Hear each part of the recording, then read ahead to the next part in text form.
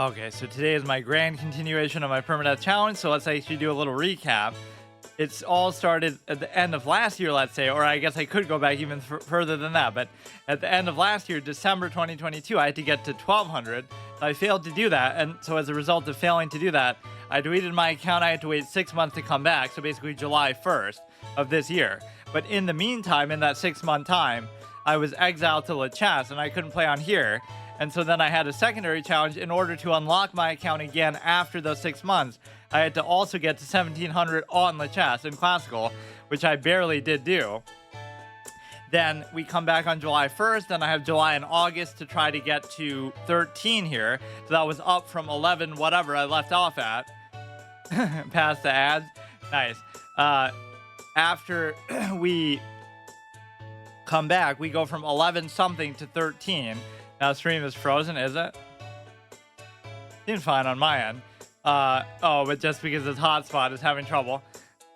Fuck. Yeah, I never really try to use Twitch on my phone, actually, except for, like, reading chat. But, like, as far as the video itself, it still looks, you know, it might stutter, it might have issues, so it's hard to measure how well it's actually doing. I feel like most people don't actually do that, or maybe this is better phones or something. But yeah, we had July and August to do that. I barely did it. And so now it's not that I can't fall below 12, but I really shouldn't fall below 12, just in principle. But what else? Just, yeah, I had to go from 11 something to 13.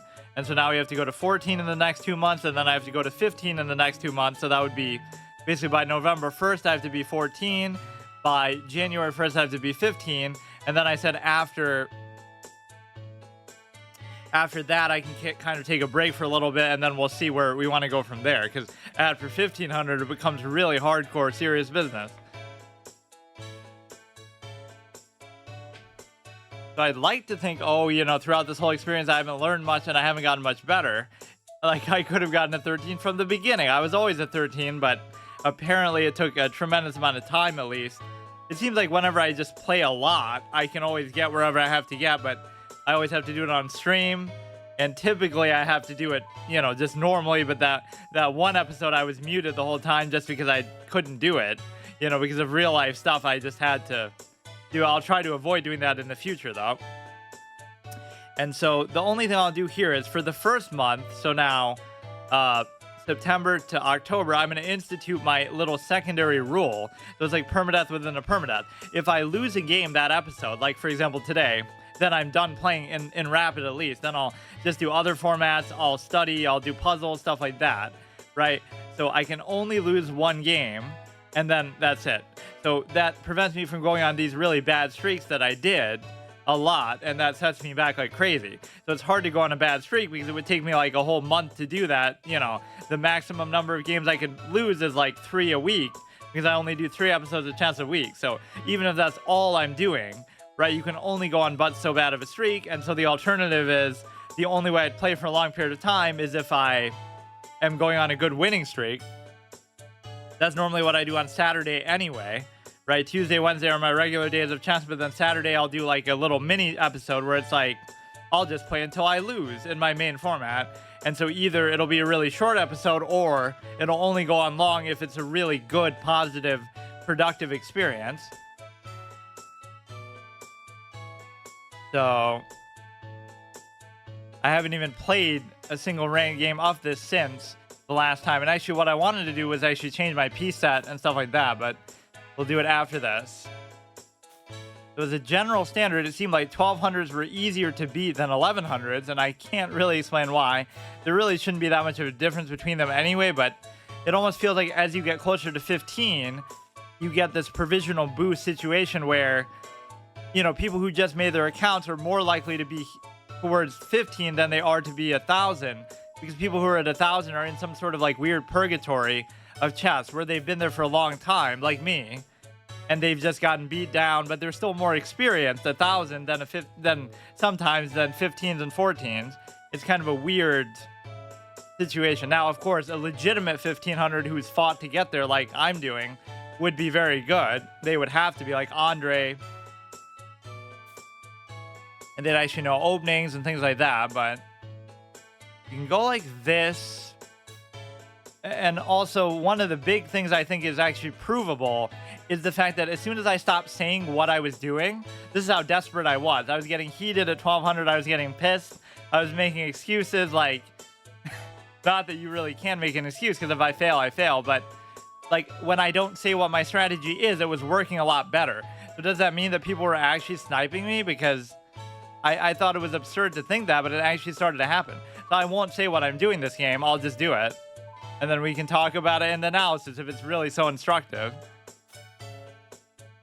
Like, I'm actually losing because I'm getting sniped.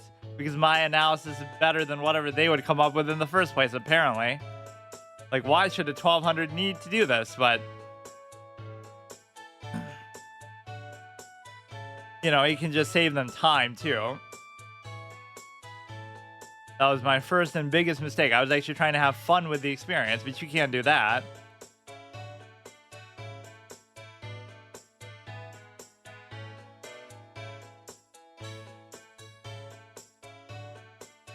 Yeah, I'm like top 5% in the world of all chess players now. That's always the low reductive standard I always talk shit about. Like, oh wow, 2,000 FIDE player is top 1% in the world, so it's so impressive. But I guess I'm top 5%, so that's so impressive, even though it's not, because that just means you actually play the game. And it just means that you know, now you have to compare yourself to people who play the game on a regular basis, like other professional players or whatever. Now that is technically not something... kind of a tricky move. Like, it's still doubled. Right, his pawns are still doubled, but... that's a very odd move.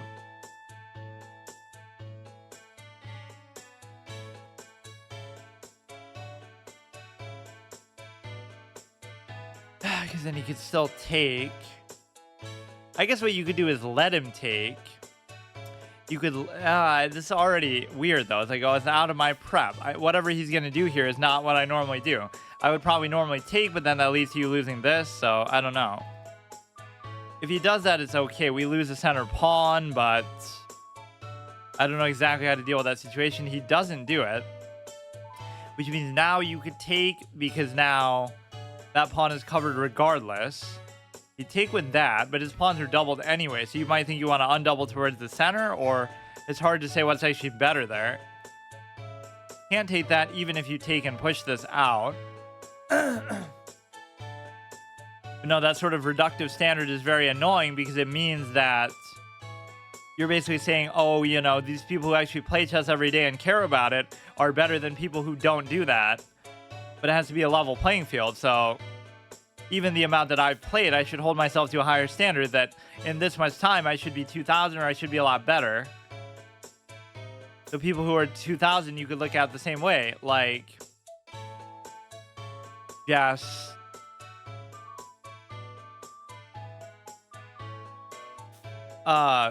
People who are 2,000 should compare themselves to other professional players who are in that mix, so see how far you can go past it, rather than acting like it's a big deal to be that after years of study. I'm not saying it's not still meaningful, but it's just weird. Like, anybody can glorify stuff that way if you just look at it like, you know, at least you're better than the majority of people, right? I don't get what that means. Like, that's a very low standard. It's actually hard to say which is really better there. Yeah, how's he ever going to figure out what to do if I don't tell him what to do? And that was part of the hard mode challenge too. I have to literally let myself get sniped, which I'm sure everybody who streams does that, but I'm shocked at... Okay, this is...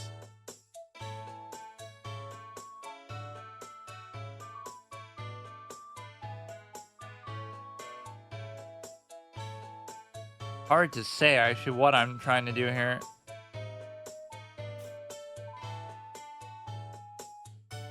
Sometimes they go for these little empty threats that don't actually have any value, so... would I want to take the knight with the bishop is the big question, and I won't answer the question. We'll have to wait and see what I come up with. This looks like a scary threat with the knight, but it's really not. Or he could turn into one maybe later. biggest thing I'm concerned about is actually time, because there turns out to be something, there turns out to be something later on that, like, it only comes down to that. So we might be the same level, but because I'm talking and I'm distracted or whatever, which is my own fault and my own choice, obviously. It's not an excuse, but I just have to measure that. So if the trade-off is like I just don't talk or whatever, it's fine. That's okay. This would double stack him right in the center in a way that is actually beneficial to him, because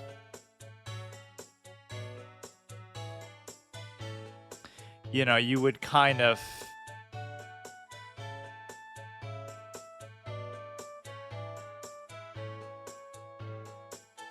a tough spot. These moves can sometimes be the toughest because there's no aim to it, really. I don't really know what I'm doing.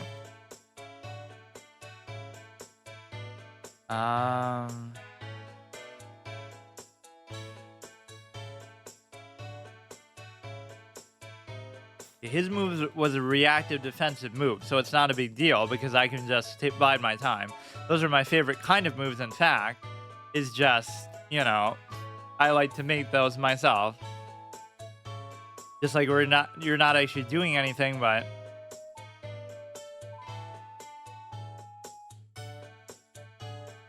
a little bit tricky, I will say. Could be a very bad move, unnecessary, unforced kind of situation. In fact, I won't even do it like that. He's pushing the pawns, but that shouldn't be too big of a deal. Right, that doesn't actually do anything. It might sort of compel the trade here in an undesirable way, but maybe it's not that big of a deal. It's hard to say. Right, like double stacked pawns are the sort of thing you probably shouldn't worry about it at this level, but imagine, the game actually does come down to that. Also breaking the rule if, you should be trying to take towards the center. That was kind of a key anchor pawn. I mean, look, whatever's going to happen with this is going to happen no matter what, so you may as well just do it. This is like a mess of pawns that's not really going anywhere for him.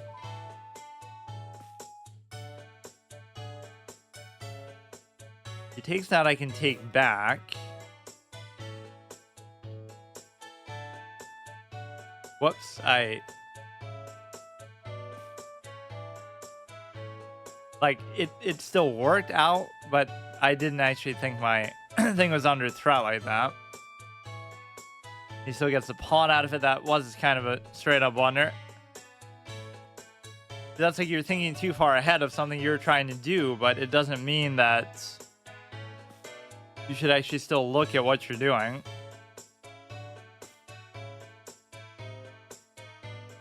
Yeah, he can't do that. This would be probably an easy take for him. And so I wouldn't even mind trading queens at this point. I don't know exactly what he could punish me with if I do that.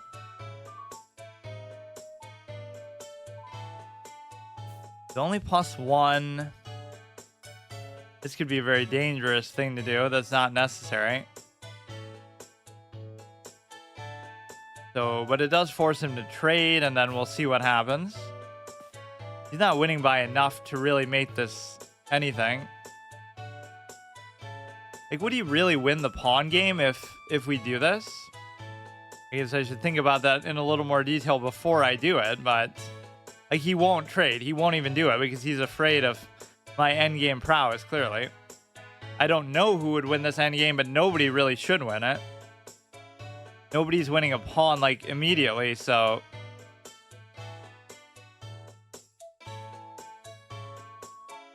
playing for my life today because it's always an episodic thing. So this first month I'll do that, where a loss is a loss ends the episode, at least as far as this format. And then the other side of it is that next month I would be able to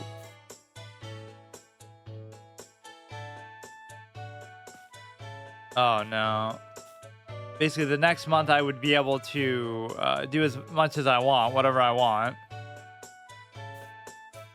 Now, his king is going to have to move at some point, because he's only going to have so many pawns he can dick around with, but clearly this was not an endgame that favored me, or at least I must have botched it pretty bad.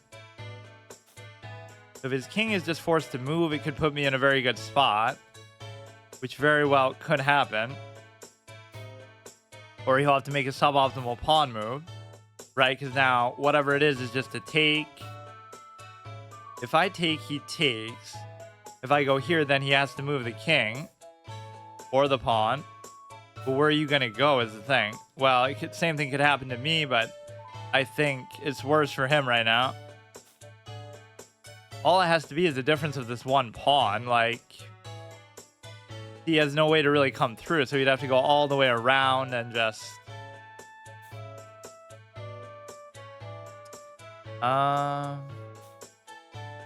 You would think it still shouldn't lead to a promotion, but... Shouldn't it still be like a stalemate, basically? Because you can only move but so much. I don't really see how you can do this. If you move it up, it would be a stalemate, so we can take a threefold repetition. So a draw doesn't count as a loss, just to be clear. That's how Magnus and Ding went on those crazy win streaks for years. You really think they're only winning games? No, they're drawing the vast majority of them. To give the guy credit, it was a good draw. But at least I sort of played it right to do that, or he's going to give up on it. He didn't want the draw, which is weird. Now that might actually favor me, because you see that he has no path to get through here. So, oh shit. Imagine if I win this now. I might, actually. He's like me. He'd rather lose than draw with a sense of honor like this. What is that, dude? You kind of deserve a draw, but I'm not going to give you one. What is he doing? You go here, you stay behind it, which is a very sort of unintuitive way to go about it. I could even connect that way. Maybe I will, just for the fuck of it, but it'll increase my chance of a stalemate. I do have plenty of time, so I maybe getting a little more comfortable in terms of speed. Just go here. Now you have to let him escape from, like, the other side. So he'll have to move it. And then he can kind of go wherever he wants, but it's not going to stop the promotion. I'm kind of baffled by that. Just didn't want to draw, I guess. So just go move the king in a little bit. Go like this, and the pawn shouldn't affect his ability to still move up and down a bit.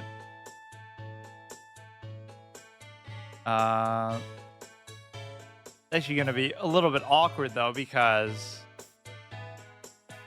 you know, you kind of want that there, but now the pawn and the king are going to get in the way. Yeah, see, that fucks it up. Whatever, let him go to the other side. I don't care. Like, where is he going, dude? That's almost as bad of a throw as what I normally do.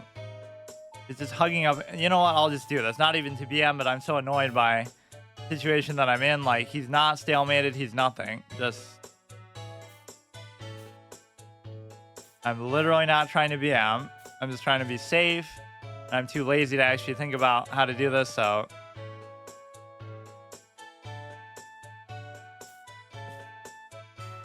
Not only does the AI sort of not over-promote, it'll actually under-promote, like, to a rook.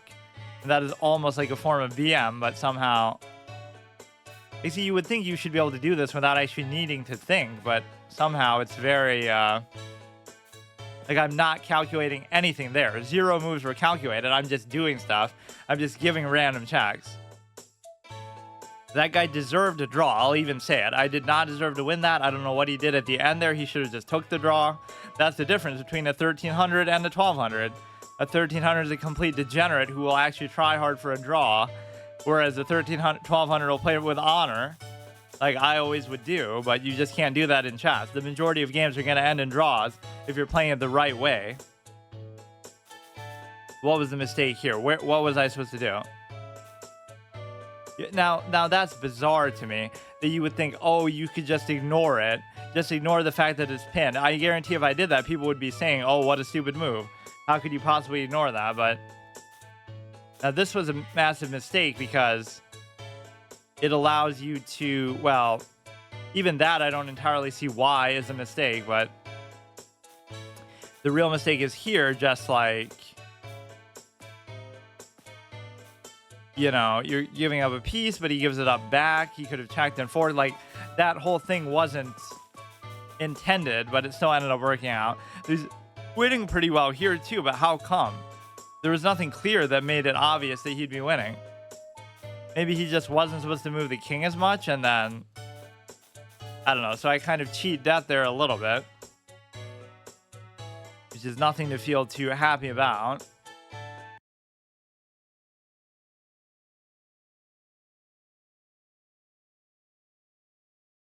Winning on a technicality as usual.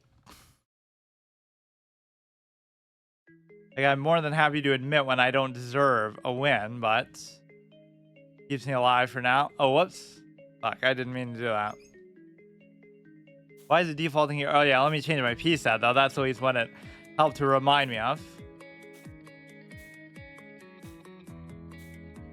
Amazing how big of a difference time makes, but it makes kind of sense at this level because, you know, you're relying on no fundamentals at all. So all you can do is think and calculate and try to figure stuff out.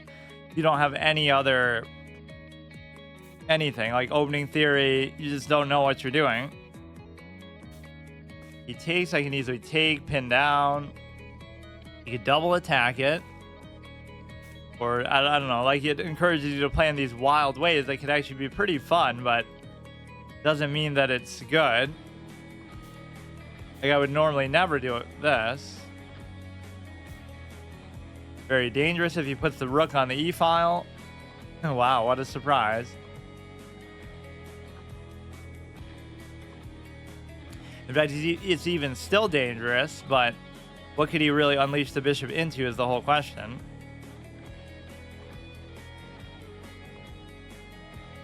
Go here, he could take, I could take back, he could double take, I could take, then he could do it, like, it's alright. He could take there. The king is just in a very, very undesirable spot. There's nothing I can really put in front of it too well.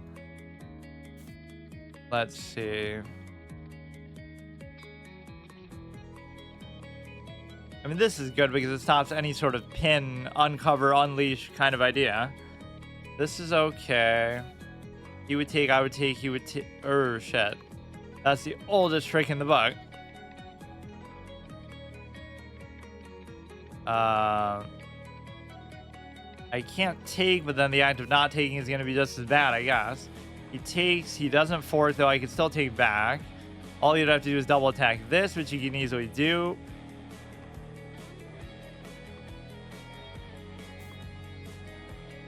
It could be very scary, but in a game of this pace, it probably shouldn't matter. You'll just catch them on one move where they don't expect you to do what random thing you're about to do. And they'll just blunder their queen or something crazy. You can double attack into this. This is triple cover. It doesn't really matter. This is about ready to promote anyway. I would take, he would take. You could pin this down. There's certainly enough covered here, so I don't really see what the big deal is.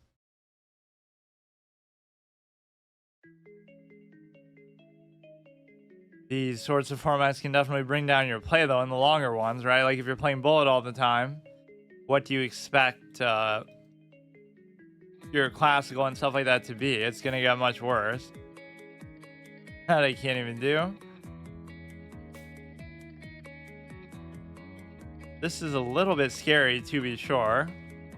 I have enough rooks down there, though, so the worst case, I'd have to trade down for a bishop. It doesn't mean that I would lose anything.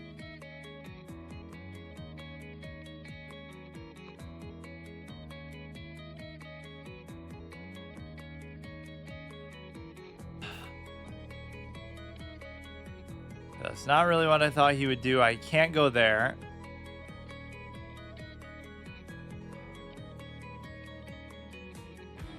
go there, which is a fascinating idea.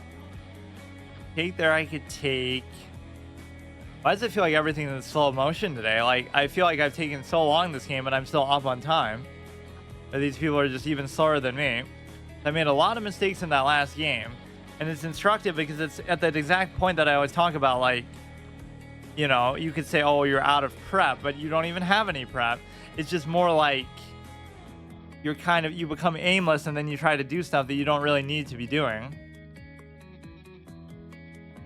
He's covering there. He could do something with that.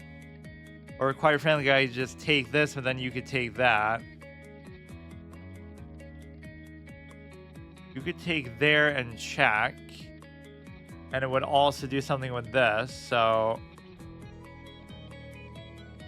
you could almost do this. This doesn't seem like the kind of move you would think of, but might actually be the best move. You can still win on time, all things considered, but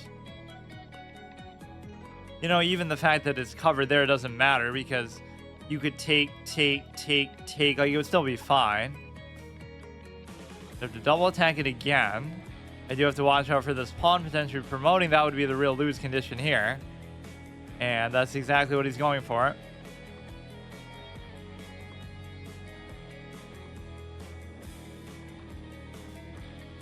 That might still be better. He would never expect me to have done it. If he just double attacks that, I'm screwed, but he might not. Look how baffled he is by that. Just take it. What are you doing? I even blunder my queen, and he's so stunned by it that he just flags. 60, 57. Yeah, I almost want to look at that last game again. There's something kind of disturbing about it. I'm clearly not taking it seriously enough, but I still got away with it. Like, it's so weird how you can know what you're doing wrong, but there's no way to solve it unless you just try not to do anything at all. That's almost how my playstyle is. So you're supposed to take here, right, which is always my thought, but then you take, and then what happens? You let him take this, right? That's the problem, because the knight has to move, and so how do you justify losing that pawn? I'm not up anything right now, so the goal is apparently to, I don't know.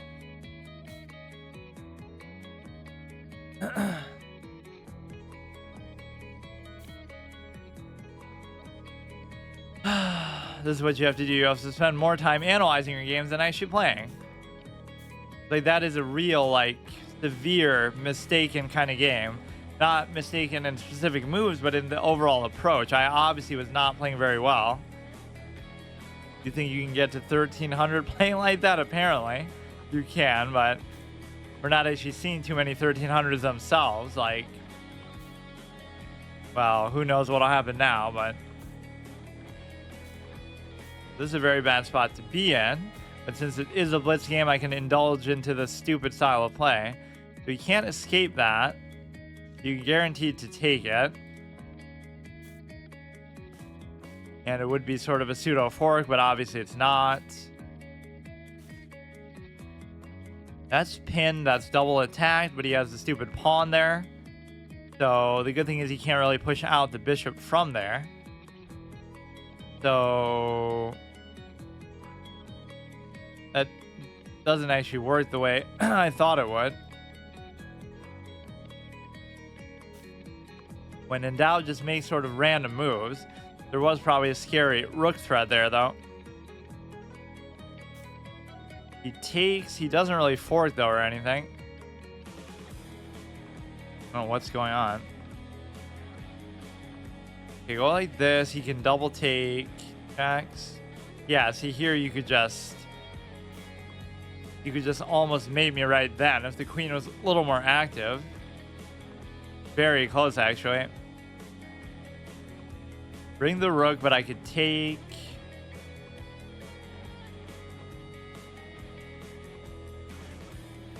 People always say I end up in this piano game too much, and it's like just somehow my preference. Even though I don't know exactly what it means or what it is. It just somehow is my style of play leads to that.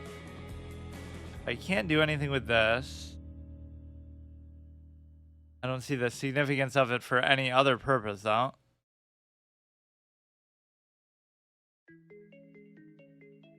Yeah, see, in these kind of formats, I don't care so much about, playing viewers and stuff like that. At the beginning, in my first attempt at the permadeath challenge, I even said I should be allowed to do that. And it's a double-edged sword, right? You can farm the same person over and over and get easy rating, or you can get farmed, which is mainly what was happening by Gerardo, by Mozikov, by Simply, by Andre, maybe. I don't really remember if I played Andre at that point, but basically people like that who are the same rating as me, but they seem to be far better. Maybe it's just because they were sniping me, or they knew my style of play, or whatever, but... Okay, that was a big mistake, seemingly, unless he has some follow-up with the queen. That's the only comfort in this sort of matchup, is apparently I'm faster than him, which is very rare that that's actually the case. Oh, I have some delusion that my rook is actually open and attacking that.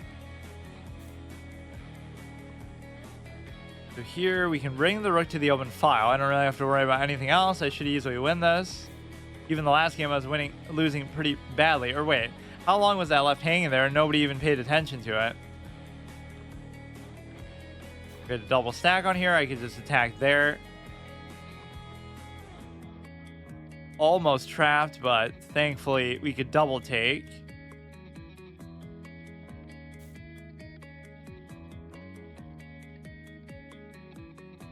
But like this, if he takes, I take. If he pushes, it's fine.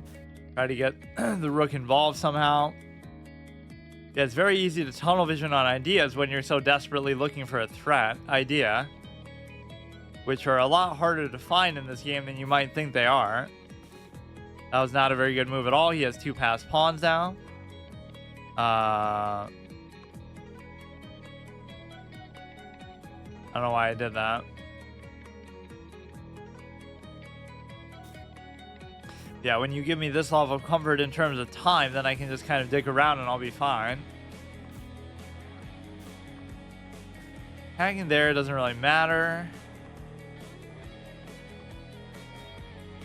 Take, check. There's just no other, secondary piece he has here.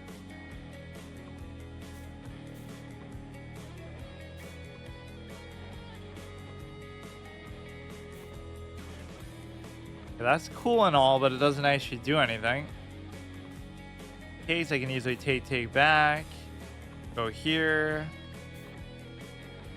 Give a check. Go like this. I could maybe open up another check still, and I don't really need the cover of the queen. Despite all that, go here. It'd almost be a mate coming up. I can't exactly see how it wouldn't be. Good game. Okay, let me change my pieces up and actually try to figure out what I'm doing. I kind of want to look at that last game again. Maybe this is what I'll do. I'll become anal with the amount that I review my games, because that's at least a more fun way to try to study. I don't like studying from a base perspective, like, oh, just study everything in the history of the game, because that's just like, it doesn't matter, because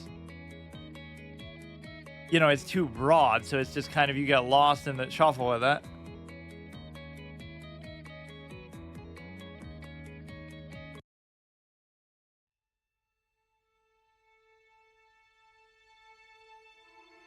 Okay, let's change my pieces for the first time in a while. Maybe that was my lucky set even, but it's only fitting that I should do it now.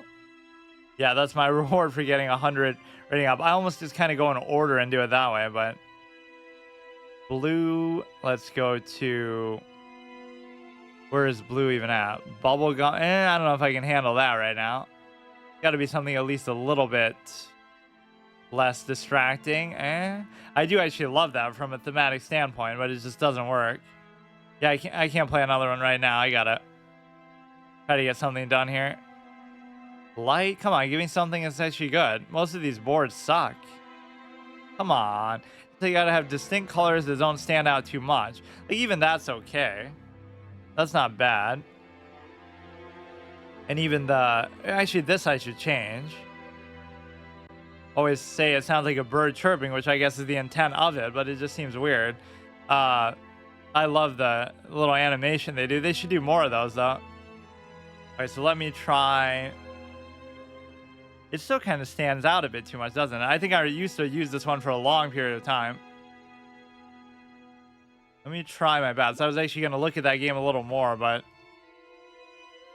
he's fighting for 12 himself. Maybe he's doing his own permanent challenge.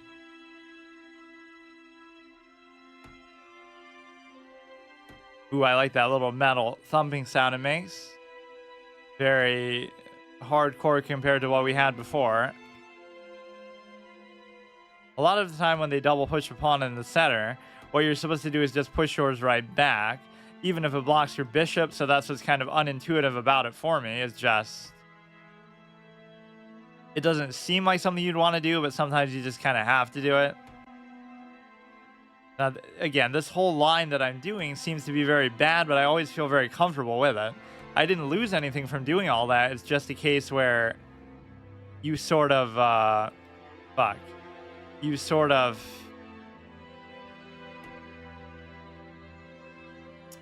I don't know. You're sort of in a position where you just concede that white is going to have better pawns in the center and just pawns in general. But that's the expectation as black. You're always a move behind, so you can't really worry about that too much. So take.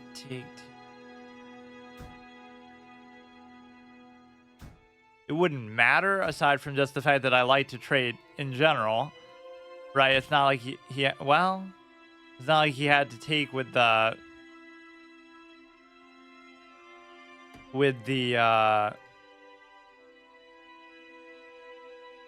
whatever, with the king to mess up the castle, but he kind of messed it up the other way maybe a little bit. Now this knight's position is very important because there's something that's not in the ideal spot here, to say the least. I don't know actually if I should trade this off or not. I'm double attacking this, but if I move it, then you can take this and then basically trap that. That's why I can't do it. This doesn't seem particularly great either, but if I intend that my bishop is going to stay there, maybe it's okay. In fact, now's the kind of position where you can play much more aggressively with the pawns, because you're not going to have to worry about... the problem is it gives him that cover right back, so what does it matter? Like... you can play more aggressively with the pawns because the queens are off the board, but it's still not really my style. It's almost guaranteed to mess me up. He moves that, which seems very stupid, but maybe it's part of his master plan. Seems very deliberate in doing it too. Now see, here's where you don't go for the trade, because you have a... well, you'd end up losing that instead though, so we should do it here. And the reason why you don't go for the trade is because you're winning something if you don't go for it. He takes there, actually, I'm not entirely sure, though, because he takes, I take, he takes, I take. Like, it should even out, but it might have been a little bit tricky if he did it that way.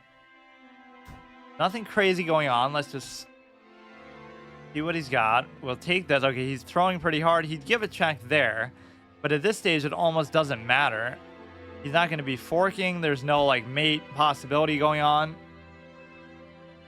Got to remember the knight is on the... oh, well, I didn't expect that. The knight is on the back rank, and so therefore we should be in relatively good shape. You can keep spam checking, which is sometimes a frustration technique, like just...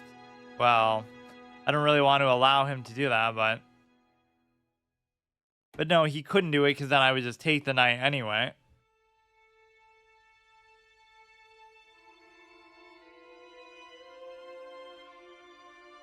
What we fought so hard to do, the old absolutist expression, right? What you fight with is more important than what you fight for. It's like, you know, I'm always playing for something, and these people are not. So by that token alone, I should win. Right? What permanent challenge are you doing, Mr. Zoya Deb? How many accounts have you deleted in the process of doing this?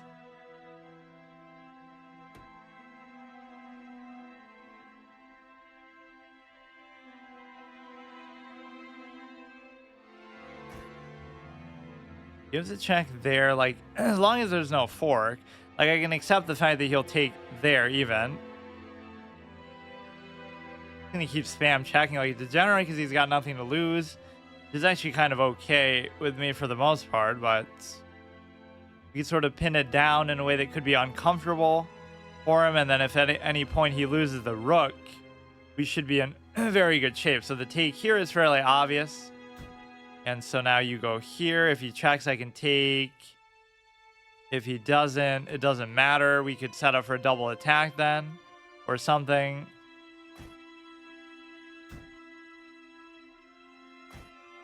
Still be checking, but does it really matter? Because it's a case where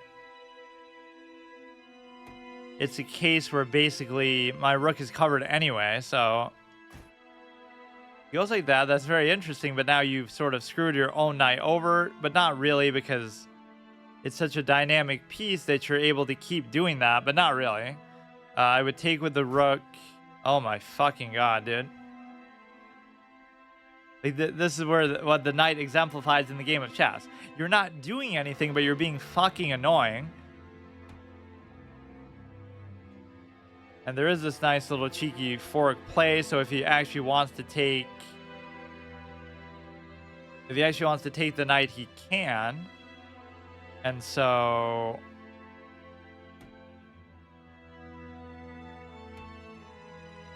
he's the back rank. He's made a lot of very seemingly obvious mistakes, though, and that doesn't make me feel too good because we're going to play like a real 1300 at some point, and we're not going to know really what to do about it. He's being double attacked. He's kind of chipping his way back in, which I shouldn't be surprised at all. Just...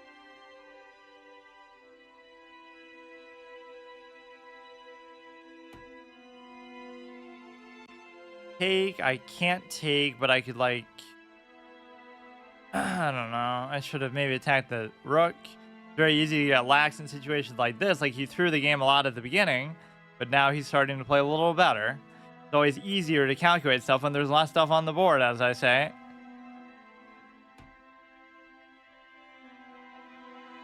This is a tempting play, but I shouldn't do it. All I should do is just protect one of these pawns, or...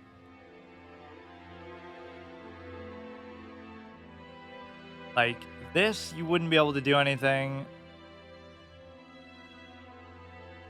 You take here, but then that would be sort of suicide. You don't want to lose the rook, basically. Let's just put a little pressure on the weak link here. So where can he go that he wouldn't get taken? Basically, he's actually trapped. Even in a situation like this, he can go to the 1 square on c3. Or he can go to b... okay. Maybe now I could do this and you're double attacking. It's going to end up leading to me getting forked, though. Right, we get forked by the king in spectacular fashion. My other rook is not involved enough, so I'm basically giving up the pawn there on a7 as well. I don't always lose pieces, but when I do, it's somehow deliberate. And not even in some kind of clever, creative sacrifice. It's just like I'm stupid. And I think it's going to be helpful somehow.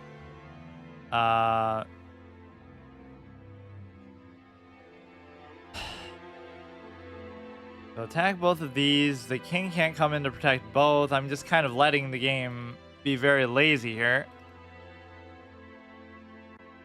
There's obviously better ways you could do this, but I kind of just want to get it over with. But then a lot of the time, these are the kind of games that I end up throwing back in the trash, whether it ends up being a draw or a loss. So, like, basically what I'm trying to do is show that, like, even if I'm winning these games, there are a lot of negative tendencies that I'm still doing that you would think I would have gotten over by now.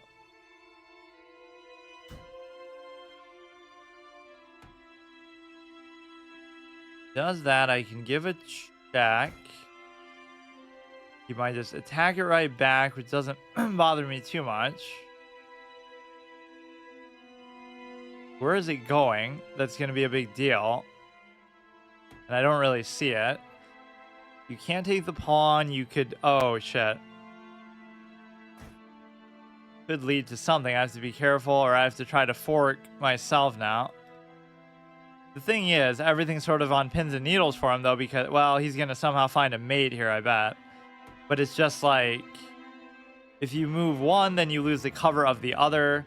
Like, I'm so annoyed by this right now that I almost just want to trade down a rook for it. Like, this is the kind of stuff I do. I just don't want to deal with this guy right now.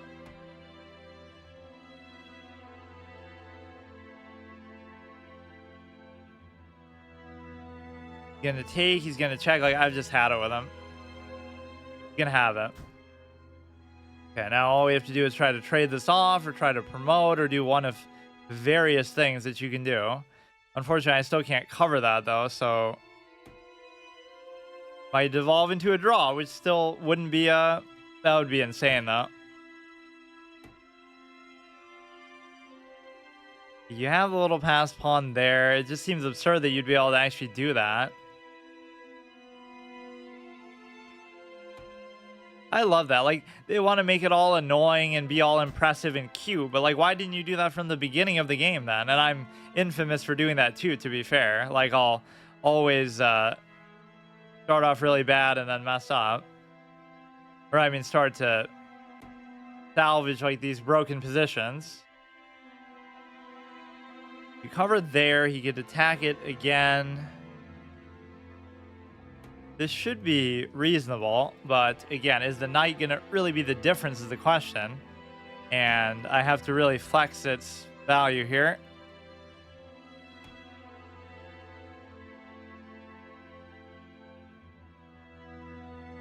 Cover this, so now we just have to figure out something I can do to make the knight actually useful here. Or maybe the king can cover this one.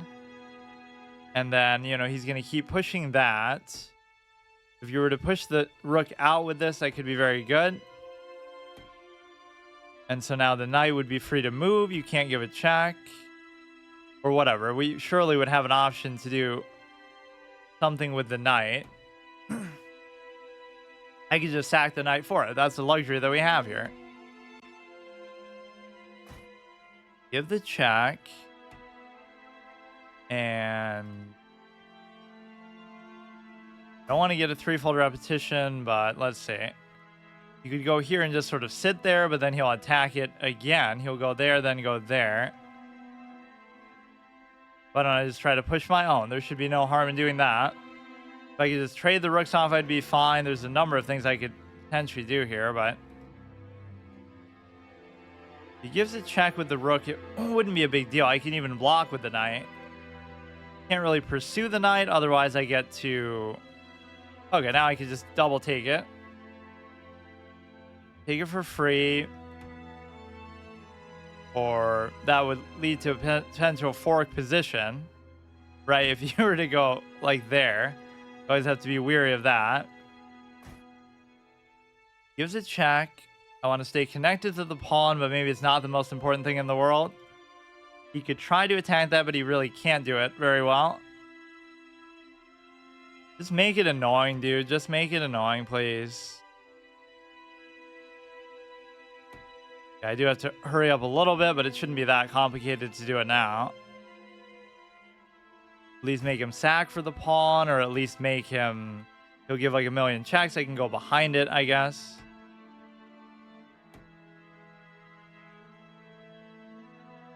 Got to use the rook to keep the king out of it, which is not as easy maybe as it looks. This just looks like an ugly spot that I shouldn't be in, that could easily cost you the knight, but...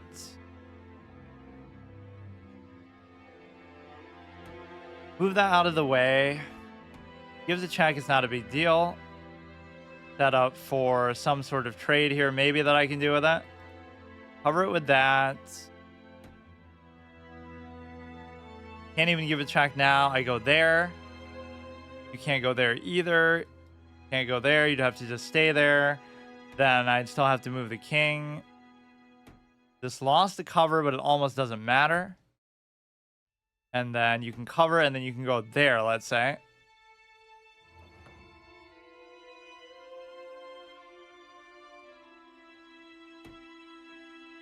$68, $74. Let's see what kind of crazy blunders we did here. 1350. That's actually accurate for once, even though I was, you always see these where in the analysis, both players are playing vastly higher than what they actually are. So it almost didn't make sense. 1100s playing like 1700s consistently. 16s and 1700s.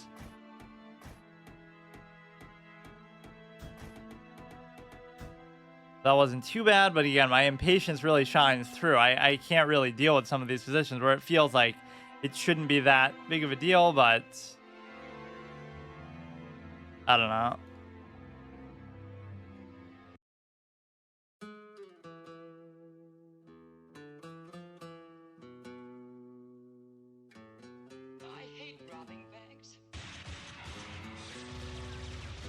So maybe I should just do another one.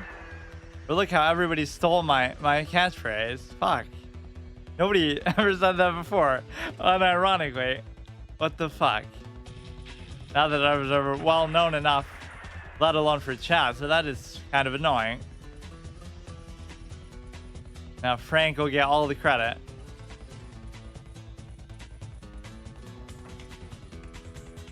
Okay, 1291. We're farming sub 1300 players. I don't still know what a 13 looks like. This is typically okay to deal with this situation. He's doing a bit of a cheeky opening himself here. This can turn bad sometimes pretty quickly, but hey, welcome back. Somehow something with this goes wrong, but only if he has like the knight available or something of the sort. Basically, I either just want to trade or I want him to get the queen out of there, but then he feels foolish for bringing it out, so he'll go there, then I'll take, then he'll develop. Now this should have a certain value, but it doesn't because obviously it's not covered.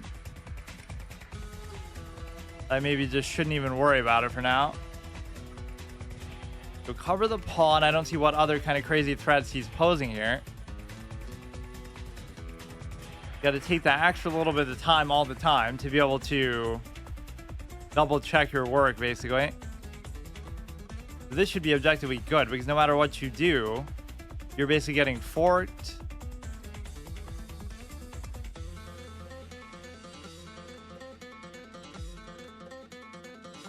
I mean, really, why are 1200s doing wayward queen attacks? Aren't you way beyond that point?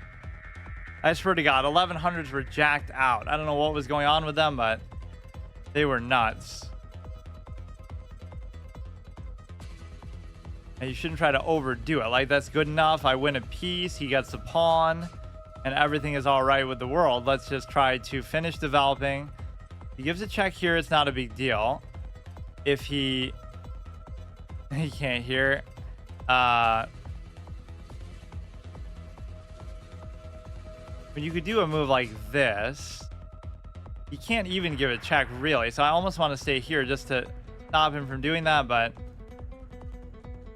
whatever. Like, he hasn't developed anything, so it should be okay.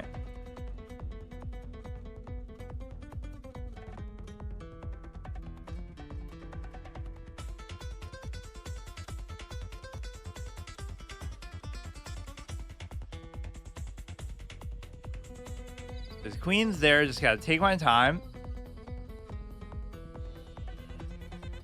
Go here, that should be fine. But yeah, he's made the... This is how I used to play when I was a kid. Just use the queen because it's the strongest piece. Ladies first, style of play.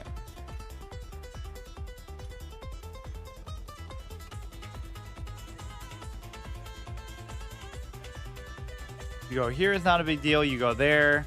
I could castle queenside, but that's maybe a little bit overly ambitious.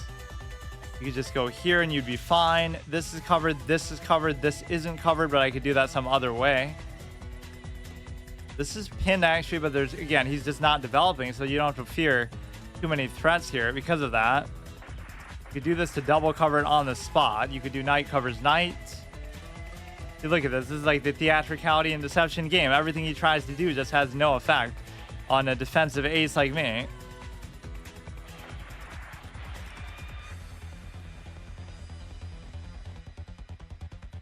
I hate starting actually this late. I'm kind of annoyed by it, but whatever. This is kind of my new schedule now. It's still flexible. Like, I stream every day, but I can't promise when or for how long. It's just weird. Actually, I don't like where my queen is right now because there's some vague possibility it could get trapped. Doesn't seem very likely, but it's in a very awkward spot, and these knights are not doing me any favors that way. I don't know. I just don't like this. We could go here and try to set up for a trade for it, but I could screw something up in the process too. Gotta keep an eye on the queen because that seems to be the only piece he actually wants to use.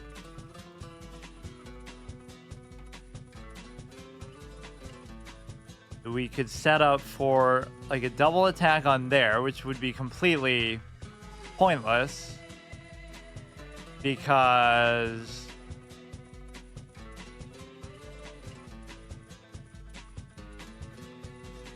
you know, it's not going to be enough. He could just come right back and try to attack there. Go ahead, just trade that right out. Only single attacking that. Can't really pin anything or do anything with the bishop, so it's a weird spot where I almost want to try to get rid of the bishop, but I can't figure out exactly how to do it. Or like more to the point, I just don't know what to do with it. Now here's where I become aimless, even though I'm up by a little bit. It's just not...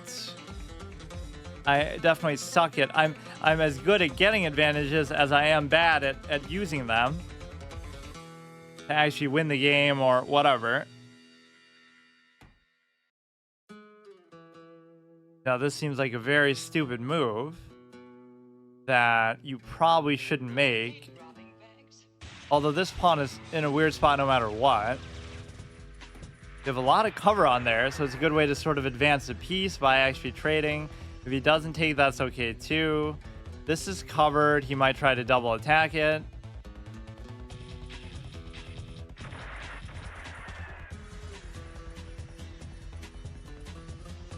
Look at all these people on the cusp of 1300. Okay, whatever he does won't be a big deal with that, because you have to at least deal with the fact that your knight's under threat too. Too bad that's not covered though. Okay, now it's very hard, if not impossible, to cover both of these, so that's fine, I guess. I could sort of dictate which one he actually takes.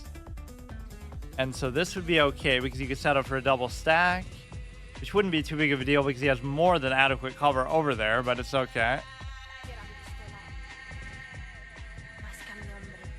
Takes on a7, then I double stack. You have to have that confidence to like say like, I know what his moves are better than he does. Know your opponent better than they know themselves.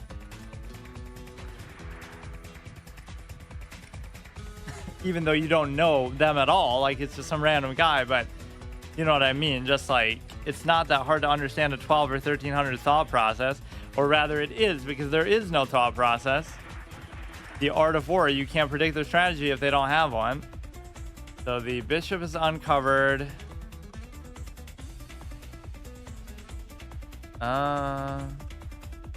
Almost nowhere good to go with it, so I'd be fine with him just simply trading.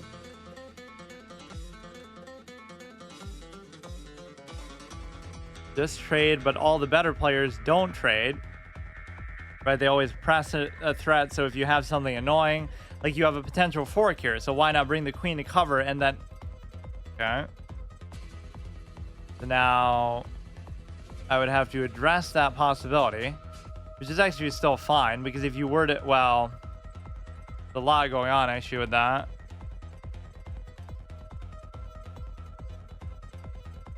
So the rook needs a cover. The bishop needs to cover that, otherwise you get forked. So I don't actually know what to do with this. The fuck? This would almost seem like a natural move, but then you're letting him take with the knight.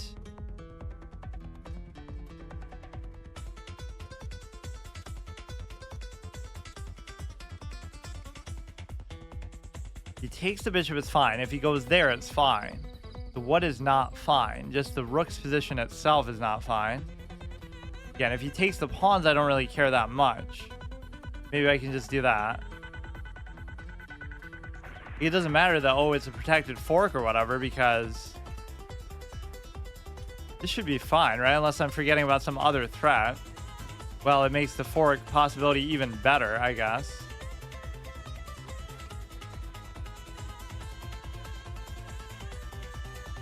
Seems kind of like a stupid move too. But I just want to get rid of that knight finally. So there's nothing more you can do, or there...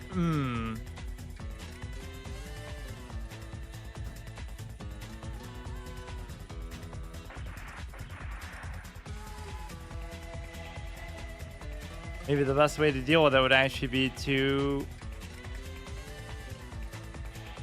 God damn it.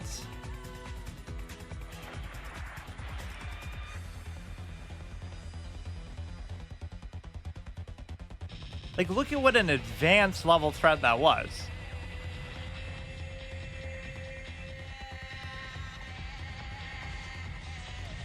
That was insane. And he obviously still preserves the fork idea here. I don't know what the fuck that was or how he found it, but okay.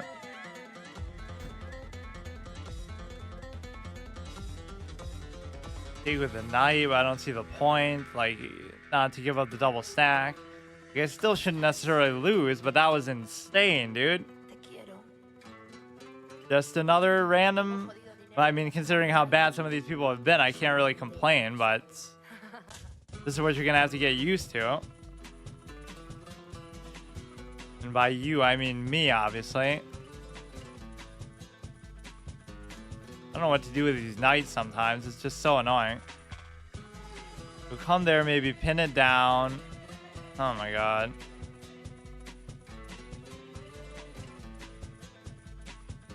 It's only +1, but he is pretty fast too. Welcome back again, if you can hear me.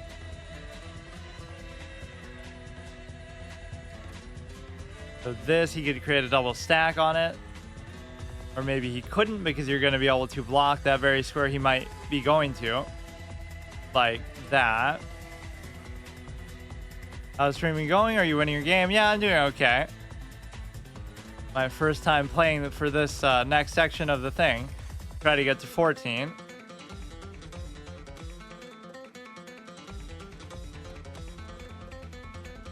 Yeah, that's not such a big deal, because wherever he goes, I can just decide to ignore it and cover with the knights.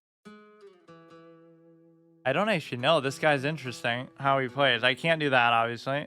Or no, I could do it, but there's no point really to do it. I really can't figure out what to do as far as the knights. 2 knights could equalize for 1 rook if they were actually a decent piece in the game. Anywhere he goes, I have adequate cover to be able to take it. So he's going to incorporate the queen now somehow. This is that same game where he did the wayward queen attack, right? It's easy to forget, because he goes just full god mode somewhere in there. Okay, that's not a huge deal either, although I can appreciate why he would want the trade here.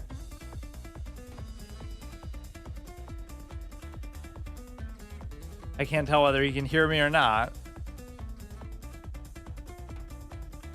He doesn't have the gall to actually take it though, which is kind of weird.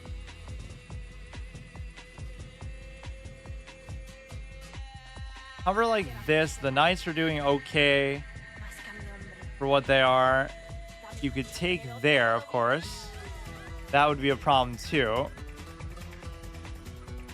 You do a 3-fold repetition. I really don't have much time here. Or he could still do it. He could still do it. And if he didn't see it, he would certainly see it once I... Or no, this would work too.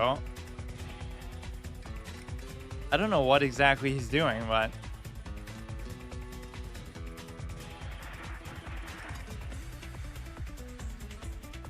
I just can't figure out how to use the knights at some point. I have no idea. Gives a check there. I could go here. He's double attacking this. But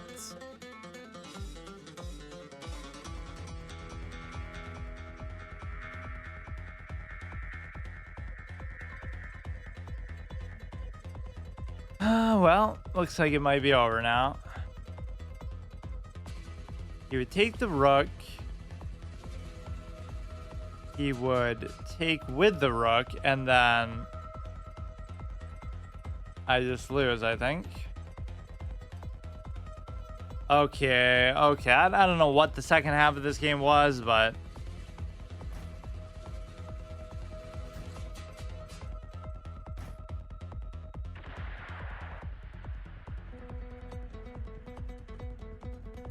okay, the knights are still covered. Like, I can still draw it, but I don't know who this guy is. He's not even 13, so he must suck even worse. He's not even 1100, so he's not one of those god tier players that we always talk about. I could take there, he could take there. I don't know if I trust these knights to be able to carry me, though. This would be okay, even though I'm giving up the cover on it.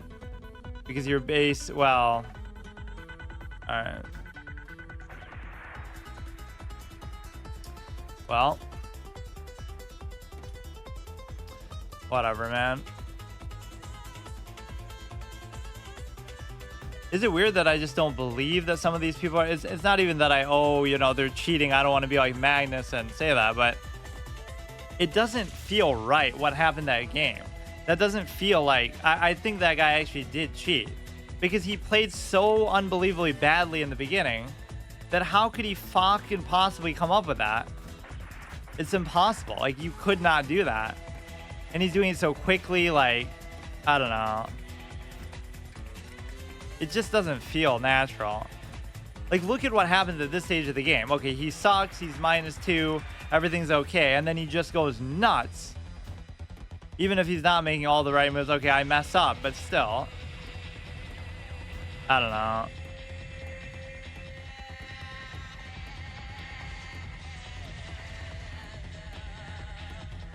He's not making, I guess, actually perfect kind of moves.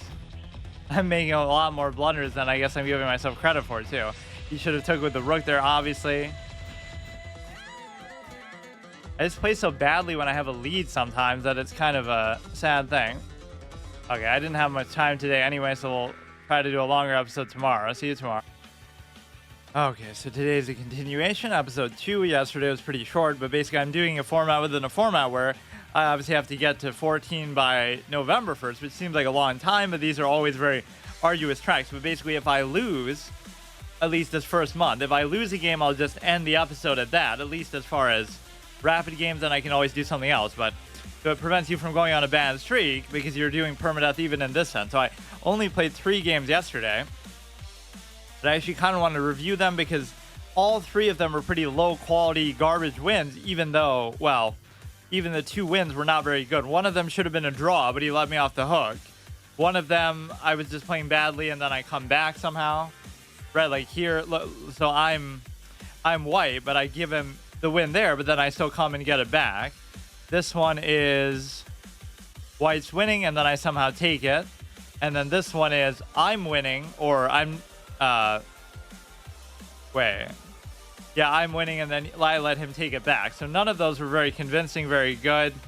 I always go about like 80 plus, even though people always try to say accuracy doesn't really matter. It's just a good way to measure sometimes, like on an average level. Because you're going against the same opponent, so you'll say, oh, these better players will say, oh, well, it's relative. So even if you get a 90, but it's still relative. Like, okay, if I'm getting 90 against a 1400 versus getting 800 versus a 14, or I mean...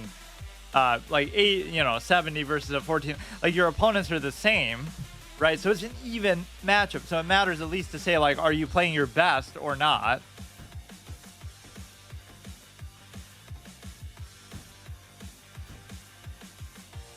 Let's see where this one kind of falls apart for me, even though, again, you still win. You have to be objective. Chess is great for that sort of mindset, just like it doesn't matter. Yeah, see, and like even this I could explain very clearly as to like why I'm doing it. Although the rook one I'm not so sure, but I'm doing this because I'm trying to go here and then pose a threat like that.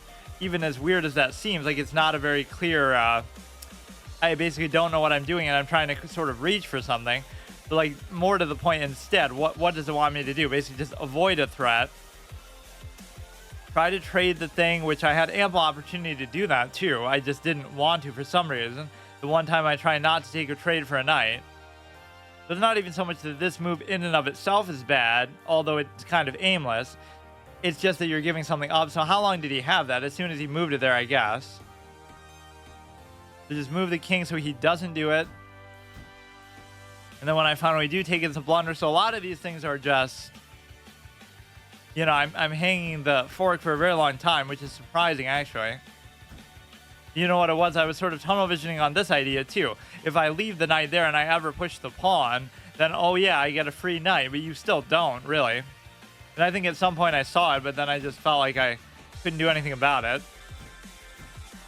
So, yeah, that one's kind of letting me off the hook. But even here, I'm losing pretty badly. I didn't think this endgame looked too bad, right? Because I would take... So somewhere along the line, you're just going to be forced to make a pawn move that you don't want to make, but then he still ends up doing it. So that's not a very encouraging win. So if he was 1300, he'd clearly never play like that. Like, look at how you cheat death this way. And then even now, it's a draw. He doesn't have to do anything. He can just keep going back and forth, right? Watch. But then he declines to draw like I've done so many times. So this is almost like good karma. I'm like, I don't want to draw. I'd rather lose than get a draw. But then instead he does something else, right? He declines it, and then now I win. Which even that wasn't necessarily guaranteed, but he just kind of was trying to play for a win in a weird way when he already had the win in the first place. Yeah, these types of analysis evaluations are not the most encouraging because they're so up and down.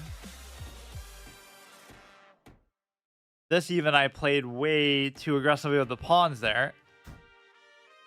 That's still okay. That's doesn't like. I was just so eager to try to get this pawn. So you're supposed to take with the knight. Now, why didn't I take with the knight? The reason is because I felt like you would then be able to take the pawn here. And even if you say, okay, the knight covers it, that's a very awkward spot for the knight that you don't want it to be in. So he'll find a way to push it out, or I'll even push it out myself after taking that, and then he'll take. So that's what I was worried about, at least, but not a huge deal. I think this was pretty clean after a certain point, right? Like, it's just pretty much over now. I always get annoyed, and I somehow play a lot worse when I'm up, and it kind of makes sense because we were threatening a back rank there, obviously. This is why he couldn't just take. You know, you're up material, you think you won, yeah, like there, I even get pissed. I was like, fuck it, I'm just going to trade down because I don't want to deal with this back and forth nonsense. I get so impatient. It doesn't matter about the time format or anything. I just get annoyed by the position itself. It's a great move just to move the knight back to cover that. And so somehow this would devolve into a draw, even though there was some sort of instructive moment here too. Like, why don't you take with the rook? Take with the rook and give check. But then if he goes here, then you're fucked, because if I cover, he takes this. If I move away, he takes, you know, you get forked by the king, as clearly. I don't know that from experience. I've just heard about it, because of course it would never happen to me. Then he resigns. It lets you keep going in those, like, as if that's how the game went on, right? It sometimes doesn't make it clear that that's just hypothetical, but this was a great move, which I somehow ended up paying for, though, right? Like, well, maybe it's later on. Like, we get off to a good start, we win the piece, but then what happens? Oh yeah, this is why I was so mad. And again, I'm not going to accuse him of cheating or something, but look at how he played the beginning of this game and then the end of this game. Right, like, he's moving the queen a lot, which is a sign of a bad player right there who doesn't know what they're doing. Then he gives us this. So now at this point, the game should just be over, but somewhere along the line, he just goes Super Saiyan mode. I make a couple of blunders, sure, but I don't really get it because I just am out for blood at some point, just trying to go for trades mindlessly, which usually works out pretty well for me, but you have to have a little more sense of purpose. I have to have like a new system, like how I had my 30-second rule. Always take 30 seconds per move, at least in longer format games may not work so well in 10-minute games, just to double check your work and be sure you're not blundering anything. And then now we could institute a rule like rate your trades. Like, there's 3 levels to a trade. One is a trade that's bad and hurts their position, like it opens up some sort of double attack or some threat that they didn't have before, puts their piece in a more ideal position by doing the trade. The middle tier would just be like, okay, it doesn't improve your position, it doesn't hurt your position, it's just kind of a stale trade. So those you have to kind of, have some other game plan, but those I normally take without question. At least I should avoid the ones that seem to be hurting me, but I should even avoid the ones that are neutral. You should only take trades that are beneficial. Somehow it's letting your rooks double stack, or it's letting you take an open file. Even if it's something minor, it doesn't mean you have to win a piece, of course. I don't really get why this is a blunder, though, even as I'm looking at it. Yeah, there's this insane double protected fork. Like, look at what kind of position this is, though. It is not just a normal thing. So I could have just taken it before, right? Or no, I couldn't have. This is a sign of, a good player, at least at this point. Like, you have a threat, but you keep it out of reach. There's never a point where he lets me take it or even have a chance to take it. So then I'm so desperate to take it that I overextend the pawn in a bad way. Like, that is ridiculous, but it's still not that big of a deal. Apparently, according to that, I'm fine. Then I make another mistake again. Doesn't it just seem like 2 different players? Like, oh no, he didn't cheat. He just had his brother play the game or his dad play the game. Because what ends up happening is just... Was there still some better way to deal with this? Why does that... Oh, I guess it just stops the queen from coming in altogether. I don't know. That one kind of triggered me, but that's where you go on a bad streak after that to try to make up for it. But now I won't be doing that this month. That's such a harsh condition, though, sometimes, right? Like, if you think that, oh, if I lose one game, then that's all we do for today. Not that these sessions have been especially long anyway, but this, I didn't get much of a chance. I tried doing a first playthrough permadeath of that. Like, I didn't know. I got screwed up by the jump mechanic. The ice mechanic I like, but cast juicer, she says, but it's not even XQC playing. That's his term, of course, because everybody steals everything from... Somebody had that yesterday. That was my term, the cheeky thing. But obviously Frank, I don't even know who Frank is, like what he's known for. I just saw him in the PogChamps, but then that's what people kept clipping me and was like, oh, look, he's saying cheeky. Like, oh, nobody's ever said that word before in chess. Maybe he said it in other contexts though before. Like, that's just one of his words that he uses. So you just have to treat this with the appropriate severity. 1300. So let's see what 1300s are made of. Do everything solid, and somewhere in the middle game I really fall apart, because even and especially when I'm up, there's just something that goes wrong. So even as somebody who hates opening theory as much as I do, I somehow almost feel more comfortable at that point. Endgames are just kind of annoying, but now here's not a move you would typically see, right? This probably isn't the right move, or I think I even know it's not the right move, but I'm so afraid of the pin that it just kind of pisses me off. So we got to watch all the considerations. Like, it's amazing that I can see some of these things over and over and still mess them up. That's the part I don't like. It's one thing if I make new mistakes, but there's no need to castle yet, but this is actually the killer move that you can do, but you can't do it yet.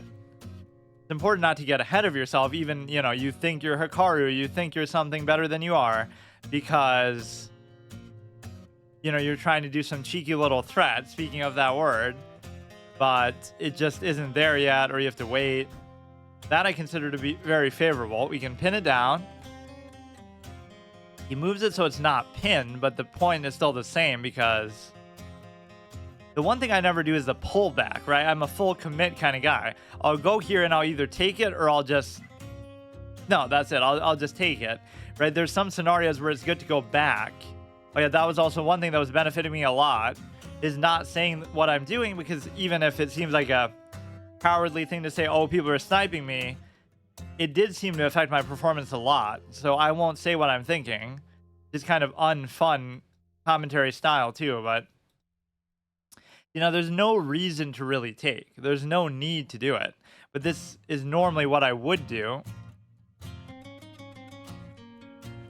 I don't know. Like it's just not the right thing. There's no reason to do it. I don't know. I can't change my whole style of play though. And put this here and just try to open up towards the king. He has like a double stack going already. See, this is why you don't do it. I gave him like a free double stack for nothing. He takes, I take.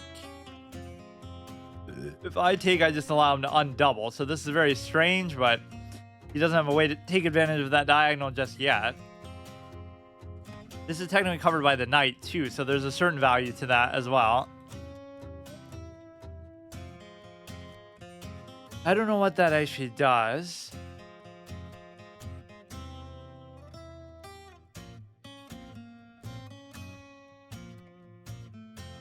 Now, this probably isn't a particularly great threat, but I don't see what he's doing with the queen there, honestly. I see no threats posed by that.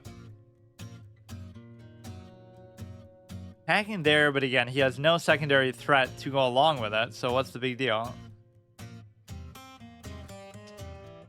It's the aimless part of the game, so either I gotta just move fast or I have to make up my mind as far as what I want to do. I have no need to really move the king. Right, so I'll do it just to get it out of that light square diagonal. I guess that's the threat he was posing, is just to give a check there, but I don't see what the big deal would have been. Like, you give a check there, so what? Now, you could do this if your intent is like, okay, let's seal off the diagonal. Or I mean, the thing he's going to bring here. Right, like, it's more suited to me from a defensive mindset, and I would love to trade queens too. But you could have gone either way. That's actually a very big moment in the game. You can choose to either open your rook to his king, theoretically, or you can choose to seal off so he can't bring the double stack or whatever here. So he seems to have more of the attacking initiative. So I guess I won't do that.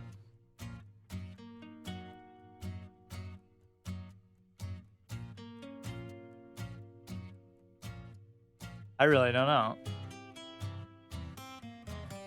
He's not attacking anything, so what is the problem? This is where I really struggle, just to see like what they're even trying to do. So then I'll do something wild and unnecessary just to try to feel like I'm doing something.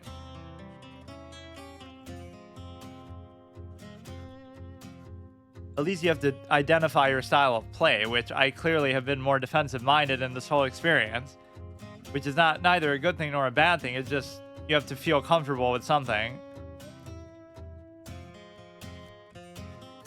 I won't say what I think he should do or anything. I won't say anything. I need like a tape delay. I'll have my stream on a 10-minute delay so they can't snipe me.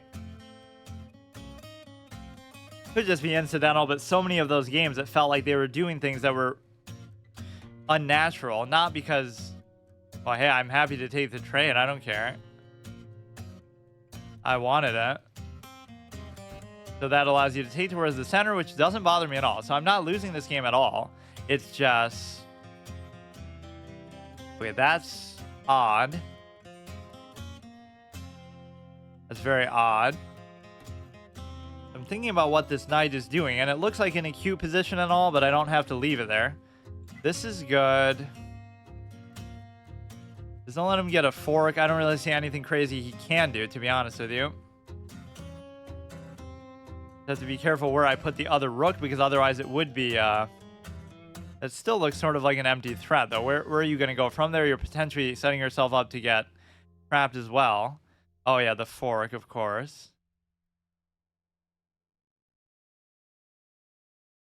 Now, the only problem with this is that you're in a position where the knight doesn't have that clean spot to go to on h7, so now I see a clear sequence here. You're going to try to take that. I could come here, and then problem is his little incessant knight keeps doing annoying stuff. I'll come here to cover it, and then But see, then the knight's gonna have nowhere to go, so I actually can't do it like that. I'll go like this instead. And if he goes back, then I can keep doing a back and forth sequence, basically just, you know, he goes there, I go away, I attack it, then he keeps doing the same thing. If he pushes it out, he does the double attack. I don't mind if he copies that idea. But it should be fine for now. He's using the knight very effectively, very aggressively. My pawns look to be at least slightly better than his, which is... There's nothing still crazy about this. You come there, you attack the rook, but it doesn't matter because then you're giving up the double threat.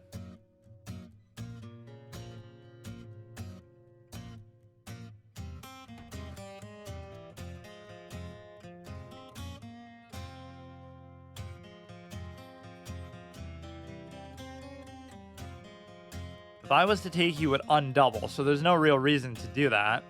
This is a good move because it stops the thing from even going to that annoying spot. I think it's fine. A little bit under time pressure. He is playing very fast. He got this very ugly triple stack. When your pawns are triple stacked, then you have my permission to resign. One of my favorite titles. I don't think I even used it as a title yet. I just said it's in like my running of candidate titles. That's going to be the problem. I try to never repeat titles, but I'm going to forget because I've done, especially with chess, I've done so many. I won't even know for sure. I kind of have a record of them, but it's a little bit hard to keep track. If he takes, I'm not worried about it. If he doesn't take, I'm not worried about it.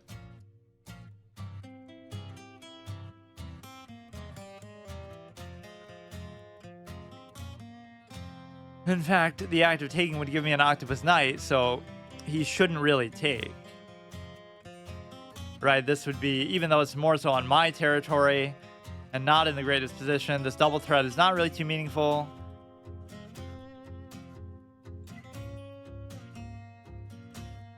I always find myself in this fucking piano game. It's like some sort of chess personality test. You can see which opening is best for you. And there should totally be a thing like that. Actually, I'll look it up after this. Which chess opening is best for you? Like how they do those stupid, which friend's character are you? Like some random pop-up quiz.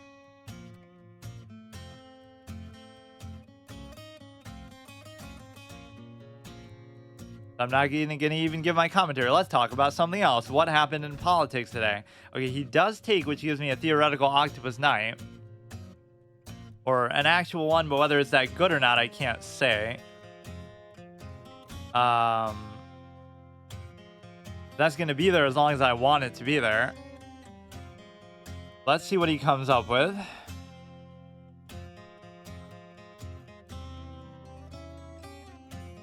Chess is sort of deceptively simple that way. Like, it is simple compared to certain other games, which people will never want to admit.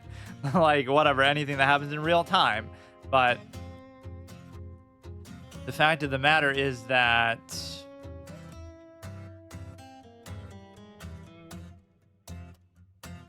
you know, it doesn't mean what people think it means, I guess. Or like identifying the nature of a process doesn't mean that you're an expert at it, right? Like, oh, then how good are you? But you realize that it'll take a long time to do no matter how good you were. So maybe my potential is very high, but I don't know that, right? I've never put in the time. So now at least we get to see that. So... And that's still not the point. Like, okay, maybe I'll be 2,400, maybe I'll be 2,100, but the point is that you're still in a position where that's not talking about the nature of the game, because then flip it the other way, like Counter-Strike or Super Smash Brothers. Those games have way more possibilities than chess because everything's happening in real time. So every second they have as many possibilities as chess or more. So like, what does that mean? It's like...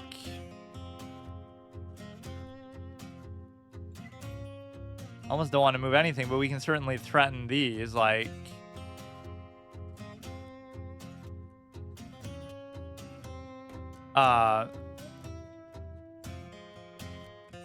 you know, I couldn't be that good at Smash Brothers either. I couldn't be that good at Counter-Strike either. So that's where ad hominem arguments fall apart, because it's like, oh, you can't say anything about chess because how good are you at it? But try that with anything else then. You're not good at those things either, like whatever it might be. So you're just judging it objectively. Like, how does the process work? Not in terms of yourself, but in terms of the game itself or other games or whatever. Now, the act of doing that doesn't necessarily hurt me, but it does seem a little bit overly ambitious. It should also be impossible for him to cover it, but there could have been some other thread I opened up by doing this. It shouldn't be, though. See, this feels like an earned moment because it's so, like, you created an objectively impossible thing for them to cover. That's pretty smart, though. I could give it check or something. Or no, it's still not even a big deal because you could go, well, you could go here, but then he's going to keep going back and forth, right? You could go here and cover it, and then we're still posing the double threat. So it didn't change anything, but now we're going to have to keep switching the rook back and forth. So if you want to take a draw, take a draw. You're up on time. I'm going to be much more inclined to take draws because it's just, man.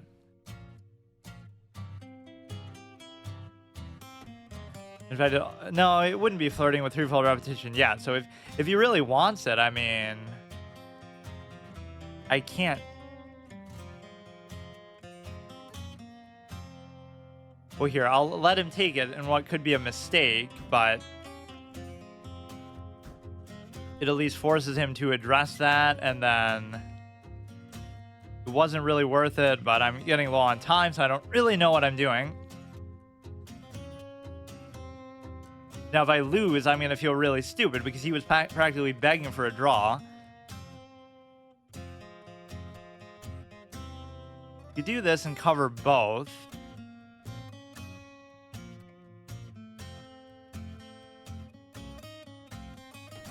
Let's just do neither and then see what happens. Go like this because now you don't need that cover at all. So the rook is free to roam. This is some sort of octopus, fake, whatever, useful knight. This one isn't going to be covered. His rook is a little bit out of position, so I do like that. He can't really cover it, or still going to be so difficult. This is why you should just take a draw. Like, I could win this, but I can't win it in 2 minutes.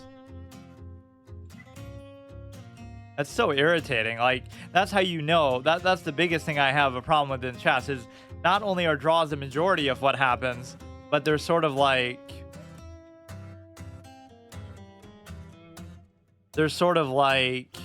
even encouraged, and that mindset to try to play for them is very annoying. I like that. I don't see what this king push is actually doing. We're up only one measly pawn, though, so it's not like it's that big of a deal.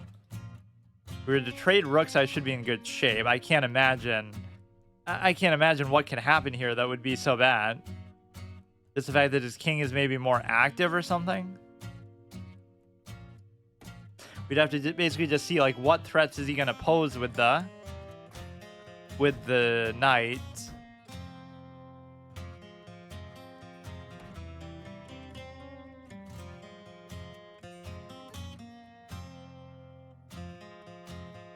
Okay, that's going to be covered too many times over. So his only hope is to try to take this one. So I should at least try to deal with that.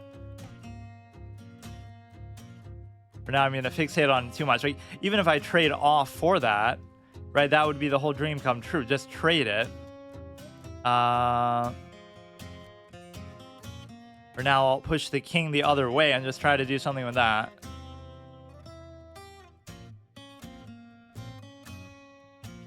I really just don't have enough time.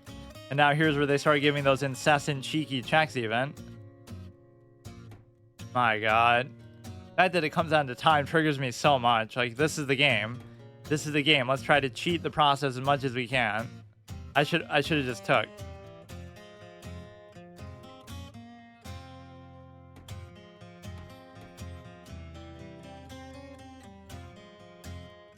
Should have sacked it. I would have been fine.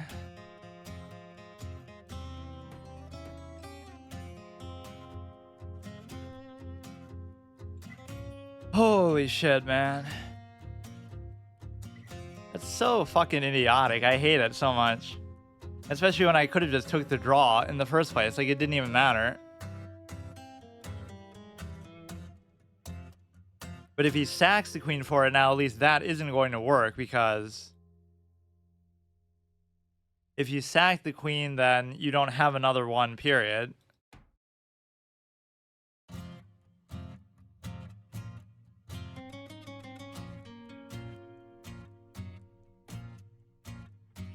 You give a check, you can kind of landlock me there. Ridiculous. Ridiculous. You can't really stop it, though. Like, there's no... I should still be able to do it. I should still be able to do it. If everything else is too far away, the knight is just useless. So let's get a threefold repetition, or I will just promote. Fuck you, dude. Are you gonna somehow mate me in here? It's not gonna be possible, though. All it is the difference of one move, but you'll keep moving the king. Oh, is that really gonna be possible? I don't even know.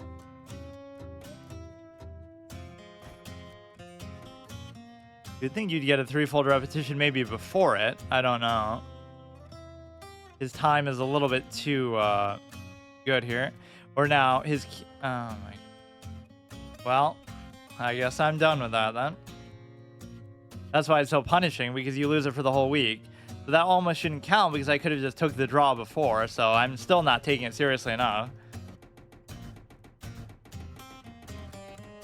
I mean, that's just so stupid. It's because of time. But he was practically begging for the draw, too. He wanted it.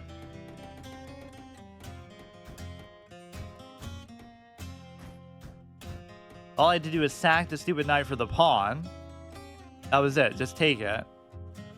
Or no, not even then, but any time before. Yeah, now you just sack it and you win.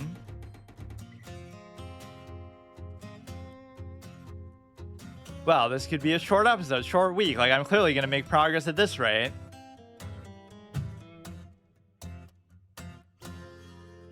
How do you make a turn-based game, right? A turn-based game of value. Oh, you have to make it a real-time game, or like a fake real-time game, by making time be the dictating factor.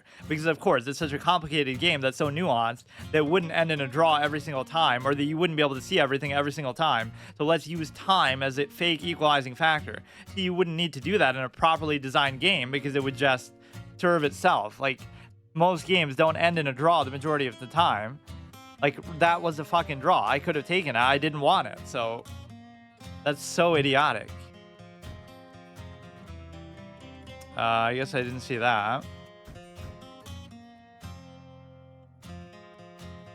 Or it's fine, but let's see. You would check. You could take there with the knight. Now this sort of encourages or even forces me to study, in the sense that...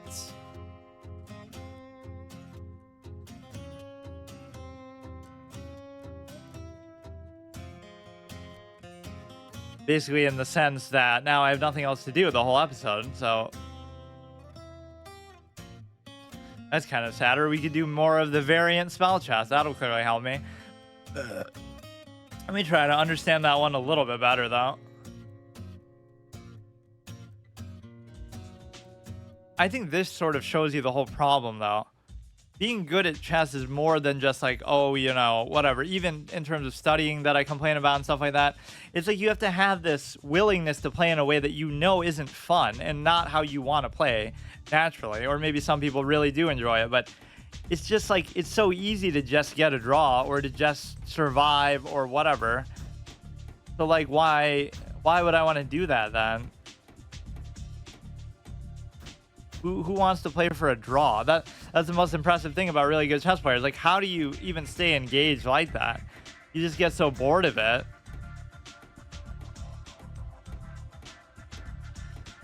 And it just only increases the way you go up. I don't know why it is that my style of play leads to it. I guess I do play that sort of win by attrition way. Yeah, now I won't play again until next week. So fuck it, dude. I don't know what to tell you. But this is still probably better, because at least now I won't go on a bad streak. Or I'll play on Saturday, and that's when I do that format anyway of, like, I'll play until I lose. But, you know, I would do that regardless, whether I'm doing it the whole month now or not.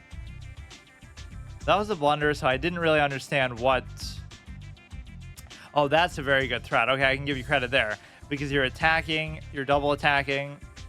I was too tunnel vision on that I wouldn't even look for something like that. I could have won the game right there despite all of my other complaints. But it doesn't matter because, like, why did I lose? All I had to do is sack the pawn. So once I don't sack the pawn, it must be... Even here, I'm not winning, but against these low-rated players, you basically are winning. Great move to involve the king. I thought he would have given a check there. Now you are supposed to take it. What was I supposed to do instead? I was just supposed to take it already. But I wasn't fearing the push of it. I'm only fearing the take. But even then you can still take. Or I guess you're not supposed to. You're supposed to set up to be able to take in the future. The point is there's no pawns here. So the best he could do is bring the knight all the way and try to take both of those, which he's simply not going to be able to do. So when did the evaluation really flip the other way? As soon as I do that and don't just take it. I even had a notion like, oh, I should sack for it, but I thought I could do it later. You don't have that luxury with the knight, though.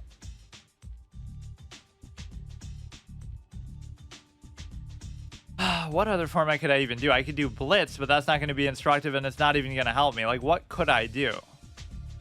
What is some other format? There is no long format that you can do because it doesn't count. Like, what's like the... No, I don't want to mess with blitz either, though.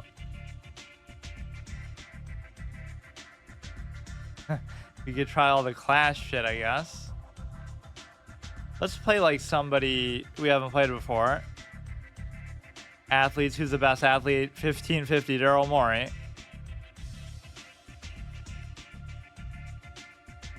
I'm better than any of these streamers, at least in PogChamp's purposes. Andrea 1801, but why? Why so specific? You know, I'll beat her. Watch. I'll actually beat an 1800 when I obviously couldn't beat her for real. Just because these bot things are so messed up. Like, I'm playing Ding Liren's bot, and I get to, like, the end game, and I'm only down by, like, -2 or something. Like, obviously he's gonna win, but do you really think I would go the distance against Ding like that? As much as I called him a choker, that's just in the high-level context of championship play, but... You know what I mean? Like, it's not natural. Like, he would have destroyed me way sooner than that. That doesn't even really look like her. 1800, that must be her FIDE rating. Sub 2000 FIDE, am I right? That's so sad. Like, I think I just show exactly every time the same tendency. I had a draw and I could have stayed alive. Right, that's all. Can't have a sense of honor, integrity, anything if you play chess. You have to be a complete clown degenerate the whole time.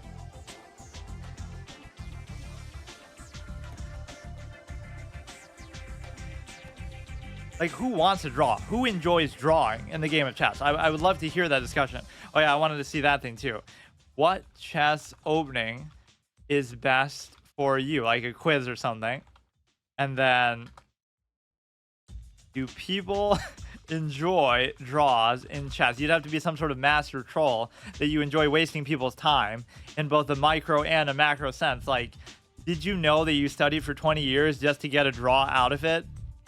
Like you study for 20 years, you sit there for hours on end, you try your hardest, you play your best game, you're so competitive, you know, you take the game so seriously, you're so proud of yourself, and then you get a draw. And that's not a bad thing, that's a good thing. That's the best outcome you could have hoped for. And I know people say, oh, that's because of it at high level, but it's not, because even as you keep going up, you'll see more and more draws. That's just true no matter what. I don't know exactly what the ratios are, but it's just insane at the top level. That's just how chess works, though. So now that's actually bad, but it's not because you could take there. Yeah, I'm higher rated than Andrea, by the way. Which is hardly a flex, even if I was, but... It's, I guess they sort of feed off of bullet stuff, too, so maybe...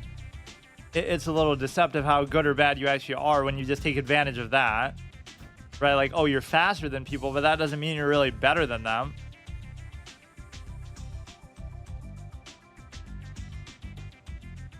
Like, this seems like a pretty respectable position, and it's not like I'm really taking my time a lot either. There's no way, I'll even vouch for it, there's no way that she would take this long to get an advantage against me or anything.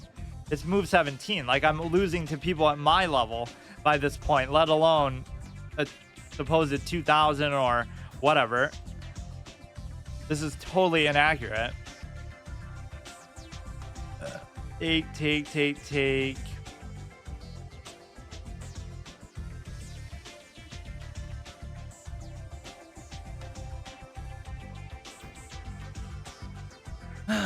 You know, is that even an earned outcome? Like, I see it as I'm doing it. I'm just not paying attention. It's over, buddy, because you win a pawn. I do like the trash talking mindset.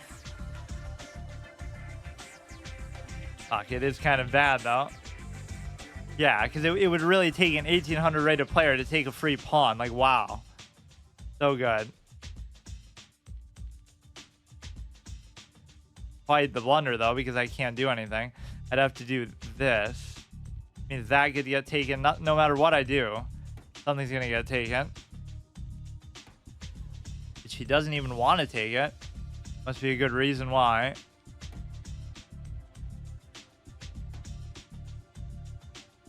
Why would you just give up that chance? Now you're going to do something crazy, kind of sack, I bet.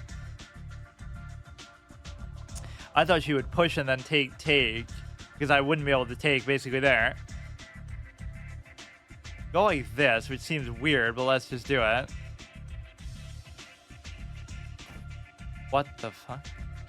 Oh no, that's just free though. It's not even a sack. Okay, whatever, dude.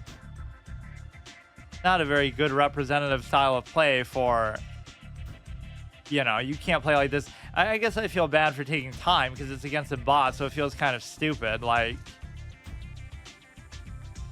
the point is I would lose just as badly against somebody in my own rating, so these ratings are not accurate at all. But I did say I was going to actually win. Man, I'm just kind of sad about the whole... I don't get these games. Yeah, 69. Always cursed by it. Why not have 69 accuracy too for both of us? I was losing on time. That's number one. I was definitely in a drawable position, right? You'll even see him go for the draw, like right here. Right here, he goes back and forth a few times. So, like, he goes there, I go there. He goes there, and then he does it again. Or maybe I missed it, but... Oh yeah, like right there. I could have just gone back again. And even as I'm doing that, I'm missing the obvious attack here. So it's a fork in a very different kind of way, like an unleash. This is sort of the absolutist stigma effect. Like, if you make a big deal out of it because, like, okay, I lost this game, now I can't play anymore. So I'm going to look at and analyze this game to death the entire rest of the episode. Like, that's all it'll be. Or like the entire rest of the week, right? You just think about it. You obsess over something because it's that valuable. Next time I'll take a draw. Like, I don't care. I've said that so many times too, and so many times I have been doing that, at least more than normal, but it's very frustrating. You play to win the game, as a wise man once said, but he was not talking about chess.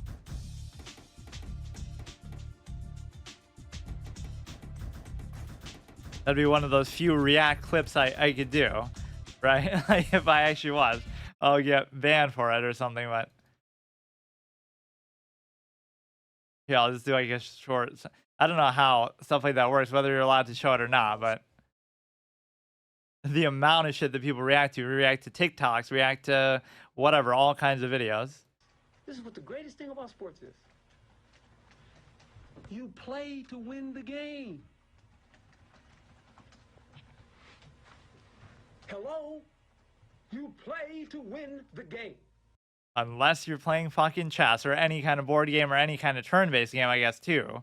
Because they're all objectively solvable and there's some sort of bullshit measure like that. And even when you say that, right? It's not disingenuous because like, oh, just because it's solvable doesn't mean that you can solve it, right? But it does mean that that's sometimes what it bogs down to. Like, which chess suits your personality, Sicilian Dragon? Wait, how do you even do that? Bit controversial. What is your age range? Okay, here we go. This is exactly what I was talking about. I am 28. If you choose like 31, it'll say, oh, you've already failed because you shouldn't be playing chess. You're too fucking old and you're never going to make any progress. Which is basically the stage I'm at now anyway. What is your gender? I don't see why that would have anything to do with it, but there's some sort of weird stereotype like, oh, women tend to be more aggressive because I guess of Judith Polgar. Definitely not a risk taker. Considering your lifestyle, a lot of your time is spent in a correctional facility. I like that. What am I, that Bloodgood guy? Claude Bloodgood, who's like a 2800 in jail, even though he kind of gamed the system, but it wasn't his fault, on a boat. What kind of music do you listen to? Classical, rap, instrumental, basically, I guess fits for that. Over optimistic, no. Do you want to become a professional player? Yes, but don't let that influence my opening. I'll still do it the fun way. I'll do it like rapport. How patient are you? Very patient. See how his like out of the box thinking comes into play too, because it's like even Ding Liren went to his one of those funny comments like when they're about to play the 10-minute, you know, whatever, the tie breaks, right? Nepo and Ding. And then I'm like, you phrase it like a quote, like a reporter's asking Ding, this is the most important game of your life. How do you plan to prepare for it? And then Ding's like, rapport random BS, and like the upside uppercase, lowercase kind of text. It's hard to explain because it's written, but how patient are you? Very patient. I would say I'm sometimes very patient and I'm sometimes super impatient, so it's hard to say. Which would you choose, an untrodden path or a road well traveled? I mean, theoretically that, but I won't even say it. Easily bored, yes, especially by chess. How do you handle change or reversal of fortune? Change is fine, but let's keep it reasonable. Stressful, I find it difficult to adapt to change. How much time are you willing to spend on studying chess? Well, why does that matter? You're trying to tell me what the opening you suggest is going to be my whole life as much as it takes. I can't even say my whole life because I've already missed most of that. It's only a game, I'm not going to study it. Yes, my feelings exactly. English opening. A flank opening is the fourth most popular of the 20 possible first moves. White begins to fight for the center by taking a claim to d5. Okay, let's actually look at it. That's kind of a fun little thing. Or yeah, what we'll do is if we fail this first game, then we'll go play some game on Steam, like FPS chess or some other 3D boards or something. I do like those. In fact, I'll even do that. Maybe I don't have time today, but do you enjoy drawing? The existential question. Against stronger players, the draw is a half win, especially when you, yeah, I mean, sometimes you do gain elo from that too. I thought this was going to be about art, like drawing a picture of it. Usually, yes. I one time, yeah, that only makes sense. But when you're playing people your own level, then it gets kind of frustrating. Why do people on chess.com absolutely hate draws? It's more just like, why do human beings hate draws in any game, right? Go to a sports game, pay $100 for a ticket, get a front row seat, get your snacks, get all excited about it, and then, oh, your team not only doesn't win, but they don't even lose, so you can't even be mad about it. It's just like this very deflating, I don't even know. It just gives you nothing. You can't be happy about it, you can't be mad about it, you're just like dead inside. Like, what did I just waste my time doing? 244,000 games. I don't like really watching videos, but Levon Aronian versus Anish. Wait, you're joking, right? Trying to tell me go c4? Or no, it was supposed to... Wait. He's not even doing it the way it said, though. Knight f6. Flank opening where white advances their c pawn 2 square. Oh, no, it is. Yeah, this is not my style of play at all. Like, that's just weird. Although I guess you can get away with it as white. Right, because you are getting control of the center anyway. Highly transpositional opening, meaning that in many cases the game will reach the same position that arises from other openings through different move orders. The English opening is the most suitable. Why is it making like some movement sound? Let's see. Best defensive chess opening. And you would think, oh, the king's Indian, but it's not, because even though it has defense in the name, Civilian defense, perk defense. This is just my style of play no matter what. Like, that'll probably never change either. Although it wasn't. I swear I got away with just playing aggressively like a clown all the time. One of the oldest registered opening Sicilian is full of theory used by most of the greatest players in history. Are just a few adopters. Starting position. But you do all these weird funky pawn moves. Like, just move the center like a normal person and then worry about that later. You can't even load it. What's it doing? It's bugged out. Let's see. I don't know. It's like I almost don't even want to play now because that was such a disaster. Like, this is all we get. So I'm not going to go on a bad streak. I'm not going to go like, oh, to 12:20 like I did the last time. Where like I went on a bad streak from like 12:30 to like 11:20. And then I had to waste like the whole time just getting back to 12 when I had to get to 13. So I was on a good streak actually yesterday of only 2 games, I guess, but still. Yeah, see, I find those bots actually pretty boring to play too. Let's actually analyze it more. This is highly fun and instructive chess gameplay here. A wild fight back and forth that didn't go your way. But it's only back and forth because you know, or rather that means it should be a draw, but it's only back and forth because I messed up, I guess, but it's just one move. All I had to do is sack it. Even this is not super obvious, right? Like, I was so happy. Look, I'm posing the double threat. It's impossible to stop. But then he kept doing this, and then I'm like, okay, I don't want to draw. So what he was willing to do was he goes there, I go here. He goes back, I go back. Then he goes there again. So all I would have had to do is go here, then he would have gone back. Then maybe he would have denied the draw too, but at the very least, he would give up a pawn. He's got to look sometimes a little step deeper. That would have been a very good move. Then you just let him take, and then I just take, or he moves this, and then I can just take.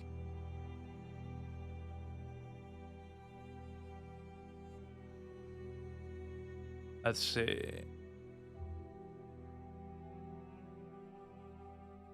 This week by 1 foot.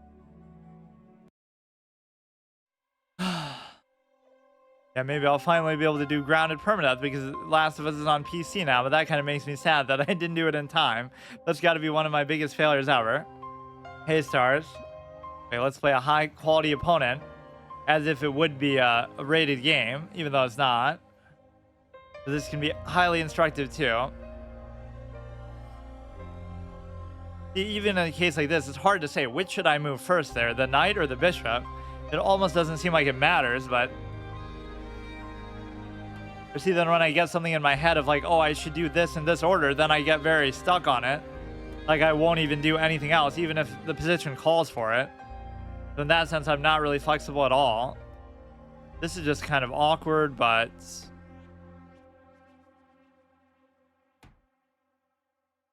go ahead, pin that down. This is covered. He could actually pin it, but at least I could take back, so I just have to cover here. You're threatening, but you can't take, so you'd have to pin first or take it first. Maybe I should try this. Yeah, let me test this idea. Will he actually go there? Because that's normally a very bad move to make, but I guess against me it's not so bad because I don't attack very well.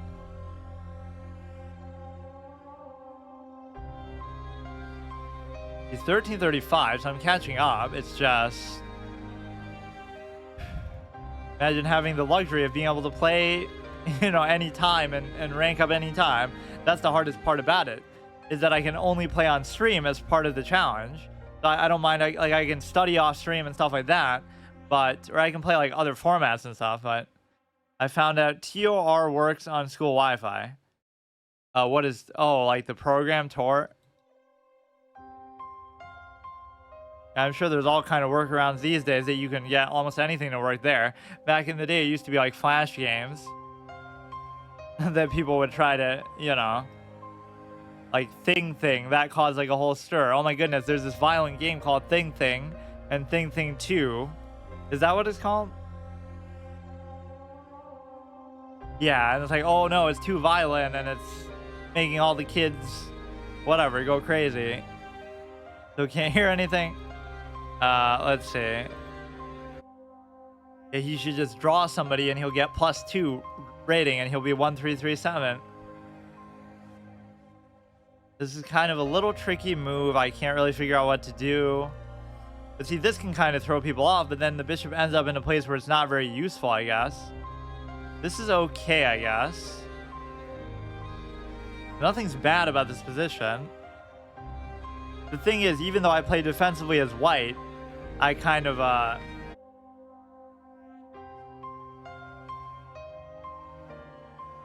that's like maybe too old school. 1337. Somebody I know almost got their phone number to be like that just to show it off, like 1337. That's how you know they're a true gamer. Now here you could unleash and then I could take.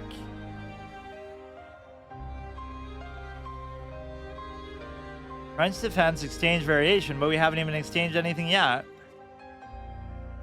I like how this will frantically keep changing what opening it is just to sort of desperately try to figure out what us clowns are doing when we don't really know ourselves. I was expecting to do a longer episode today, and I should do something. Like, let's study a little bit, even if it is on stream, which I don't really have to do, but it's so weird. Like, chess almost goes out of his way to try to be the most boring game ever. You're going to get a majority of draws. You're going to have to study. Like, what is this, hard work or something?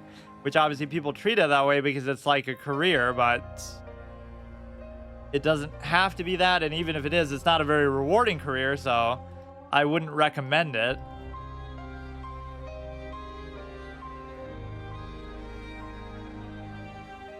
You should treat chess how I treat streaming, which basically means that, you know, you kind of just do it for the sake of doing it. You're not trying to...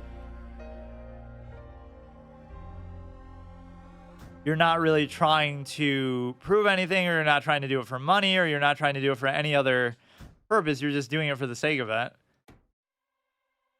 Because you enjoy it, and then if something comes of it, fine. If not, then you're not quitting your job to do it or something. Like, you hear stories like that. This person wants to become a streamer, so they quit their full-time job that makes them $80,000 a year just to stream, and then it doesn't work out, so they're screwed. You shouldn't do it like that. If it's going really well and you think you can maintain it, then okay, fine, but even then it's kind of fluky. Sometimes you can't rely on it. You'll be doing really well for a while and then it'll just die out because it's just like that. The algorithm will frown upon you, or you'll get banned, you'll get in trouble for something stupid. Like, there's so many things that can go wrong with it.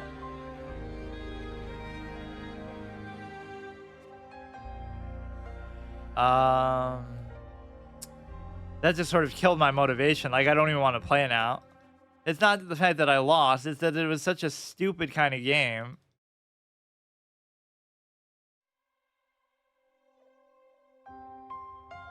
This is how it should be. So either this month will be really efficient and will actually make progress, or it'll be really short episodes, which is fine. I'm almost deserved a month off chess just to take a break from the madness that we went through last time.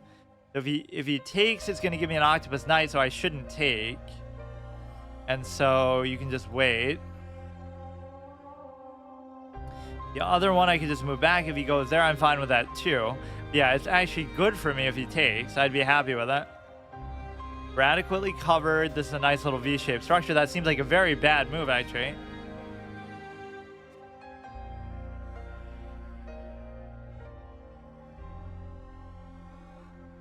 This is not covered now, but nothing is attacking it, so we can just go back. I've seemed to miss, or I've been slow to kind of see just like basic forks and stuff. Just the way the horse works is very upside down to how the human brain is normally wired.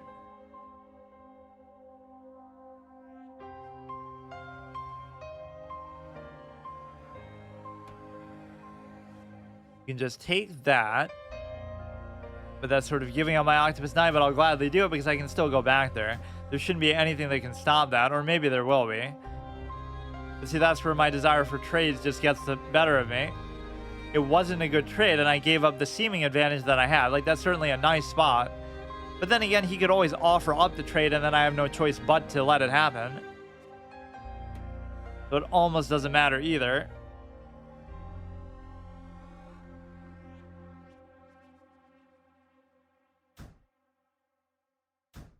That statement will live in infamy, though. It's like, oh, I feel like playing some chess. Let's do some variants and whatnot. Meanwhile, we're here like 2 years later, and it's like I'm still trying to rank up. Once I get to 2,000 plus, then I'll dick around and do some variants.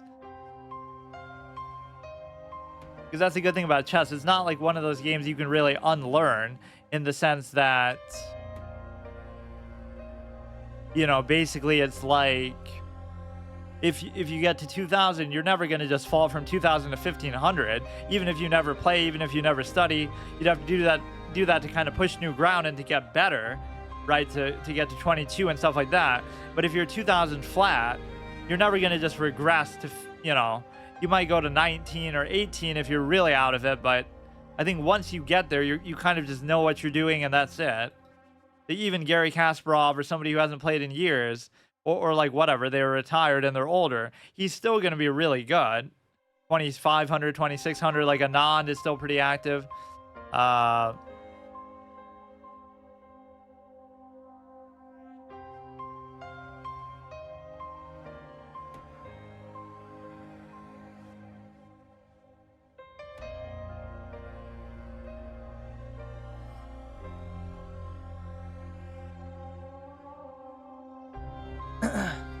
If I take, he'll take back. He's threatening there, so that kind of overdid my aggression too much. But actually, that's pretty cute too. Oh, but you can't, because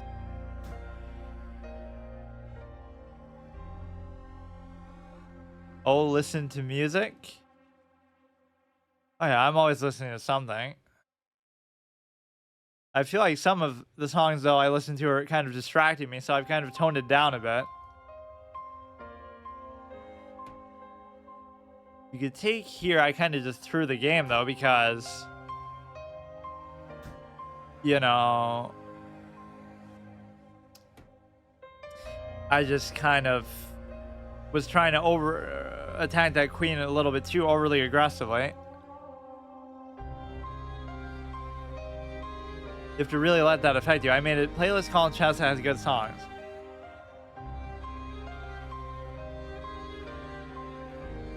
Unfortunately, a lot of the classical music that people always recommended to me was somehow, you know, it would get copyright problems. So just whatever, Bach, Beethoven, stuff like that.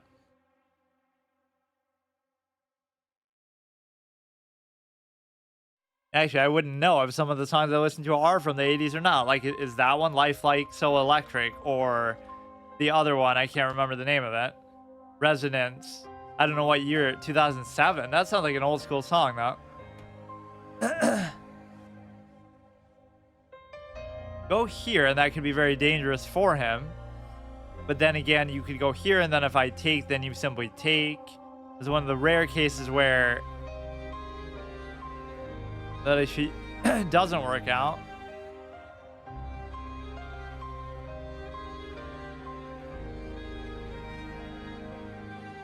That's what's so interesting is, like, you know, video game music is almost always going to be instrumental, and I like instrumental music anyway, so it makes it seem like, oh, it's sort of nerdy. I can't believe you actually listen to video game music, but it makes sense because it's almost, you know, the same category as classical. So why does it matter where it comes from? Right, whether it's from a game, whether it's from a movie, whether it's from, you know, a TV show or whatever. It's all instrumental stuff. I'm actually doing okay considering the fact that,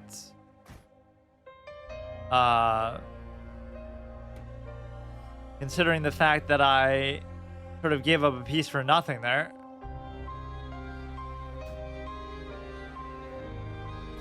I mean, that's still a very worthy sort of trade. In fact, that seemed like a really bizarre move by him. Like, let's see if we can equalize for the knight, because we've seen how much these knights can mess up the endgame. That actually helped me. Maybe he's trying to do it for the sake of time. So now we just have to take care of this side, and then we can just run to the other. If he goes, okay. Now all we have to do is equalize those 3 pawns into 2, and I don't think the knight can do jack shit, to be fair, because it just sucks.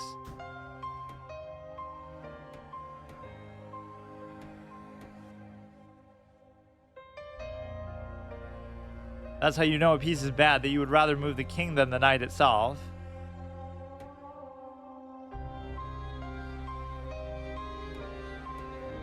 You should actually be able to equalize this. Like, how good could the knight really be? Never mind the fact that it's probably already going to be trapped or something.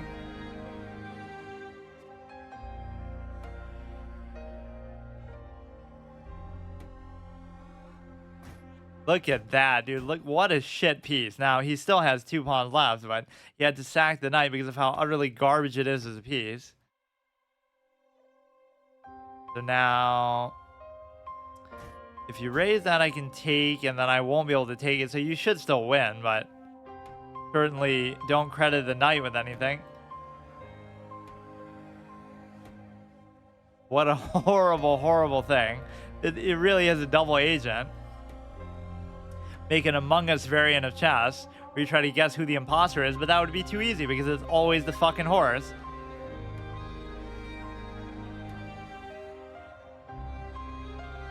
Okay, so I tried to overextend a little bit too much as far as the threats there on the queen. Like, it was good for a while, but then I overdid it.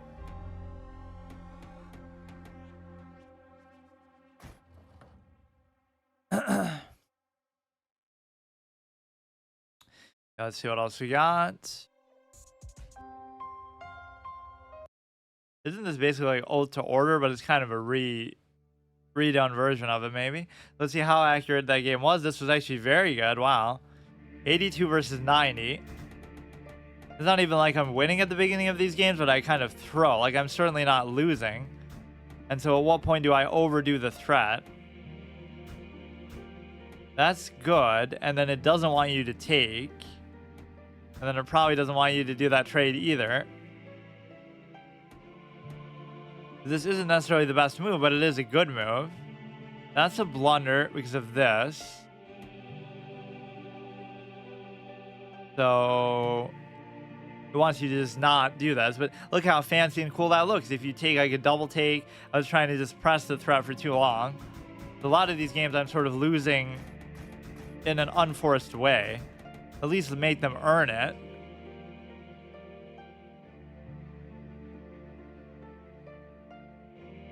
September 8th at 12 p.m. Let's see what this even is. Fight for your king or join barbarian in battle. The all-new variant spell chess is an innovative fusion of chess and magic where strategic thinking and spellcasting collide. If you love chess and you love spells, this is the variant for you.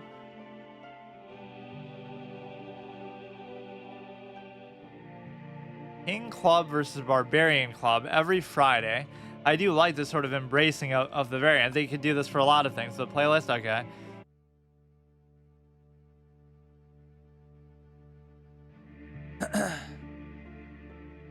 Oh, but if it's gonna have not only this very definite copyright stuff, but it's gonna be stuff with lyrics too. Like, I could totally, we could totally do the instrumental version of these songs. Right, that's all. You can always take your favorite songs and do, I don't even know this off the top of my head, but you play Clash, have an account that's higher than, I don't know what TH2 even is, but I just played it for the first time like a couple weeks ago on my Saturday thing where I play something. What is this song? I know it's very famous.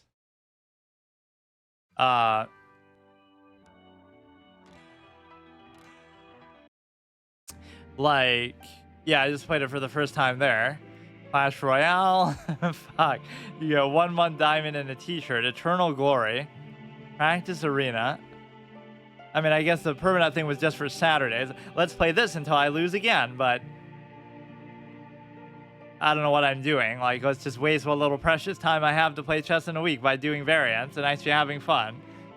I have to kind of move over to get to it, so it's easier if I always like repost links and stuff. Let's see. Yeah, I'll do it until I lose still, and then if not, we can maybe play another variant. This opens up a lot of potential. Every time they have some sort of clout chasing crossover, whatever they're trying to do, chess chasing clout from Clash of Clans, I never thought I would see the day. You know, they could come up with a new variant, make a Fortnite variant, make a Harry Potter variant, whatever. So he freezes that. Which means what, though? Like, what does that even enable him to do? The mechanic that confused me a lot was the jumping, because I felt like...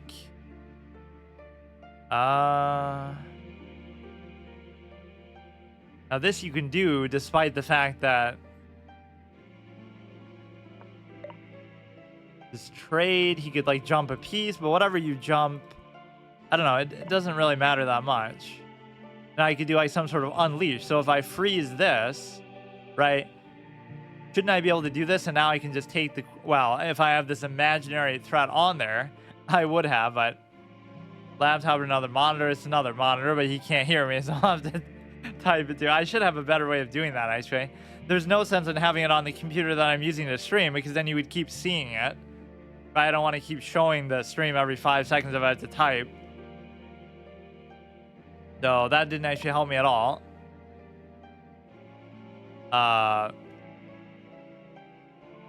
So, I don't know what's going on. Wait, but does that mean he's frozen too, or what? That's actually kind of confusing. Or I guess it doesn't matter, because it's not going to be his turn anyway, but... Giving a check. You can, like, jump over a piece and just capture the king is kind of the point. We could just take this. I mean, it's not like I would have known exactly how to win that. Still, we can go 100-0 very fast. But this is a pretty fun idea. Like, what if I just do this and I jump the piece? I don't know. I probably should play my normal style, though, still. And I love how they made this custom piece set for it. I don't understand all the significance of everything because... Like, who is supposed to be who? They have, like, beards and stuff, I guess. This must be some item in the game. Like, I don't know this even from that one experience with the game I had.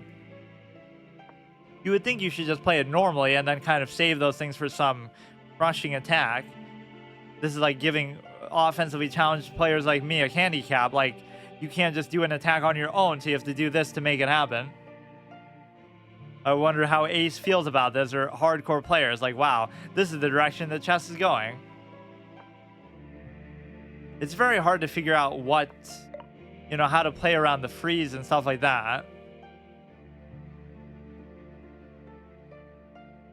Or it's almost like it should take up a move. That's the thing. Right, like it should consume your move to use the spell because it's such a big deal. The fact that you can do both is kind of insane.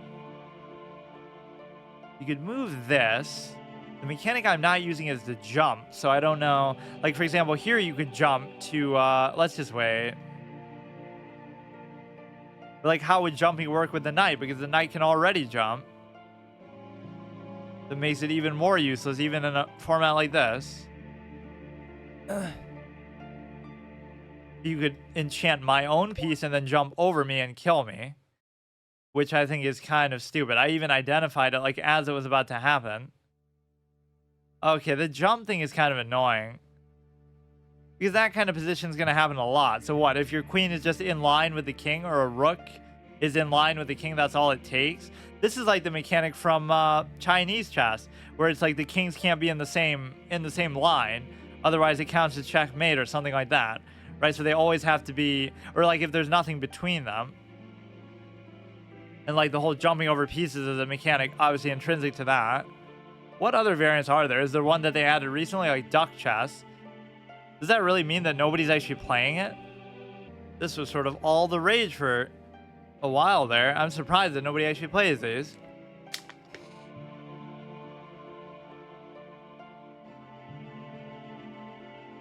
Or Chaturanga is always one of my favorites, but it's kind of very hard to find matches there too.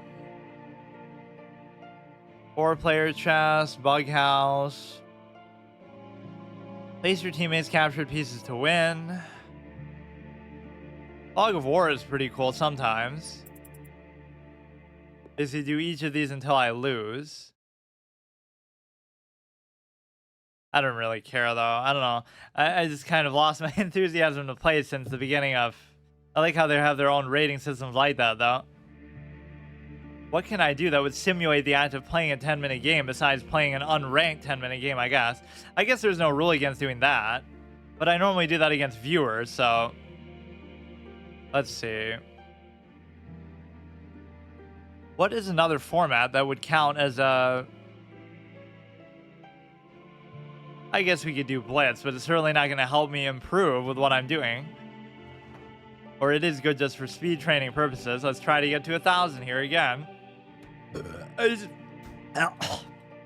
just feel like it actually hurts my level of play more than anything, because you're kind of just... I could have just took that. That was a pointless move. I could still take it.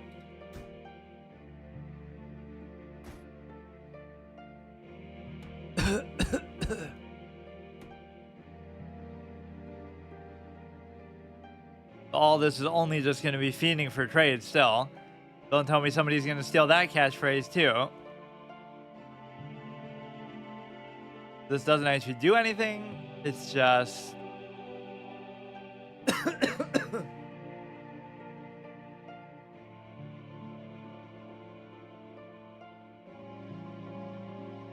It's going to be high stakes every time now, though. We just wasted this whole week basically doing nothing. I got to like 13-19 yesterday, and then now I've fallen back to 1302. So how is that even possible? I guess I just lost the one at the end of last time, and then I lost today. That's the only way you could go on a bad streak, is if you lose the first game every time, right? But that's pretty unlikely to happen.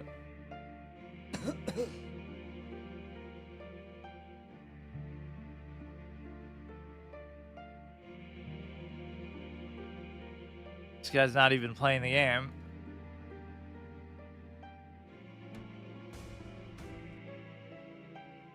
What game is this?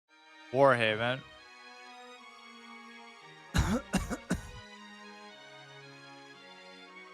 Comes there, I could just take. He takes back. There's no crazy unleash or anything.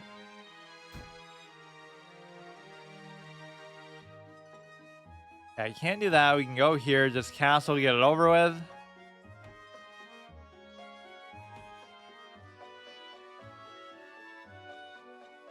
And my setup is always so scuffed. Even though I streamed for years before, I would just kind of hodgepodge and do whatever.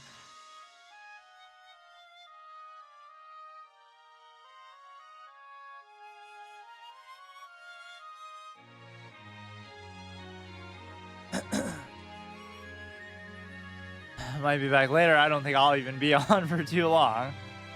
I gotta find ways to make learning more fun,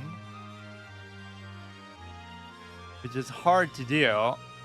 Or again, the best way is just to analyze your own games, which I do. In fact, I was doing that even before I really said I want to study or anything, but it just kind of didn't feel right. I don't know. Or like I wouldn't do it for super long time, or a lot of it comes down to just basic principles like openings and endgames and stuff. But that's sort of the implication I hate about chess, is just the fact that, you know, if people really wanted to study and learn, they could do it. If they wanted to be good, they could be good. It's just, do they care that much? Do they want to put in that much time? He could unleash the bishop. He could even take the... He could take the pawn there on A2 for free.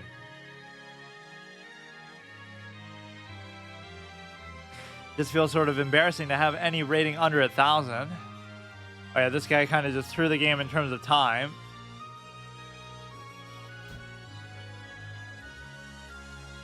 There's just a certain style of play that is very uninstructive that I always get mad about.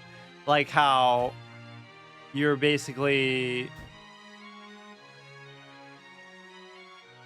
putting yourself in a position where you're caring about all these things that don't matter, whether it be time, whether it be some other factor. It's just like,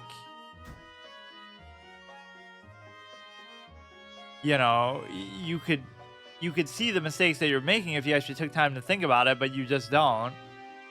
So I highly discourage this whole streamer bait sort of culture of like, oh, blitz games matter and bullet games matter, and they're garbage, they're uninstructive. If you actually enjoy chess, you shouldn't even bother playing them, especially at the low level. A lot of people feel like they're a lot worse than they are, but then you put them in a 30-minute game and it's like, wow, bullet and blitz are only for fun. Yeah, and I usually don't even find them that fun, but They're really just to show off when people get good. Little value for learning unless you're already amazing at chess. Yeah, even then, I don't know if they're really getting better by doing it. It's just do blindfold speed chess with time odds against somebody while doing a simul at the same time.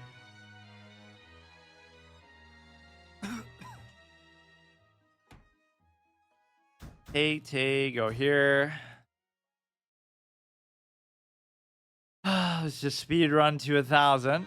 And if I don't, I'll turn that into a format too. I have to delete my account, but that's why actually these other formats were more relaxing for me, because I never do formats for them because I just don't care as much about them. But maybe eventually I will do that.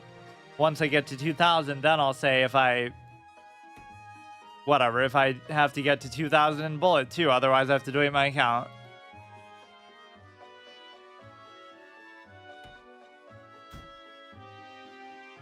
Never play bullet blitz at all, so I have 0 time management skill. Yeah, I am very slow, so you would think that would actually help me get better, but it actually doesn't, because kind of what happens is it's like a different style of play too. Even if I get faster at playing like this, it's not going to work when I'm actually playing against better opponents or whatever. Okay, that was actually a problem. But this can sometimes backfire on you too.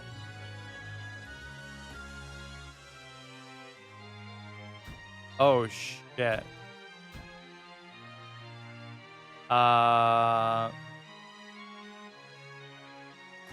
This is cute and all, but I think I'm just about to get mated. He goes there.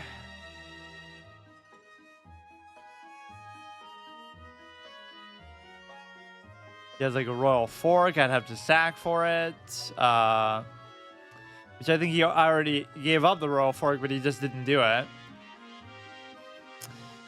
But yeah, it encourages all these sacrifices and gambits and stupid stuff too. No, it definitely does. It's just that chess is so deep that the help is very long term and everyone's so focused on short term gains. Yeah, I guess. But I do feel like sometimes it just feels like you're playing two different games altogether, because I don't know, like what works in one isn't going to work in the other necessarily. Or you get away with so many mistakes that you couldn't get away with otherwise. I guess I'm also comparing two different ratings though. Like if I was 1300 in Blitz, then it would be very instructive because they are going to get a lot better.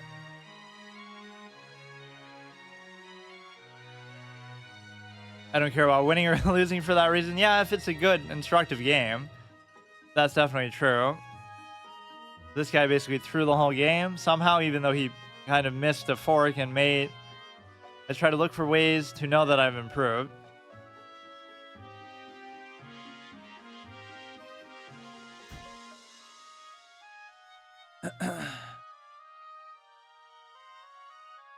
I kind of want to just develop the I want to develop the light square,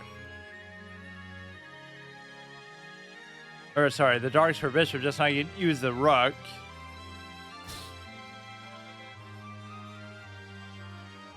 Does that mean that he just wins the the knight outright?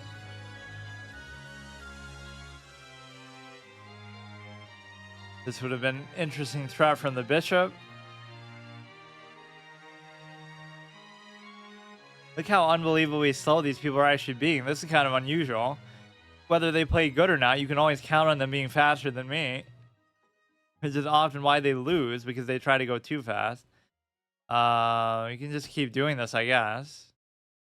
The knight is probably going to be dead. He's going to try to force a repetition here, I guess.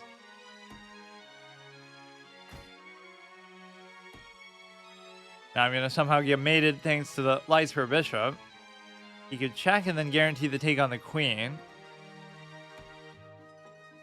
And go ahead, take the queen.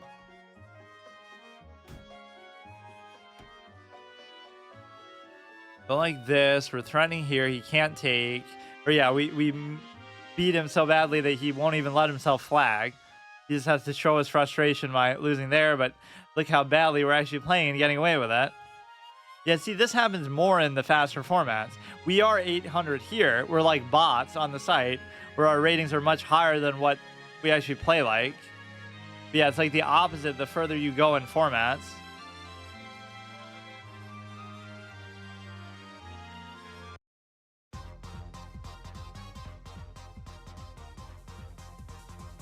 Let's see how far we can get here.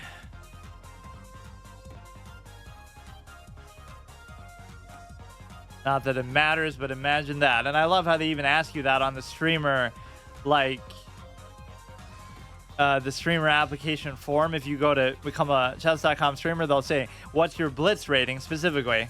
Not any other rating, because they only care about the fast formats, because that's just the way that, you know, that's what really sells on in the viewing market. Just even if it's not a good quality format necessarily. Now that looks free, but it can sometimes be a problem just if the king is pinned down to it. Not the bots play better than 800, it's the 800 humans play better than 800, but infinitely worse than 800.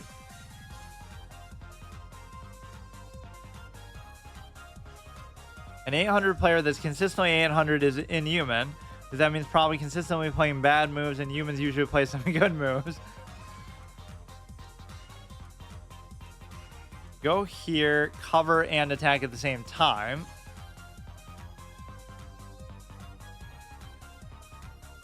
Yeah, we are nothing if not inconsistent at this level, because you can never really predict what we're going to do. You could pin this down. He still can't take there, actually. Okay, that's fine. That was kind of like the gambit pawn anyway. This can't even do anything.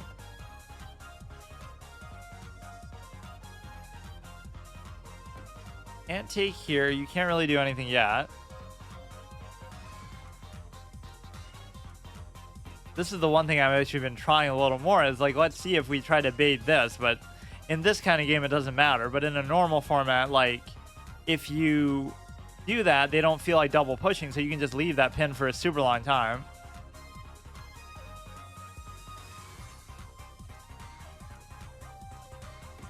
Even if he takes, I can take, he can take, I can take, so it doesn't matter.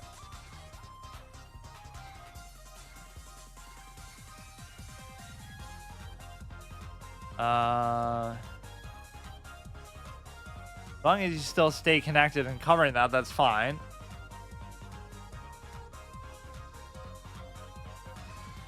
But yeah, this subverts cheating and everything, because, oh, they clearly couldn't cheat this fast, even though they obviously could. Somebody, you know, next to them could be doing it for them.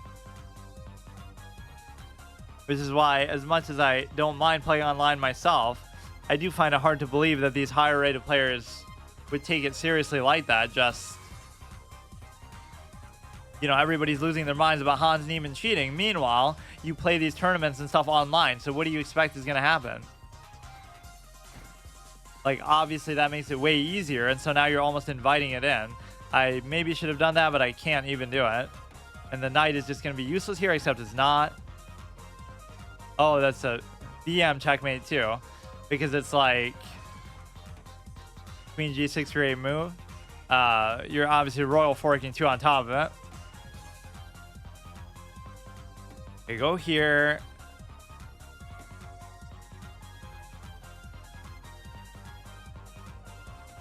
Oh yeah, I didn't really even look at that properly. The English opening, which is supposedly my quiz answer. Like, what opening suits you the best? I'm sure is a very official way to determine that.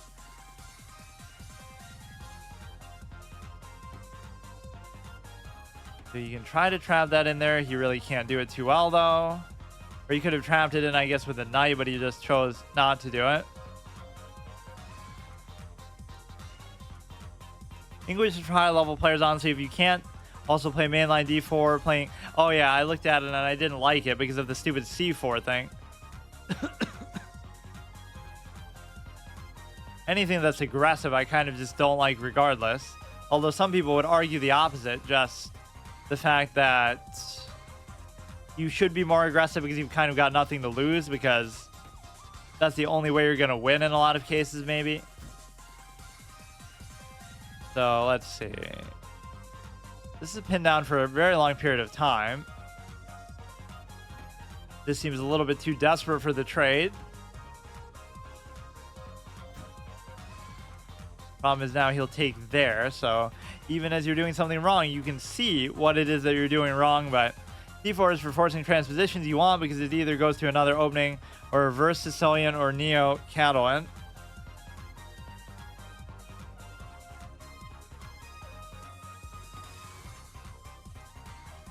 I don't really even want to do that.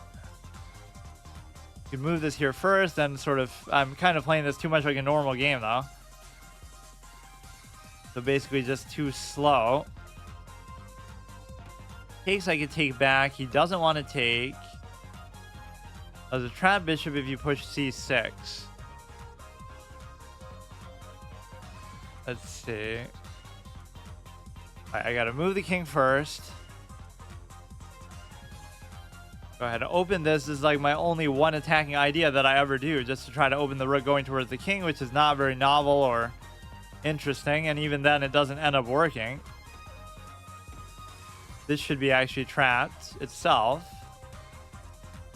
Never bring the rook above the pawns like I typically do use as sort of a logical razor.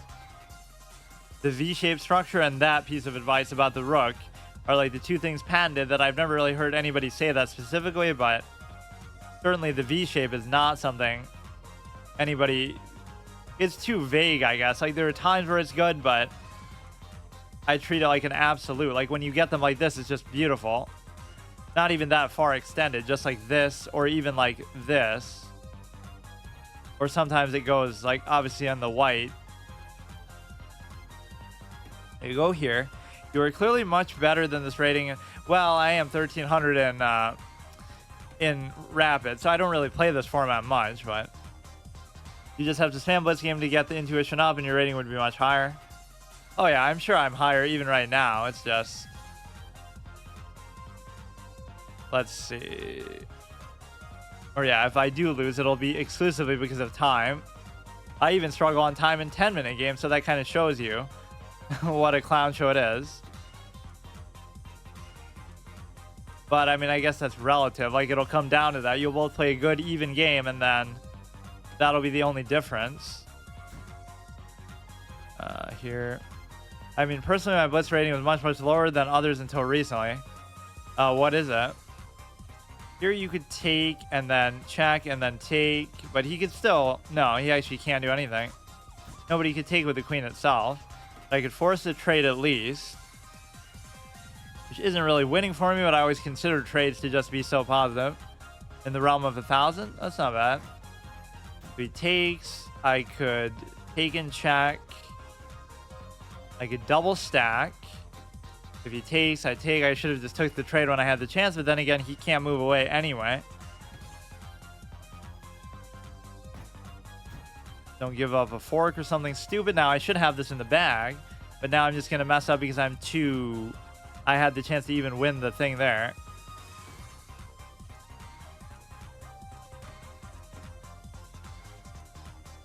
He has to go back. We can give a check or something. Give a check here. Can't win the pawn yet. So watch the knight. Goes like that. Give another check. I'm not really even trying to do anything at this point is the thing. I'm just trying to survive it. And now that knight's going to wreak havoc over here. And he's very close to promoting, but you should still be able to stop it, actually. All things considered. Because the knight would have to cover it, and then I could still block it, or I could just... Well, actually, if I took the knight, it wouldn't actually work. Fine, he does the stupid fork. Damn it. Okay, as long as we trade that other... Fuck. Is he going to know how to do this in time? Probably pretty easily. Maybe he'll just ignore mine, but he won't. Really nothing I can do on that side of the board at all. I'm down to 1 second. What? I was doing it. Oh, it's covered. I don't play much online, but I guess I'm around 2,000. Wait, what the fuck? 2,000? I don't know about that. How could those two correspond? 1,000 in Blitz, but 2,000? That'd be insane.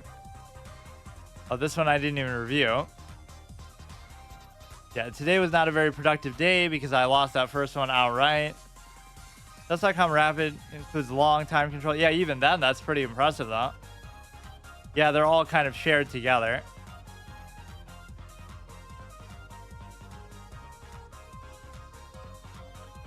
Okay, so maybe I'll do a little session on Saturday like I normally do, just like, you know, play until I lose, which is what I'm doing anyway here. So 878, whatever, that's just like a bonus thing. How did I go to 819 and then go back down? Like, how much rating are these games costing me? This was from yesterday, September 5th. So I win this, so I go from 04 to 11. Then I win the next one, we go to 19. Then I lose 9 for that one. And then I lose another 8 for that one. So I guess it makes sense. I don't play online, so I never get better at it. Don't have time management skills, so I flag every game. Yeah, I'm very much like that too. Okay, see you tomorrow. Okay, so today in Saturday tradition, I'll do like a little mini session where I just play till I lose a game, which is technically what I'm doing this month anyway as part of this overall challenge, which is sort of unusual, but just for since we have 2 months for the first month, I'll do it that way. And what it does help you to do is it helps you to sort of minimize going on like really bad streaks, right? Even if you did go on a bad streak, it would take several weeks to lose, you know, 10, 20 ratings. So like I lost the last game on Tuesday, so I went from like 13-19 to 13-10 or whatever, and then I lost the first one the next day, so then I went to 13-02. So ultimately I did go on a bad streak, but it's over the course of a long period of time at least. Doesn't seem very good, but whatever. Which is often the whole idea behind why it's sort of a choice, right? Being good at chess is a choice, and the choice is based on how boring do you want your style of play to really be. And the more boring, the better you'll do, basically. He moves the king, I don't see why.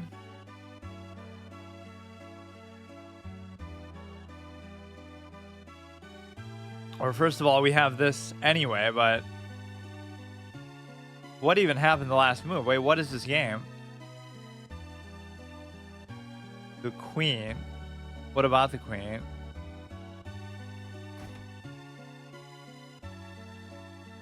Oh, just the fact that he's saying the move is obvious. Like, I just only log in every once in a while, you know.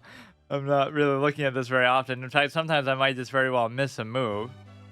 The bishop is in an okay spot, so I'm not really sure what I'm even trying to do here. That I can't even do, I guess, so we'll just leave it. Yeah, I'll be the best correspondence player ever. I don't know why I keep playing 3 mini games. I really shouldn't. It'll just bring down my level of play to whatever extent it matters here. 1322. Gotta take these moves very slowly, play it like high stakes. Of course, it is very high stakes in both a micro and a macro sense. Treat it like if I fall below 13, I would fail right there, which it almost should be like that.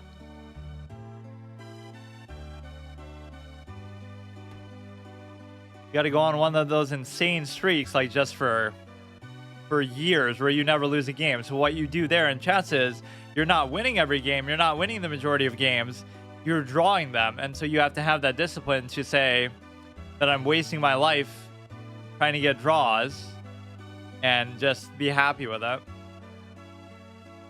If he raises it, I could simply take. Now I'm creating some sort of weird structure that I don't really need to do, for the simple fact that, you know, I just want to get the bishop there, which, as much as I extol the virtue of bishops, I don't really use them at a very high level a lot of the time. Or like I trade one off in a very undesirable way, I guess. Like,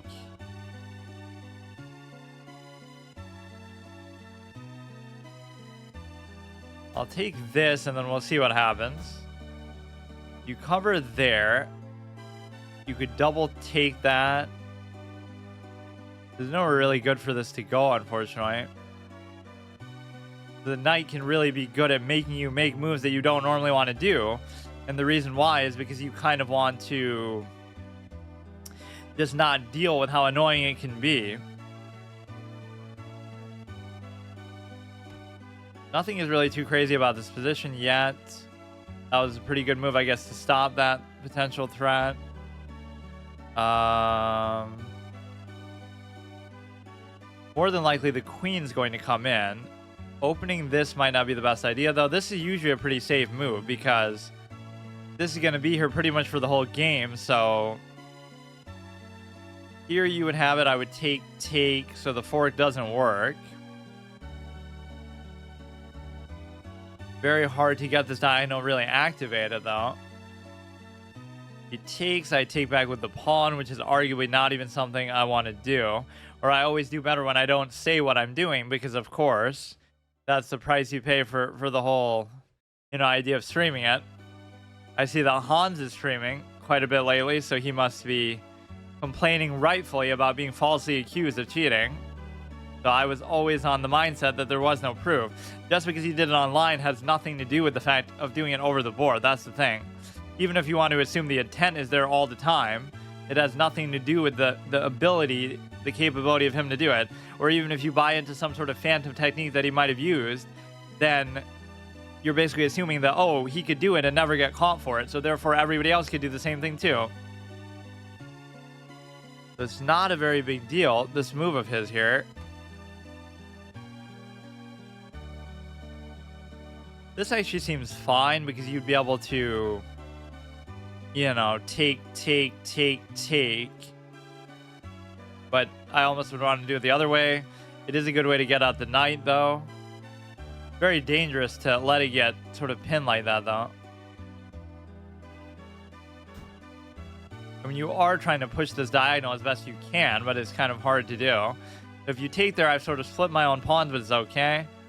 The biggest nuisance here is just the knight itself. So basically, I think it's very unlikely you would take with the bishop here. You have the queen as well. That's actually kind of a weird move. Now you're attacking the rook, but it doesn't matter. Or you could still take with the pawn. That's at least what you have to try to measure your options for. Even if you're not going to get value out of the bishop like that, you are going to be able to at least trade in for the bishop itself, right? You don't want to trade it for the knight unless you open the king or do something productive with it. Moves it back.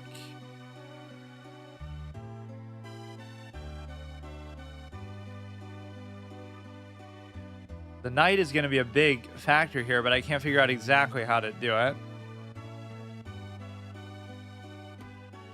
But watch everything double check. So many things that help you in chess that are just boring to do and that people don't like to do them. That's not even to defend it, like you have to do it, but maybe that sort of indicates the flaws of the game itself. Like maybe it's just not something that everybody wants to spend their whole life doing and studying. There's some really good things about it. There's some really bad things about it. Probably the worst objective identifier is, would you want to play and commit to a game that ends in a majority of draws? And I know what people will say, well, that's just because they play at a high level. But you can play at a high level in soccer or baseball or basketball or anything in the fucking world, and it won't end in a majority of draws. So why chess? You can say, oh, well, because it's turn-based, it's not right to compare it to those, but that's why speed is sort of the equalizing factor. You sort of turn it into an athletic sport by saying like, oh, let's make it about speed. Even though that's kind of ridiculous and comical to think about. Like that is actually what it comes down to, though.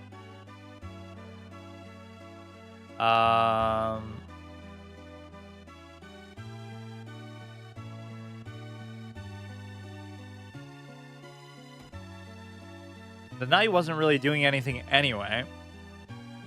So it definitely compels the trade in the sense that we're double attacking that while attacking to the queen. My queen is not very active. In fact, I don't even think I've moved it the whole game, which is kind of a sign of a good player, but not always. This is in a good central position, but I don't doubt it would be able to actually stay there. His knight can't really do much.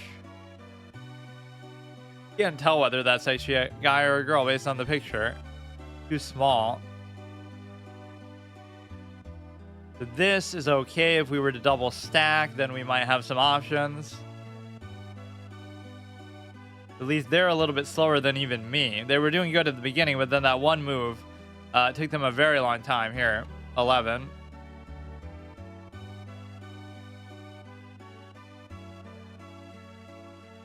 This could somehow backfire, which is why you probably shouldn't do it, but...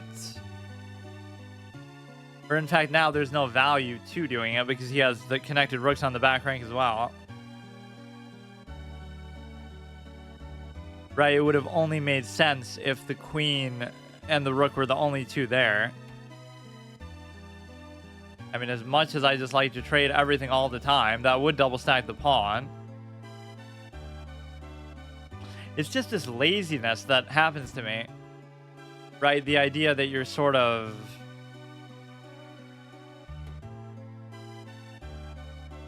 You're just trying to take the easy way out still because you feel like you can get away with it. And a lot of the time you can get away with it, but you have to combine that with a little bit more effort. I thought I would have learned that through my experience to get to this point, but I'm still trying to cop out, basically.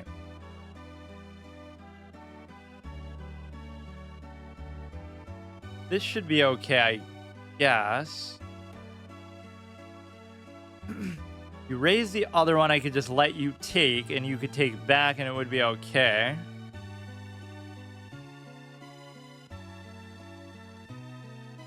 Indian game. Obviously, I always love the King's Indian, or at least I love the concept behind it, even if a lot of the time what I do is not really based around that. Like, I'll call it that, but it's not necessarily actually that. It just looks like it, or whatever, any sort of defensive structure.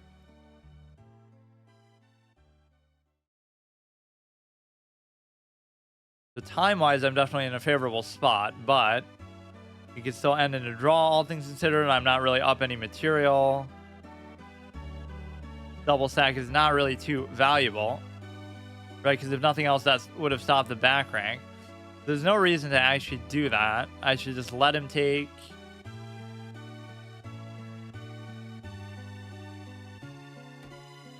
Right, let him take, I take back. If he doesn't take, I could just double take. If he takes, it also opens the open file for the rook for me, so it's actually kind of a good thing. There's one pawn here is just in an odd, isolated spot. Now, what can his queen really do to take advantage of that? These are three, split pawns, which is not very good. Right, whereas he only has two sets of split pawns, so that his pawns are at least a little bit better. Although I have two center pawns and he doesn't, so... kind of hard to say.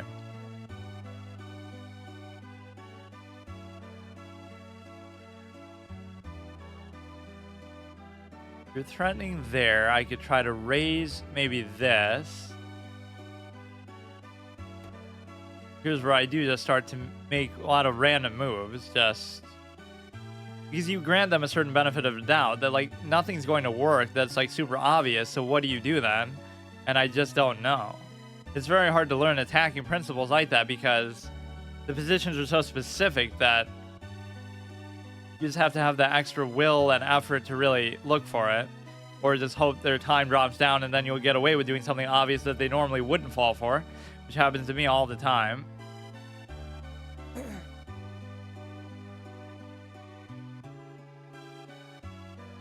Just don't say what I'm doing and they'll never figure it out. I can't believe it, but that's actually true. It's not even an excuse. It's just an adjustment. I won't say. I have no idea what to do. You're just going to flag.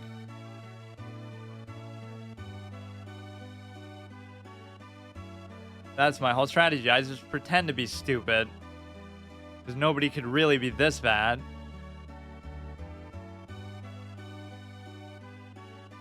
Even while distracted, while streaming, while talking, sometimes interacting with people, everything else, nothing stops me.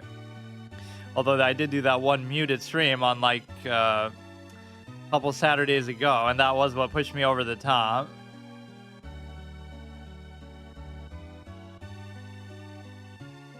Just don't let them get any kind of crazy engine level sequence here. There's no checks available. She gave up. It's not like I'm even in that good of a position. It's just more like they're a little bit slow. They were playing pretty much fine. Even when I win, it's on such a technicality. But I mean, time is a legitimate factor. How many games have I lost only exclusively because of time? And my new rule is whenever there's a draw, I'll take the draw unless I'm up by like plus 10 or something. Because there's so many games where I end up losing that it is a drawable position. That happened last time. That was so frustrating when it's such a big deal. Like,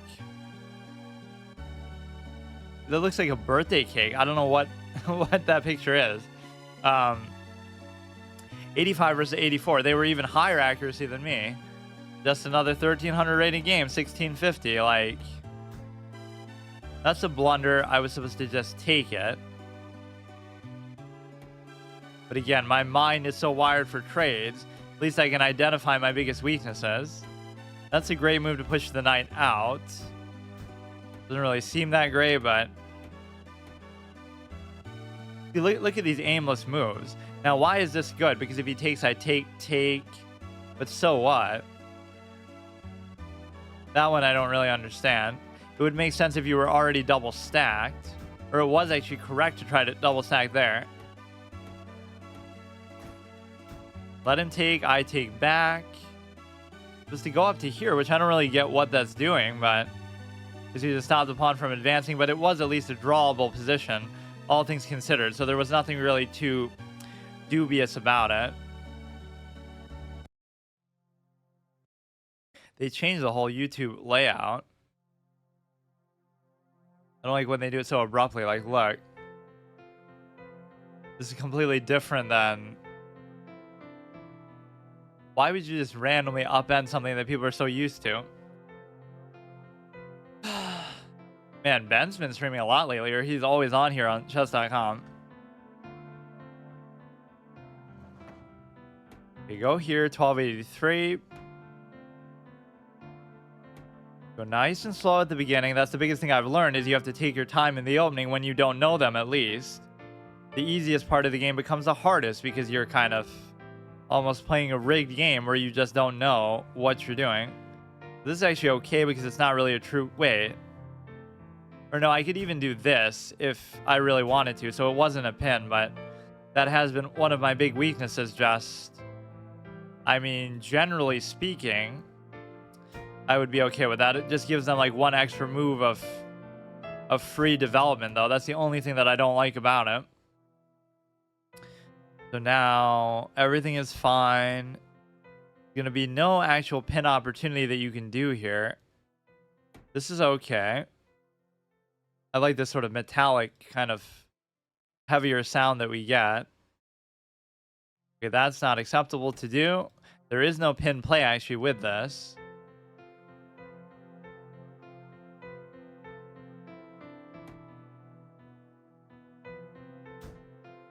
Takes, I take. You could go there. Or that. It's still not trapped, but this is kind of eerily close to it, so I better watch out for it. I almost thought his rook would somehow get trapped there if I'd brought the thing here, but he obviously has too many pawns there. Once again, trying to go for a overly easy and simplistic threat. Yeah, everything is fine. Everything is fine. This is a good way to actually develop the bishop, sort of. I'm going way too fast. Like, there's no need to do it. I always preach time discipline, just like... But then again, I lose so many games on time that it's hard to measure that. This could actually turn out to be better, though. It's always hard to decide whether you should open the file for your rook or just keep going. This seems like a very strongly positioned pawn. Just a little bit extra push and you might be able to really do something with it. I have a potential bishop pair incoming. This is what I kind of want to do anyway. There's nothing that the knight can really do from there, too. Take. Kind of hard to figure out what exactly I want to do with the dark square bishop. This actually seems fine to me. Like, what is the... What is the problem? We have this diagonal. I don't really care about the knight. Like, he can't do anything from there. These pawns aren't exactly where I want them to be, but I guess I should just try to leverage this. But again, it's going to be very hard to protect, at least if I do that. Can't move this one, but he can move this one. And here's where I'll make a mistake with respect to the putting the rook above the pawns or some such nonsense. I still don't see anything crazy that the knight is going to be able to do, so I don't know. I don't want to do that trade, but I also don't want to get in trouble somehow, like, you know, if I move this, you take this, and I can't move it otherwise.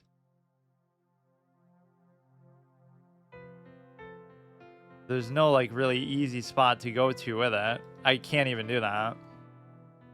Just go back.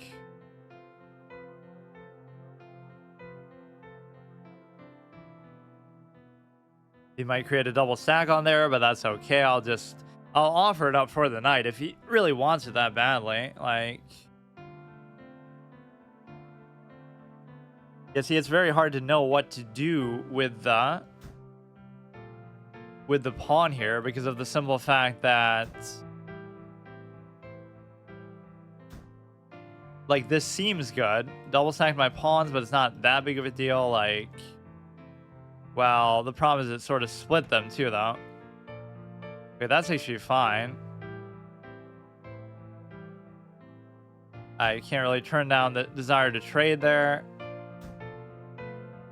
Everything should be fine. We just got to watch his very simple rook moves that he could make here. This could be a thing. It could be very hard to cover both of those, and so it's hard to know what to really do with that. Right, like, I'll get the king involved. This is the kind of part of the game that bogs down too. End games suck, openings suck, middle games you kind of suck at, but that I can accept at least.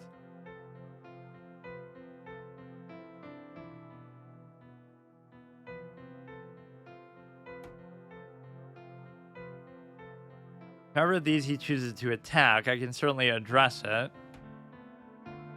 Comes there, I can come back, so it's not a big deal.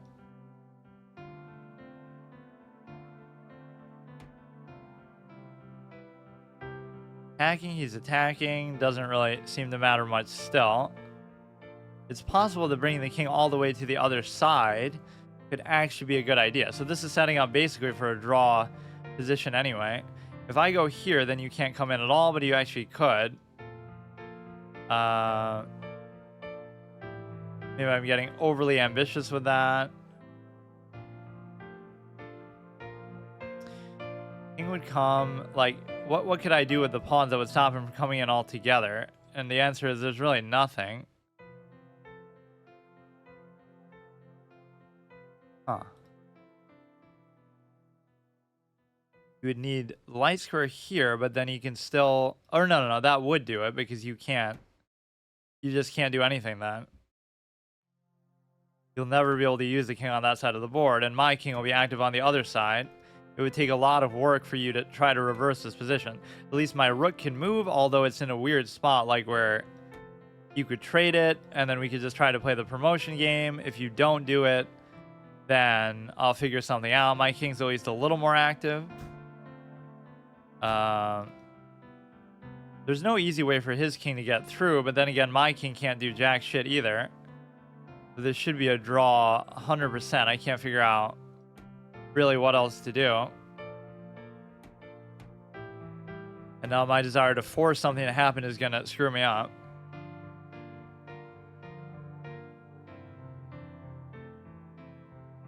You see, even the act of going... I don't know. You can't come through that, though. Is that not the whole point of this position? Like, you can't actually do anything, so we'll take a draw, and a draw doesn't count as a loss. even though I technically do lose rating. Right? Like, there's nothing... Yeah, there's just nothing to this position unless you feel the need to move a pawn. Like I said, when a draw is there, I'll take the draw. Like, what do you want me to do? That's what Magnus said. Like, I got a draw. We both played at a high level. So what do you want me to do?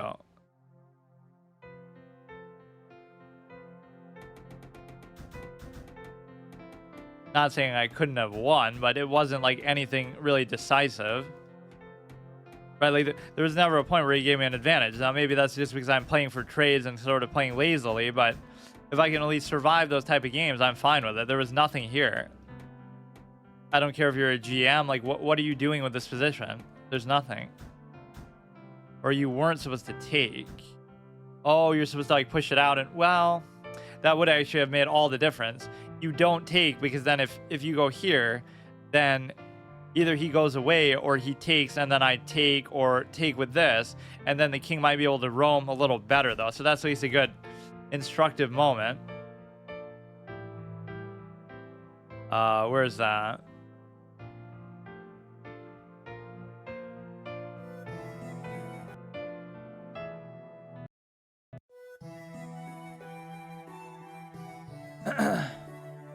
Look at this one. He moved the queen there, gives a check. He has a pretty nasty double stack there for all things considered.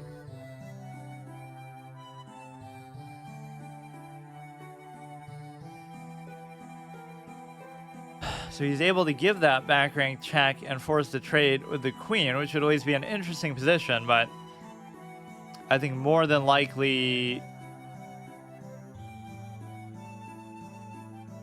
it's probably not going to even happen. You could keep giving checks, to which I don't really know what the big deal is. It took him 23 minutes to make that move, so it's not like he's playing it like a true, you know, like a true correspondence game anyway. As soon as it's just a way to not have to play always on stream. Now, why do people abort like that? Is it because they know I'm a streamer, so I'm hardcore, I must be a smurf or something? Or is it because I am white there? Do this basic sequence at the beginning, everything's fine. Some of these things should just be burned into my memory. That means I'm good at the game, because repetition is so fun. Everything is fine with this. We just want to make sure he doesn't pin it down. And then this move has to come into play at some point. This move can come into play. That move doesn't seem particularly meaningful there. We still have the pin option. And so sometimes I give that up too easily, like just...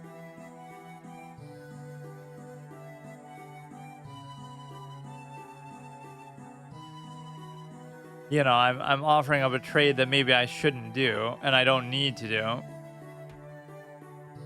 That allows the bishop to escape. Kind of a weird play, though. If I take, it doesn't seem to benefit me, but if he takes, it also doesn't benefit me.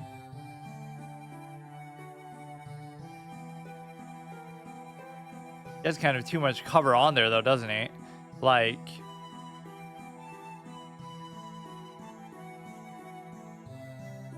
if he like ignores it,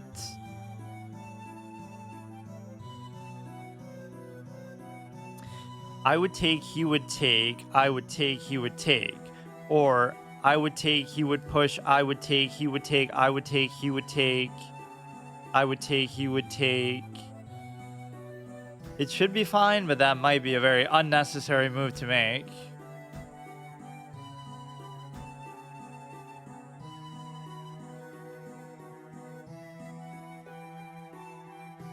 The knight can certainly just move, so it's not even really a big deal.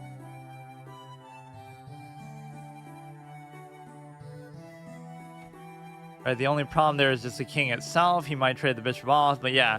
See, when you trade a bishop for a knight, just to try to trade everything, just pin it down and stuff, if you end up with them having a bishop pair, then you have to really question what you're doing, because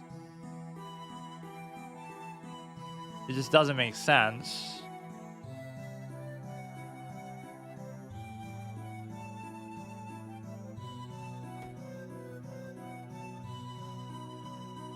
So at this point, he'll probably just push the pawn.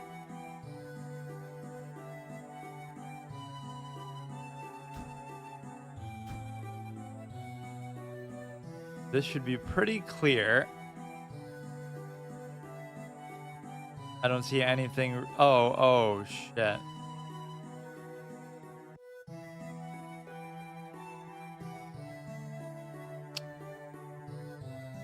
Good thing I double checked that even.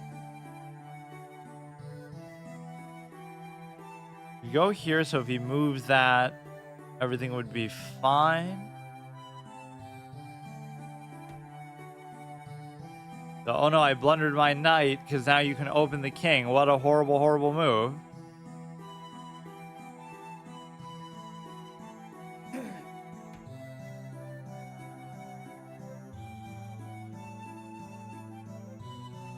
Can't go there. You can't seem to really take anything at all. You're double stacked, but it doesn't matter. You're attacking there.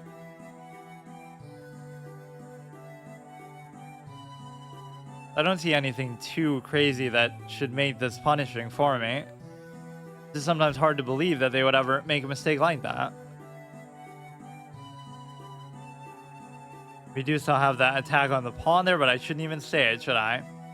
I can't believe it's come to that point, but that actually is relevant. Hey, Stars, how's it going?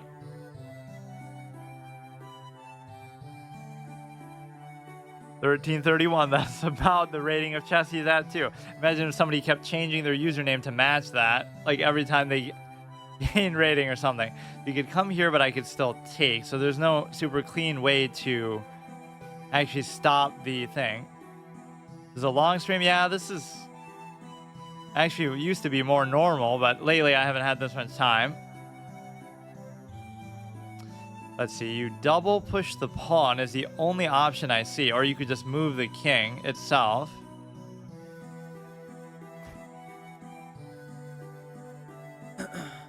Look how little time he's used, too. This is what's so bizarre about it.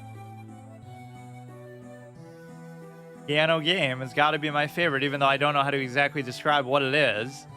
You know, the kind where they blunder a bishop and queenside castle like a clown. This you can't do anything. This you can take. There's nothing really crazy that he's doing that I can see, but maybe I'm missing it.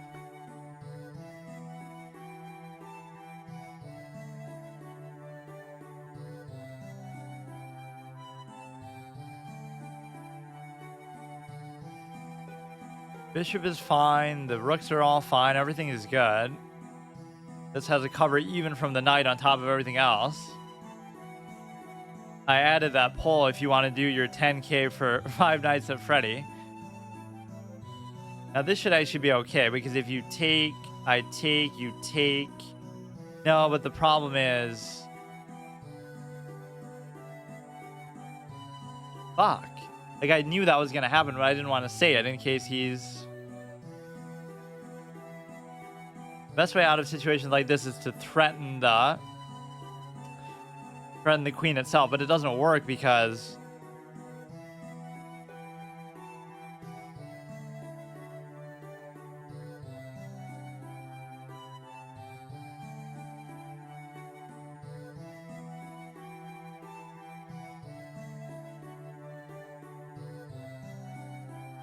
it might work, but this is like kind of awfully greedy of me to do.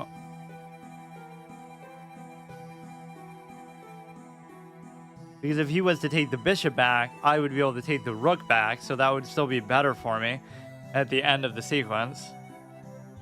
I'm winning. Yeah, I was winning for a while, but I feel like that was kind of a bad thing to allow.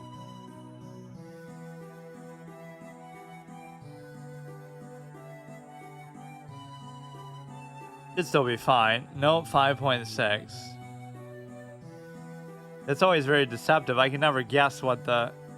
That would assume that I know exactly how to play it, though, of course.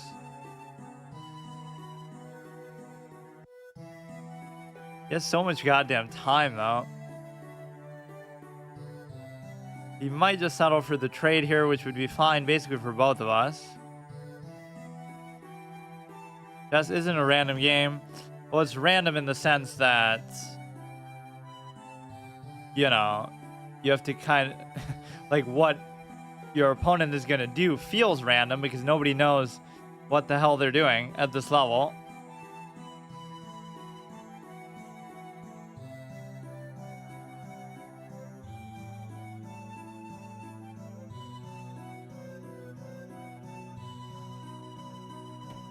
Gotta double and triple check my work here.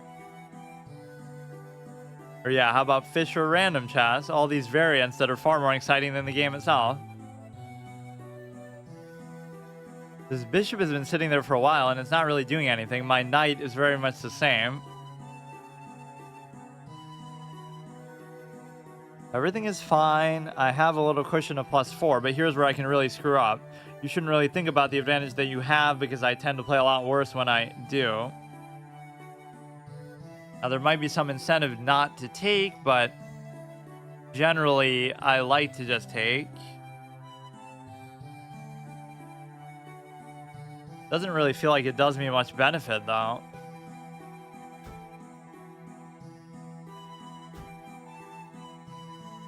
As long as he's not posing some crazy threat. Like, he has this.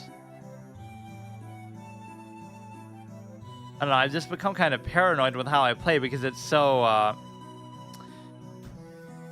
many times I think everything is fine and then it's just not.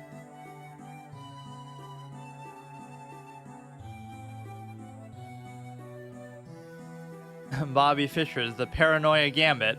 You're so good at chess because you always question and think everybody has some ulterior motive or some other deeper plan, which they often do in chess. He was always a great sleuth at figuring those things out.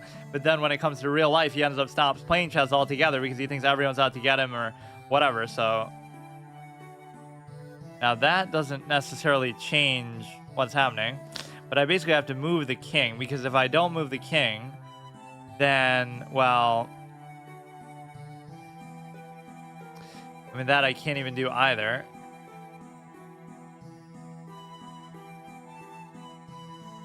Could be a tricky move. The only thing I can see is either we go like this or we could go like that. Or actually, that's stupid because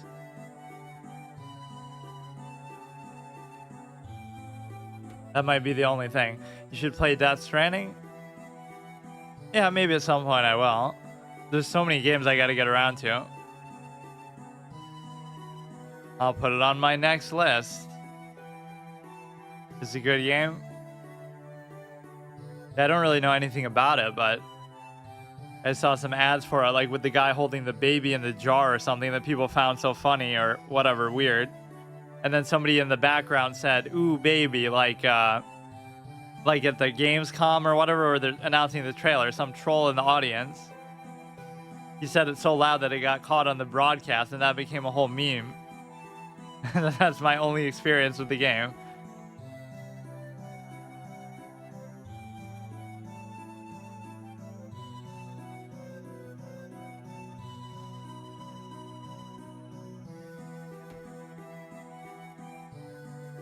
Now, even if you decide to... This could still somehow lead to a problem for me. I could have just messed up. I don't have the will sometimes to take my time and really look at that. It just looks like that's fine, but there's obviously something wrong.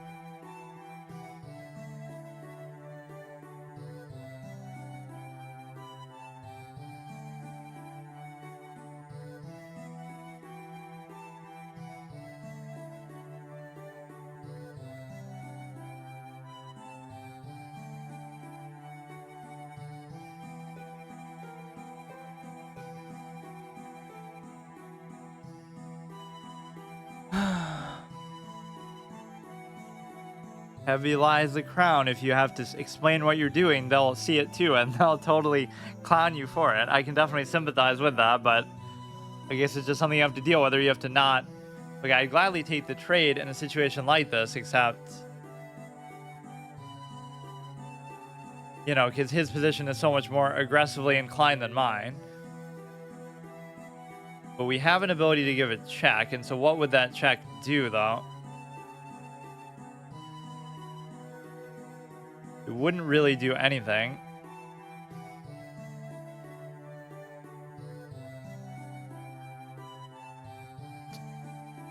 Nothing really special here. I'll do it.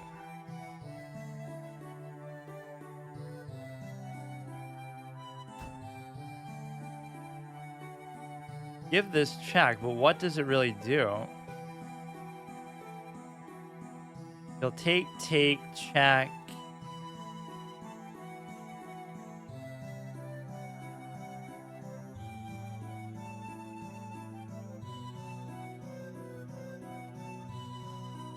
I don't know what's happening.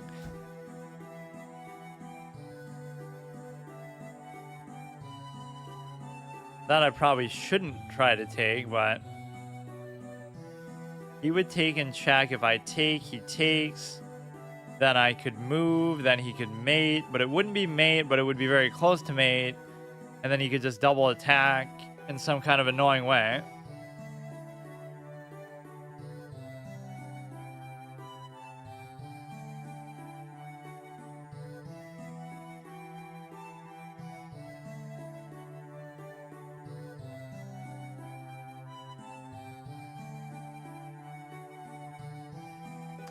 Like, I see what's going to happen, but I don't know what to really do about it. Shouldn't this at least be safer? Like, who cares about the pawn? As long as I can just survive and trade something off, I should be fine. He takes it, I just move. Now, you shouldn't be able to give a check, like, ever, basically. And my knight is doing jack shit as usual. Okay, dude, come on. You can take there, I don't really care, but I do care about...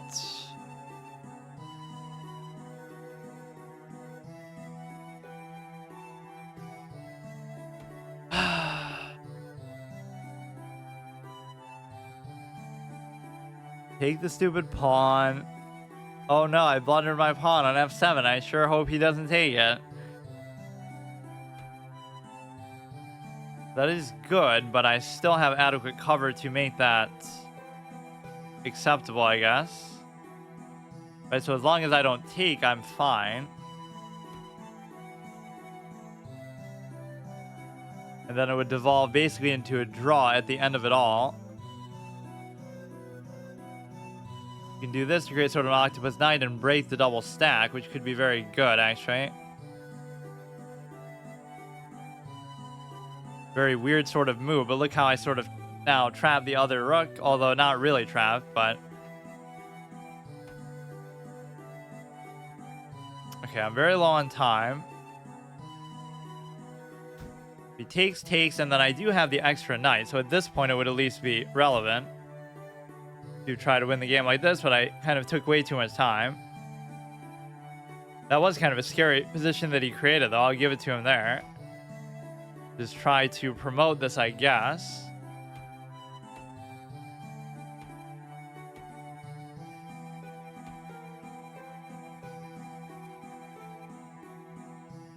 I don't actually know what to do there, so let's just waste more time. Comes like that, I can't do anything ever, so just whatever. Okay, fine, dude. Take the thing, I don't fucking care, dude. Give me a draw. So idiotic. Like, this is why chess is not even fun, because, like, I can't lose. It's impossible for me to lose, but, like, look at what is going to happen. It'll either be a draw or it'll either be time. Nobody can beat me, ever. So why even bother playing the game? Look at how stupid this game was. Like, it's trash. Find me one game that I lose that's like an actual legitimate loss. It never happens. I'll just take a fucking draw. Or I'm going to somehow end up losing because of this now. Like, the way that you win and lose is always so uninstructive and stupid.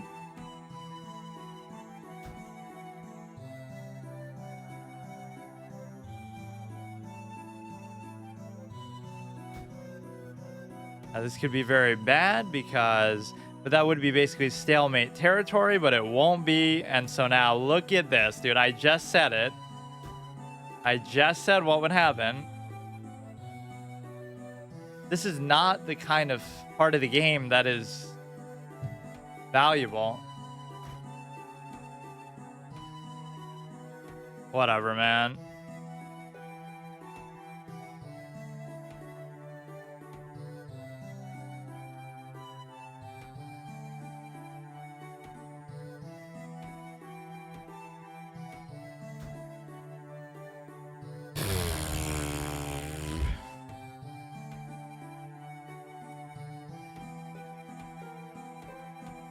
Probably one of the least deserving games I've ever seen in my life for this guy.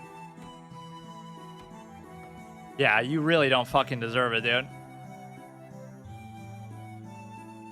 Jesus Christ.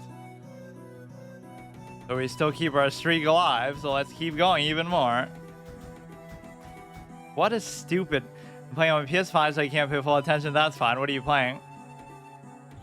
That was kind of a scary sequence where he pinned that down. I wasn't supposed to move it. All this stuff is fine. At least we escape. Even then, it's impossible to beat me, even when I, you know, mess up so badly. Take, and then I give up the knight at some point. I couldn't figure out really how to do this. Like, that's the blunder. You're supposed to keep going, but isn't he just going to double attack it? And then oh, but I guess if he double attacks it with the thing, then I could move the knight. Now it's a draw, and it does turn into a draw. So how do I mess this up? Like, what am I supposed to do? I don't get it. Go down here so his king can't come in. And then just, like, stay between these two. Like, if he goes here, I don't get it. So what is he supposed to do? He goes there, then I go there, then he can't come in. Like, it's a lot simpler than maybe I make it seem. I always try to do it in too creative of a way or something. Weird.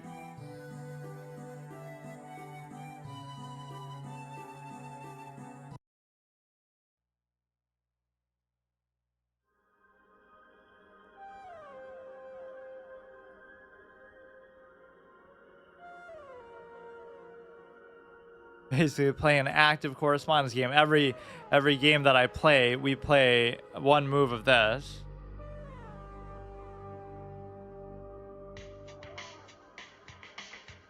Did I miss a chance to take that? No, I guess I was in check. Play some music from the playlist I sent you. Those are good songs. Oh yeah, I'll have to find it again. Or, like, I would listen to the instrumental ones, but I'm not going to listen to the... if it has lyrics and stuff. I find that kind of distracting.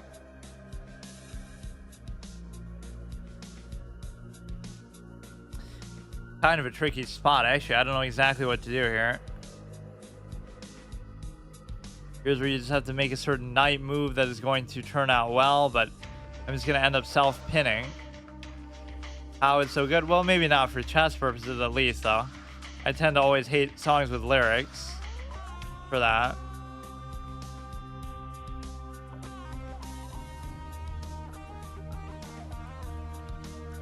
This could lead to a lot of bad possibilities, and I probably shouldn't do it.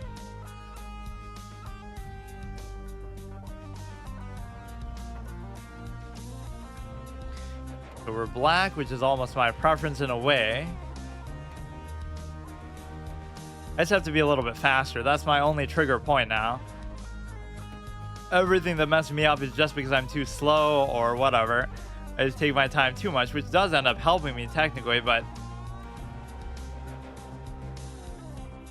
it's a tough balance because you want to save time in the opening, but then I always do better when I don't do that, when I, you know, sort of think about the opening a little bit.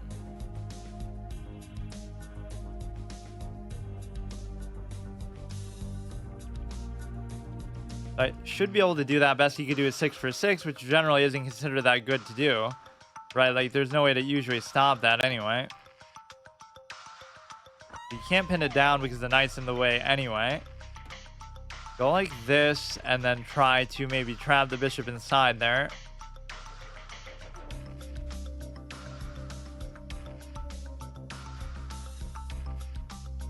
Yeah, if I was like a big streamer or something, I would host Hans or something, or I would do something nice for him, because to make up for all the unfair treatment that he faced, even though he's playing online and there's very much a different criteria there, but it doesn't, it wasn't a very good look, let's say. Just the way, sort of the ravenous way that chess streamers and content creators went after that.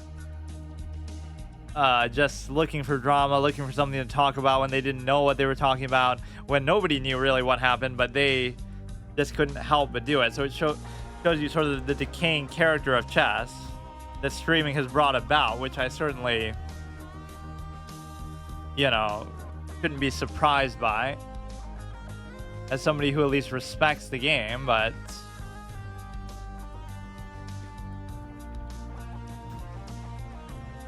so I don't mind doing this trade with the knight, but it could take a while to actually do it.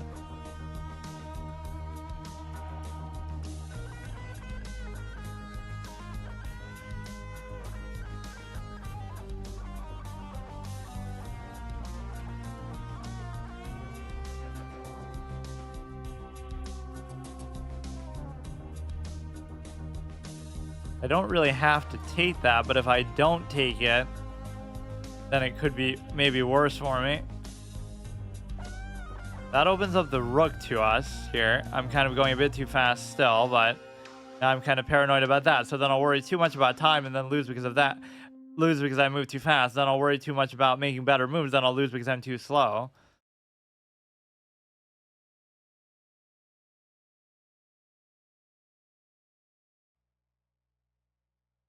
It really does feel like I could get a draw 100% of the time, even against sometimes much higher rated players.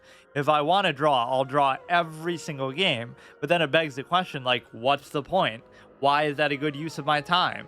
What is it accomplishing for me? Nothing. So, like, it just doesn't make sense. This would sort of undouble for him, so I shouldn't do it, I guess. Although I don't like where this is sitting right now. This is sort of like an octopus knight, but we just need a cover for it to make that happen. Right, like nothing can actually push it out. Although it wouldn't be very hard to offer up a trade for with the knight itself anyway.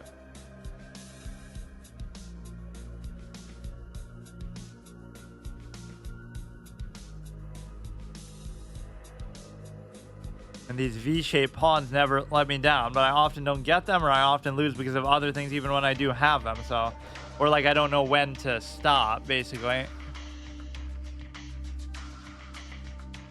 So this almost seems like a good move, but it's a weird move because, you know, like the logic behind it is pretty clear, but it's just sort of unusual. And the rest of the pawns don't entirely agree with it, so I have to give special care to cover this one at least.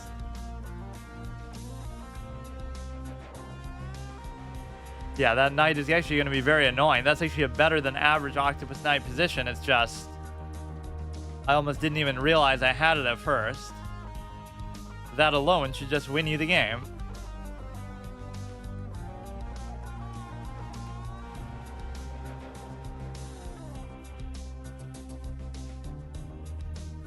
I mean, I'd be more than willing to do this. It's just, what exactly does he have in mind, I wonder?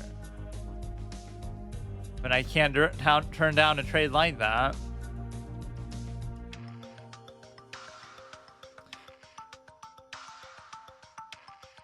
The fact that you're double attacking that, which still doesn't really matter. You could triple attack it there.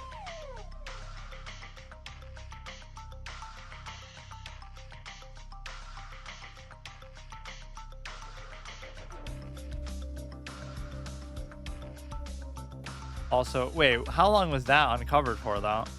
I guess just as soon as the queen left, so kind of addresses that threat, too. How can a game with an 8x8 grid be this annoying to play sometimes?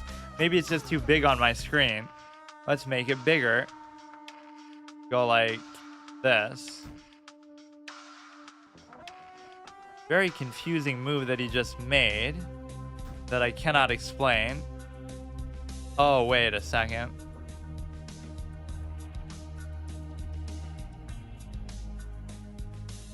But I'm +2 anyway, so I don't have to do this one. I could just say, fuck it, I'm fine. I'm already winning. Oh, wow.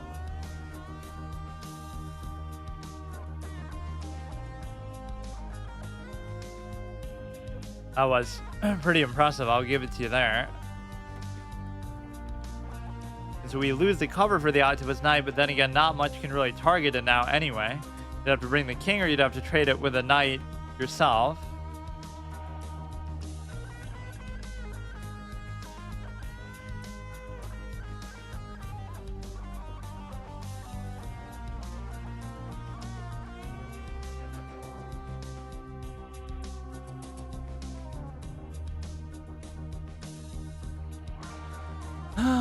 Now what?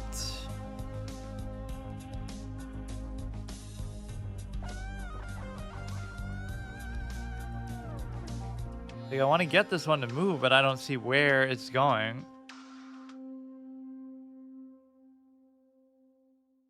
I'm gonna mess up my whole pawn structure just trying to do this.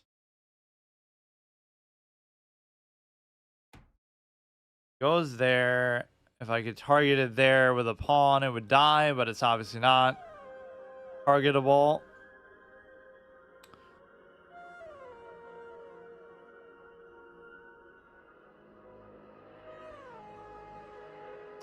I don't know what I'm doing.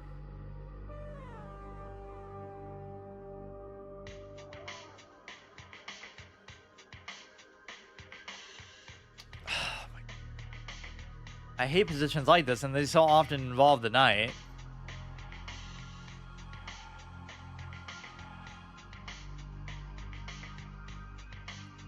I'm going to keep getting these knights to move, and then it's not going to end well for me somehow. It is always satisfying to bully them around though, like this, just with the pawns. They're very much pushovers for that. Somehow my knight is in a very weird spot of just not being able to do anything at all, despite being in a very good spot. I was even praising the Octopus Knight capability.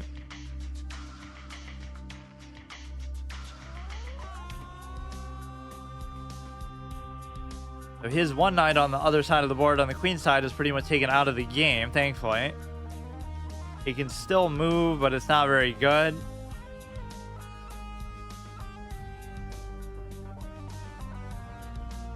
He doesn't even really have to move the knight, although I shouldn't say what he should and shouldn't do.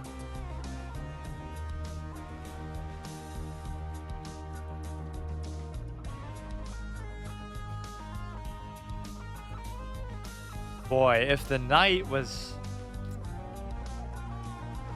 I just don't get it, man. Why is it so annoying and so useless all the fucking time? You could say, oh, it's because you're bad with it, but I'm bad with every piece then, so I don't get it.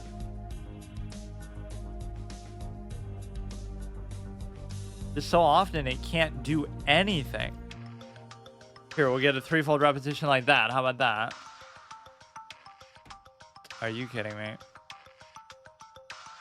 I should try to eat up some pawns on the other side, but I can't figure out even how to do it, so...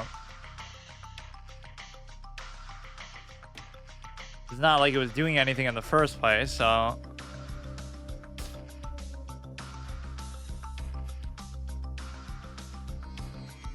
But this is the knight's specialty where he can just block an open file like that. It's offering up the trade, and if I do this, then I might end up... in a position where basically... You're able to... So it's knight versus rook, so this should be pretty much a cakewalk, but I can't get too overconfident.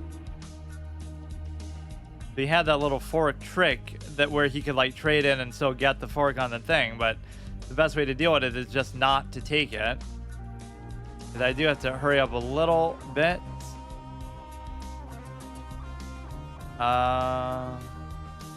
There's no way to really get my rook through, though, is the problem. Like, to attack anything there.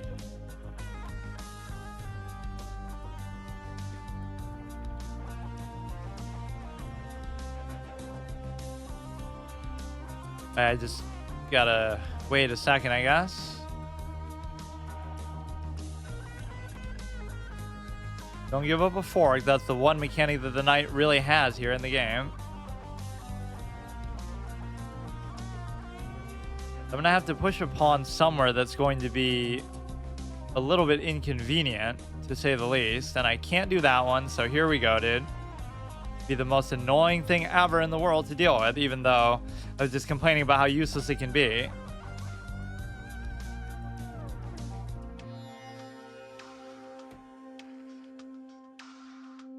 I can't do this one because he'll take this one. So here we go, dude. How would a GM play this position? Like, obviously you're winning, but it's so irritating.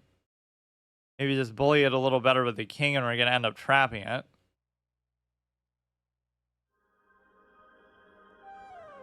That's the correct punishment it deserves, I guess. It would be actually trapped, except for one square here, it seems like.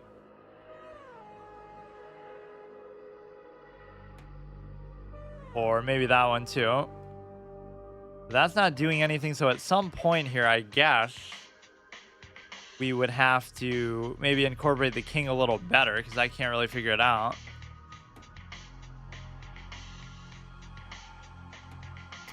Holy shit, man. Like, how...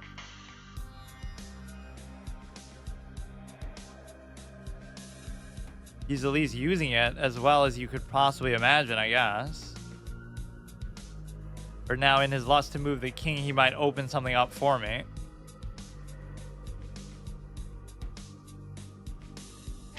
Basically, if it's a draw, that's fine. I'll just take it. I can't play these positions. Anything that isn't just the middle game and actually trying to play more instinctively, intuitively is just not fun, so...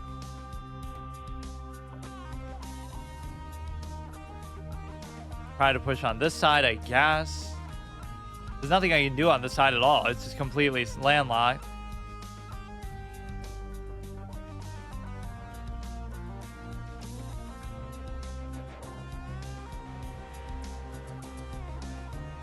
All I need is like one loose pawn to slip through, and you would think the knight isn't always going to be the best at doing that, stopping that.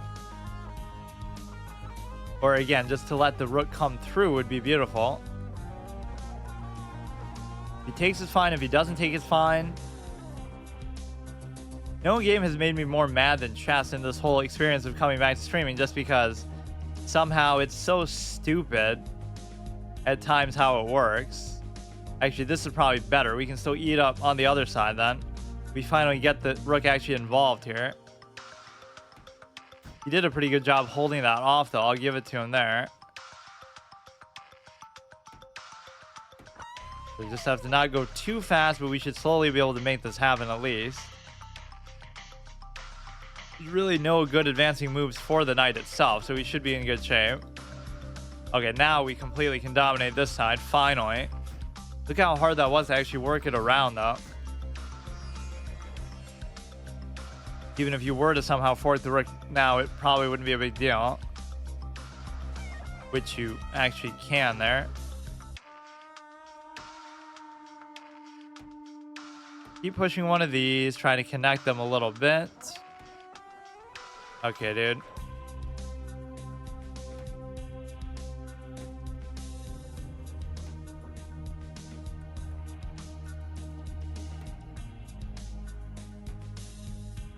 Okay, go ahead, pin that sucker down, then we should be in pretty good shape. Just don't give up a fork. Just don't give up a fork. I mean, quite frankly, you should be able to do this, but again, that's my laziness sort of talking. Just like, there's no way you can't promote this. You'd have to be a total moron clown.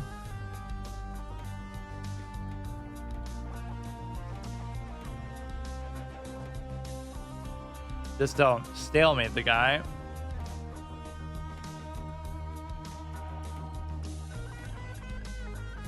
I can't believe I just traded that down like that, but...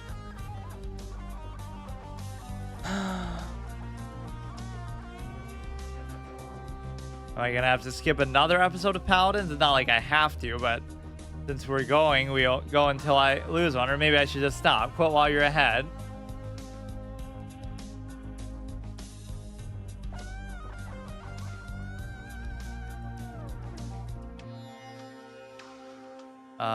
Go like this. I can't remember what was actually on his playlist either, but I'll listen to all the instrumental versions of it at least, maybe. Damn it. It's almost like I don't have enough time for that other extra series on top of everything else.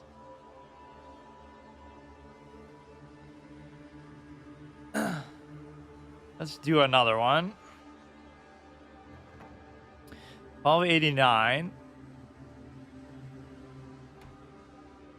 Go like this. I should know these openings like the back of my hand, at least as far as some of the basic pawn movements. Just don't do anything crazy aggressive, sacking pieces and stuff. Although in a way I sometimes welcome it because of how stupid it can be. It's just hard to know whether you can call their bluff or not. Maybe you saw it in a Gotham video somewhere and it's actually a credible threat. Or maybe it is just him being a total clown. You never do know.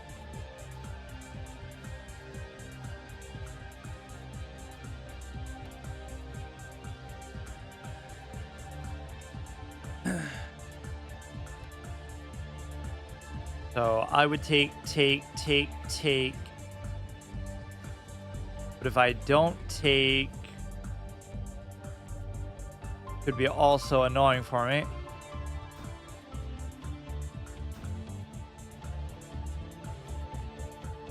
At least now here you would expect to, like, you know, give a check or do something that would be otherwise useful there, but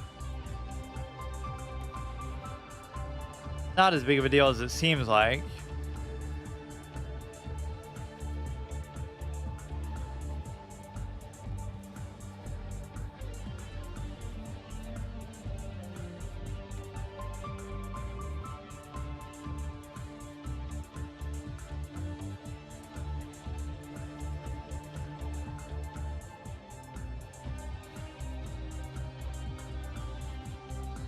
Maybe I can wait on that actually. Sometimes I do delay the castling a bit too much.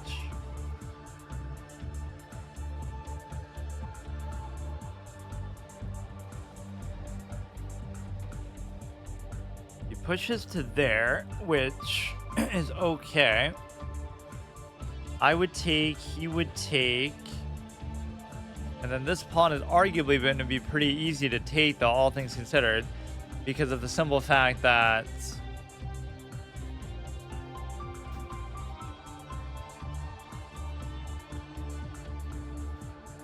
it's sort of isolated because he'd have to cover it from some other inconvenient way. Position's a little bit unique.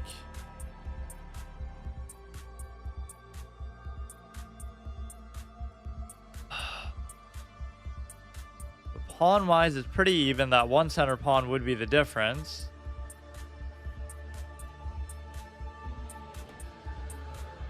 It's so hard not to tunnel vision on something like, oh, I think this is a credible idea, so I'll just do it, but it doesn't mean that it actually is. Yeah, I'm just gonna stop totally saying what I'm thinking or what I should do. Not because it even really slows me down, but just because it gives them possibly ideas.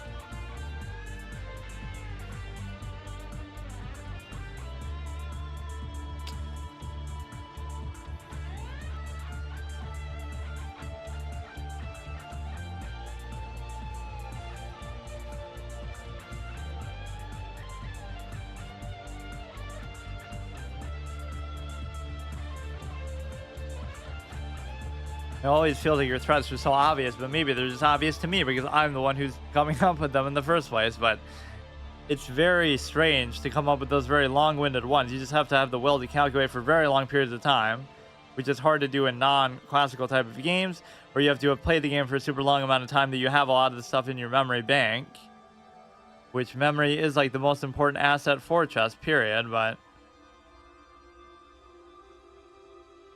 Luis, now you have nothing to lose from doing this.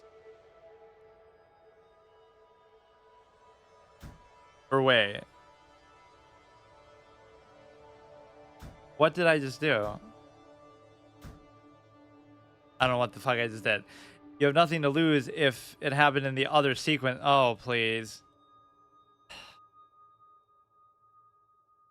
I had like my thing backwards. You could take that, but you could only take it if you first took the knight. Take, then you can take for free. So I just did it in the wrong order. I'm trying to do it too fast. Oh my god. Like, what you lose to is not legitimate. That's what I don't like about this game. But it is still my fault, obviously. It's just... It's like I'm seeing it as I'm doing it. So, like, why am I still doing it? Or, like, that at least gives it to me back. So, thanks for being an even bigger clown than me. That's not a big deal at all. You can just go here.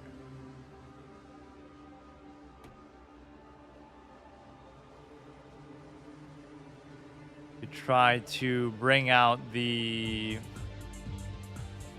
knight here, I guess.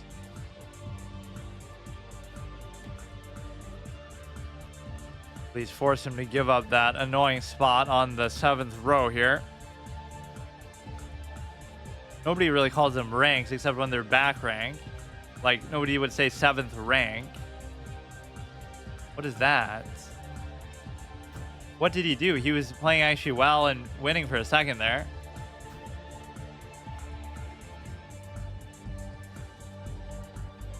Kind of hard to say what's happening right now, though. I can't get too overconfident. If you complain enough, they'll eventually make mistakes and equalize the game for you, I guess. Again, the piano thing, dude. I swear, I'm addicted to it. Even though I couldn't explain exactly what it is. But it's not even me playing white this time, so it just ends up devolving into that anyway.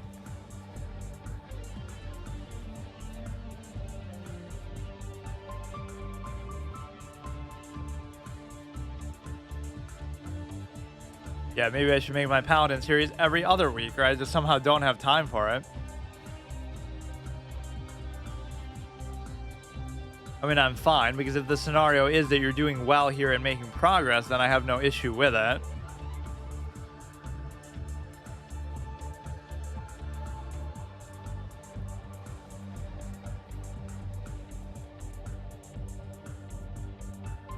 This should be good, all things considered. Even if he sort of sacks it to give it a check, it doesn't really do anything. Now, he won't be able to threaten that pawn again, or even if he does, it's not a big deal.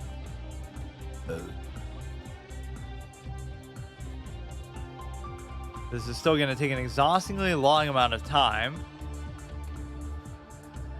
And so that's okay. We could do sort of a 2-for-1 here. This, and I still could have done that, but it wouldn't have given a check, so maybe it wouldn't be worth it. Get one here. You could go like this.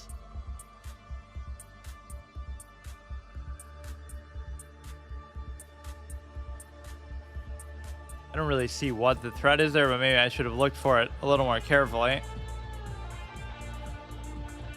Maybe some crazy sack fork idea. I don't see what it is. Okay. He played so good at the beginning and so bad for like several moves after that. I don't get it. He's like an opening master. That's what kind of psychs me out too. Like, they're just playing very solid. Everything's good. And then I make a very moronic move because I'm getting too ahead of myself. I just said what I should do, in my head at least. Take, then take.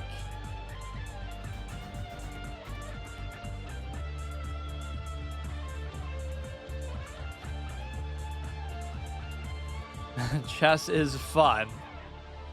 What rating is this guy to say that? 991. It's more fun the lower rated you are, I guess. Which, of course, includes myself. But now I'm even past the point where I'm starting to enjoy it less and less the further I'm going to go, because you kind of realize what it comes down to, and what it comes down to is it's going to take forever. You just have to study and do stupid stuff.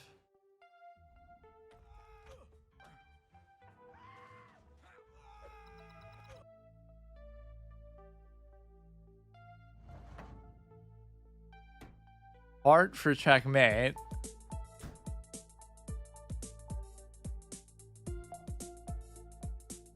This I always like, or he chooses to not even do it. So again, am I really doing this to even protect that? Because it wouldn't even protect it. That's the thing. It's not even really worth it to do that, I guess. Except if you want to trade, like...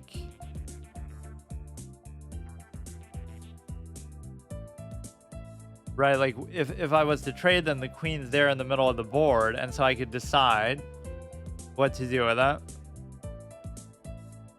I don't even have to take the trade, but now I'm almost doing it like... You shouldn't start out the game at least thinking like this. Like if you see a favorable trade, if you want to do it later, fine, but my whole playstyle is designed after that, and it just doesn't make sense. That's actually good, because he basically just gave me an extra pawn for it. That might be worth it to trade in there.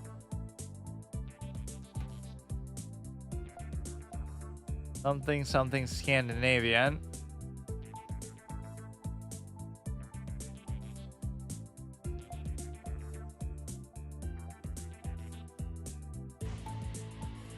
Everything is fine so far. Go like this, it should be good, or I almost feel compelled to do that first, but maybe I have my reservations about it.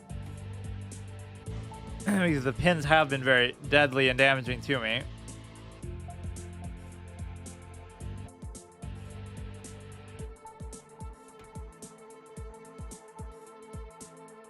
You could sort of do this sequence where you go back, then he goes back, then I go there, and then I have the bishop kind of where you want it. And that is probably the correct way to play it, but somehow this doesn't seem so bad either. Right, so I'm even identifying what the better sequence might be. It's just, even as much as I like bishops, I don't always use them the best way, maybe. Because it's hard with the pawns to really figure that out. Like where you account for both of them.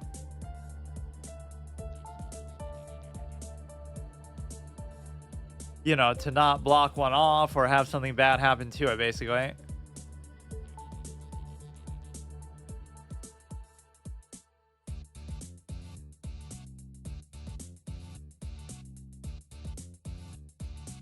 Switzerland.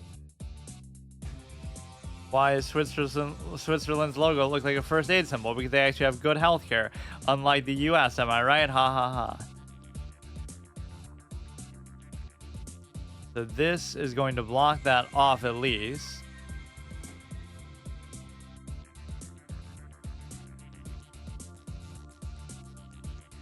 As long as the knight would be there, he still wouldn't be able to do anything with that. So he'd first have to get rid of the knight, and then he could do his double threat. And even if he did the check here, it doesn't really do anything.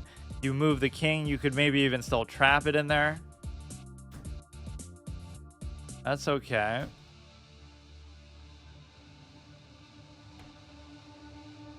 That's not bad, I guess. Or the problem is it's going to happen like all together that way. Right, like... But again, I just sort of identified why it's maybe not that great of a threat. And the reason why is because even if you get that there, I don't see what it does.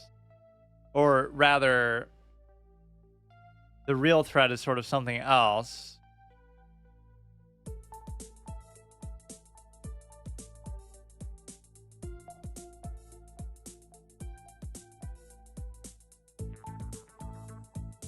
Let's see if he can figure it out. Even that gives them the impetus to kind of think longer than they normally would do.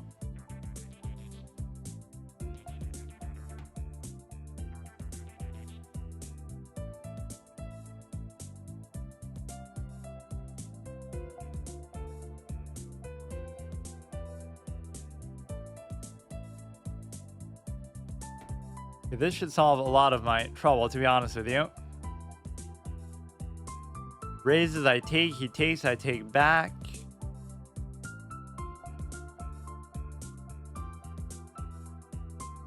As long as that knight holds on f3, there's nothing to even worry about. Even if it doesn't, it would still be okay. The real threat I was talking about is basically if you put the knight itself there. Now, he's posing all these threats like they actually mean something, but doesn't really feel like they do.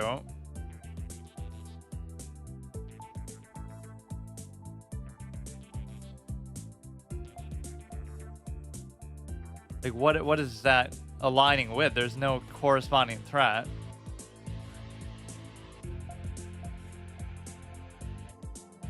You should totally move up to g5 to cover it. That's the best move in this position. Clearly, objectively, not at all a mistake.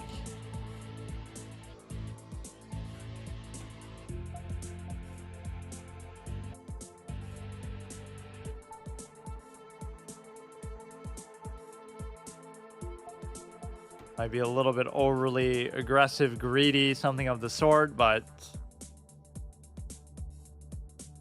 might not end up actually doing anything at all.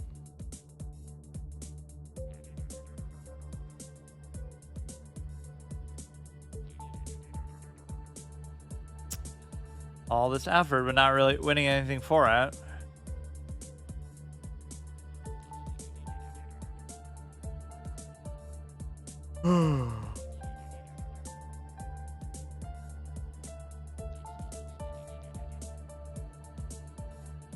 Like a very dangerous, unnecessary move to make here.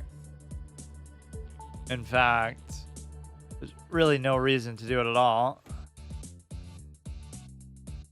Sometimes you just have to know when to pick your battles and back off of a threat, not the least of which is just when you decide to, I don't know. This would be a scary threat maybe coming up, but not for a while. I can't seem to get enough stuff on there to actually make this happen.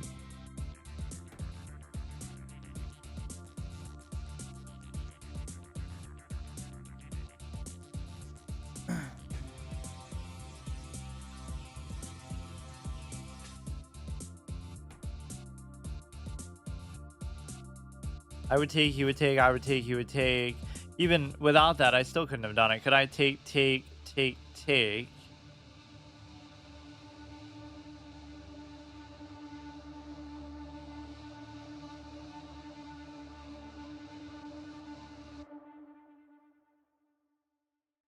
That sounded sort of Half-Life-esque at the end there. I don't know what's happening. You try to maybe double stack this here. The knight's just going to be in a weird spot that I don't like.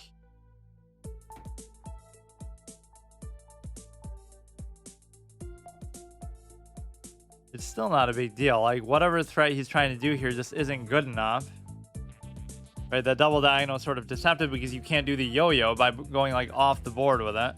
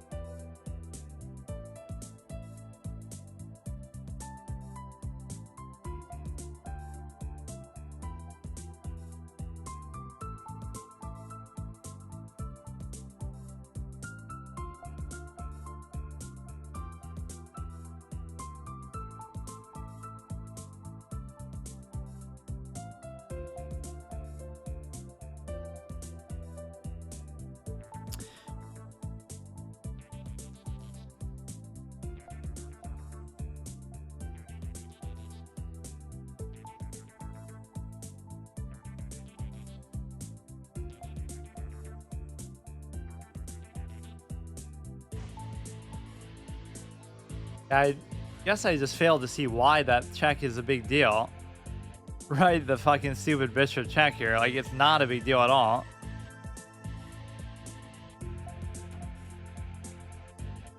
He moves that away, which is reasonable. he'll unleash now. I see kind of why, but really is putting a lot of pressure on this pawn here, for example. And so now if you were to do it, it wouldn't do anything to the queen.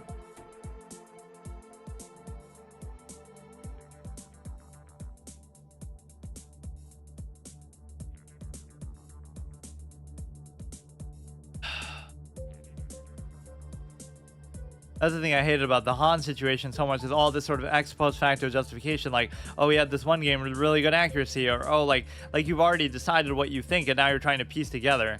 If you go in with that mindset, you know, that's like witch hunting. You're just like, we're sure of what we think and now we're just going to try to fill in holes to try to justify what we already decided without any evidence or without any, you're skipping the first step. That's all like substantive stuff once you've already come to a good conclusion. But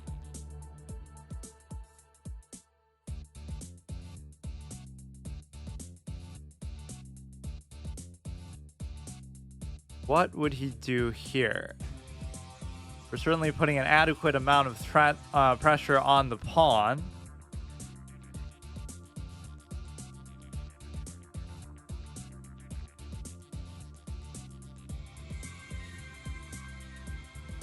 Now you see how much value that stalemate actually had, because if I didn't get that, it would have been, you know, the session would have been over.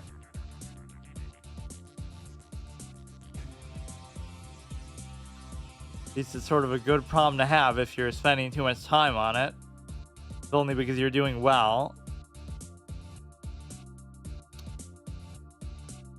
Kind of a little unsure what he's gonna do here. Yeah, this is almost one of my phony threats that just looks scary, but it's not a big deal. The fact that he has the double diagonal threat going towards the king, giving a check, it just doesn't really do anything.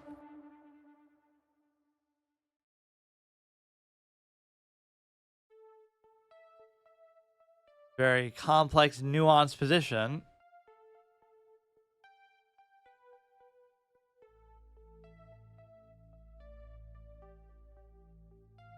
Advanced level threats. Where I love those sequences. You see some video like, oh, Bobby Fischer sacrifices like every single piece, like 5 turns in a row, and it leads to mate. It's like, that's cute, and I'm sure it obviously it must have worked, but it doesn't. You know, you would have to know for sure that there's no other possibility.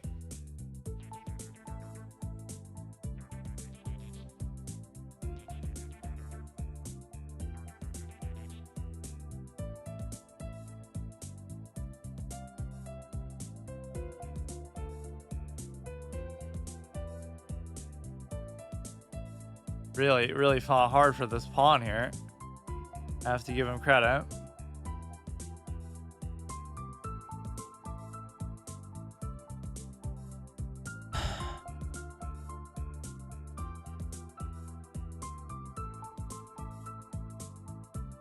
He just won't let me have it, huh?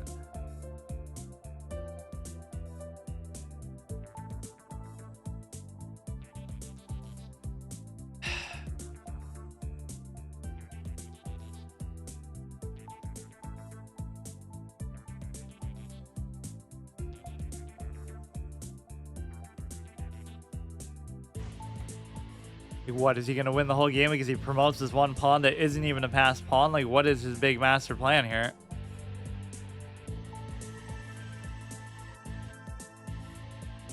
At least he spent a lot of time on that move, but somehow I end up with less time. That's weird.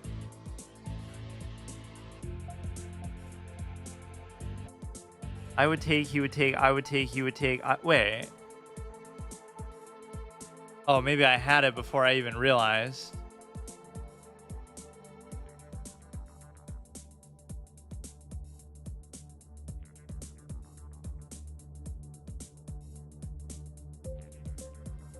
I could try to double stack on there, maybe. Could actually lead to something weird, but I don't know. I think I might have still had it. That's weird. Yeah, like if I just took, I don't know.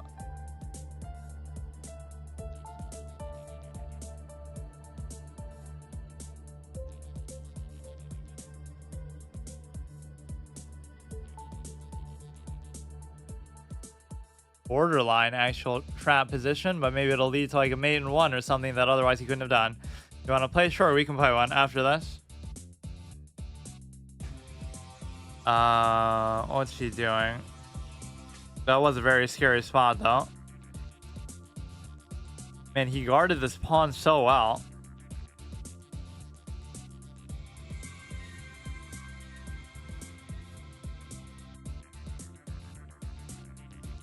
Two minutes left for both of us.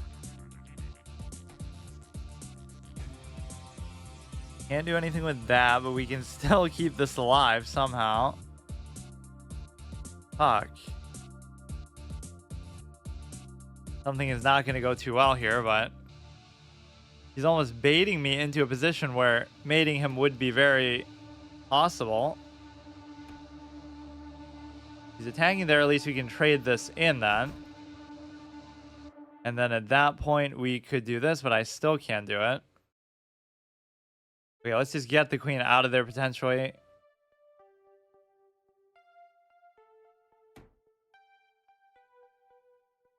Whatever mating idea I had there was obviously not going to work. Your rapid rating is, oh shit, 2100. We can play 5 minute. Oh, he's asking him though. 1338.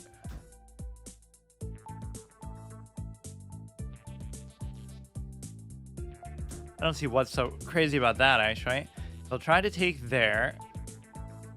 Good opportunity to actually bring the queen back into the fray.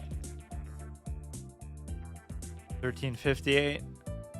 I'm catching up to him at least.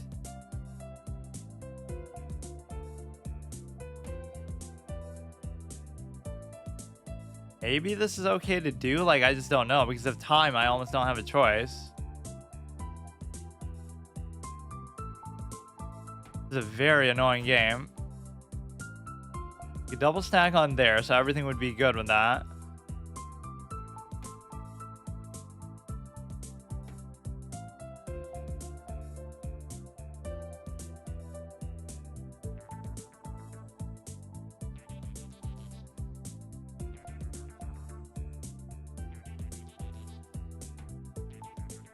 Damn, I was afraid he might do that. Sort of just grasping at straws a little bit here. I mean, the promotion would be at least maybe viable here, but at least I can trade one off now. Could be good.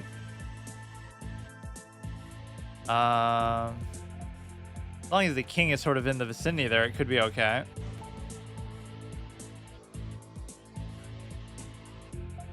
That could have been actually a big mistake. Or maybe it's not. Or I could have traded off the other one and then I could still probably take this, or maybe not. Take, check. I have very little time though. This still won't necessarily do anything right away. On his PS5, can you play chess on PS5? I always wish that for card games. I wish I could have played Hearthstone on my, whatever, on a console, even though I barely use console. Just for the novelty of it. I'm surprised they never did that. How hard would it really be to do that? Cover this. We could definitely possibly promote this. Or maybe covering that was sort of greedy to do. Because now you're just giving me this. Wow, I can't believe he threw it away that easily after playing generally pretty good. Okay, I don't have much time though. Just don't stalemate, which should be pretty easy to do. You should never give somebody the benefit of the doubt like that either. Like, oh, just resign. I only have 30 seconds left. So how do you know I'm not going to stalemate or screw it up? Even I don't know that. No matter how good any of us think we are.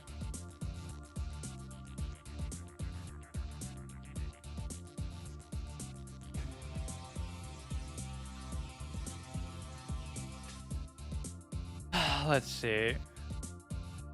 Free Ray Lee. Or is it something different? Hang on.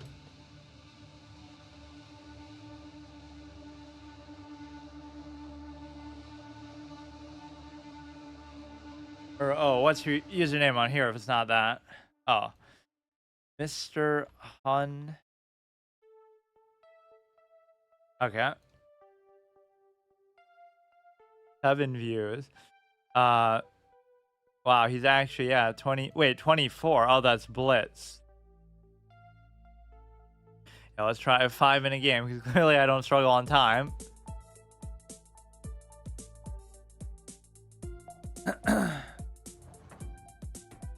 Yeah, I'm even worse in Blitz too. Let's just play safe, even though I don't normally play like that, so I'm already playing weird.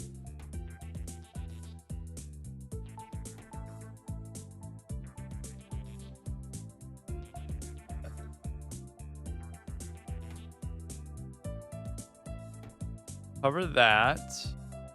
Owen's defense. But who the fuck is Owen?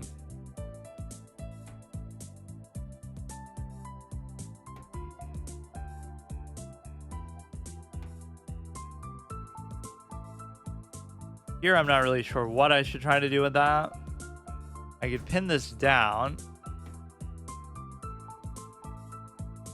Against better opponents, you just have to make like the simple plays. Don't try to do too much. His pawn structure already looks kind of ugly, but against me, it's not really a big deal.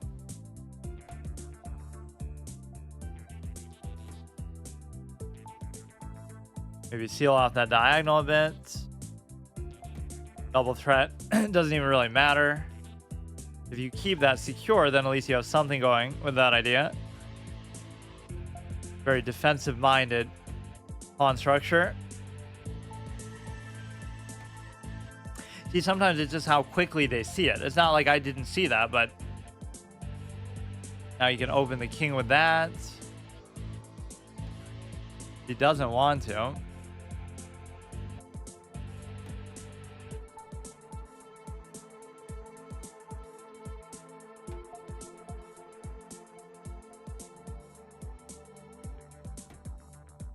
Probably not a very good move either. Try to trade as much as possible. That's rule number 1 of playing better players. Rule number 2 is basically like just try to play for a draw, I guess. If he takes, I can take back with the knight. Or sometimes they'll be paranoid about threats that they see, but you don't see, so it ends up being kind of pointless. Yeah, see, this is the trademark nature of a good player. The fact that they won't trade. They'll only do it if it's some major advantage, or they'll sort of stockpile their pieces. And so that's the discipline I definitely have to learn. If I did that, who knows? I might already be like 15, 1800 because... But it's very hard to do that. That's the thing. It takes so much patience. Or like even now, all I'm trying to do is just trade. Even here, I'm letting him trade up for a bishop, basically, because bishops are always better than knights. See, at least I've identified and sleuthed out the nature of these players. You can always tell that. A good player will trade when it benefits them, a bad player will trade when it hurts them, and a great player will never trade and just mate you before a trade even becomes necessary. What the fuck? I was even thinking I would be like, he would take it, then I would check. You know, is that really something I would do?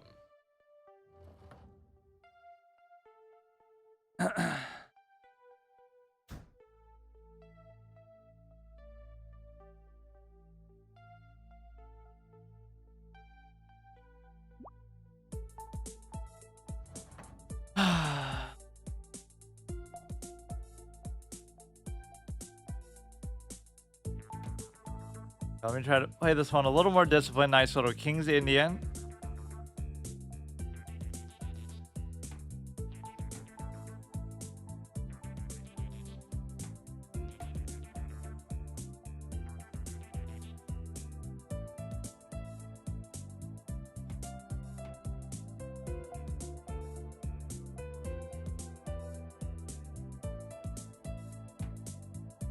You go up here. Oh, I gotta change this.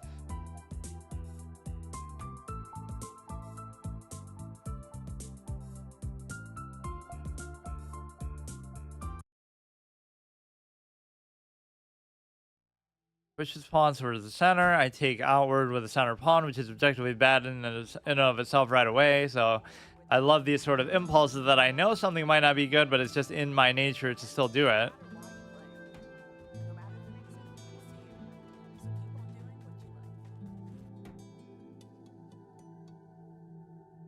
Definitely the idea of trading all the time is not actually a bad idea here, though.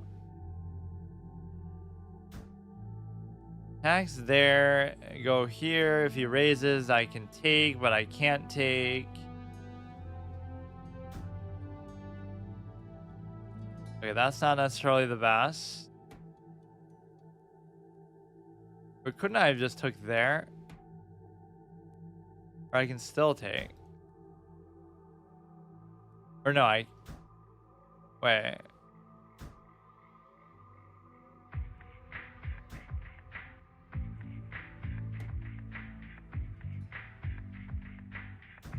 Sometimes I play much better against higher rated players, and sometimes I play much worse. It's like either you get psyched out or you have to really treat it like just a normal game. And then I had some insane games like that on the chess. And sure, it might be inflated, but even then, it's like, you know, like drawing 2,000 players and all this kind of crazy crap. You know, even that's bad because he'll trade and then he'll take. So like I'm obviously know exactly what he's going to do, but I still let it happen.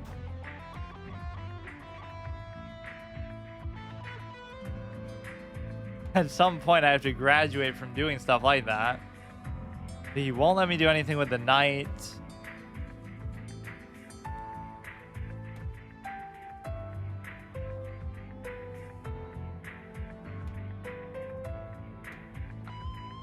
And the highest rated player I've beaten is 2,200 on here.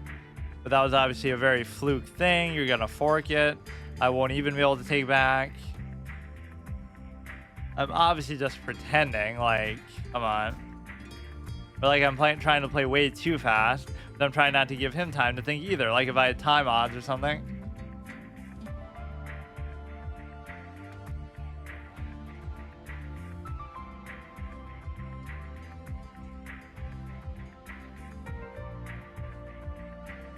Okay, should I even push my luck and try to do more? I guess I was doing pretty good. Like play until I lose, but then that's gonna force me to lose. Where did I get to? I'm at 1331. I should try to get to 1350, let's say.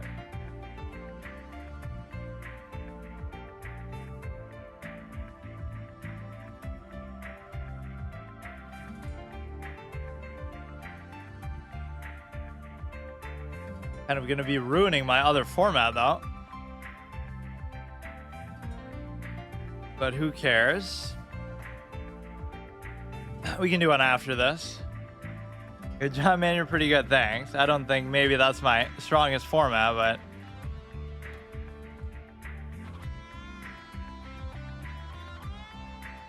Here we go here.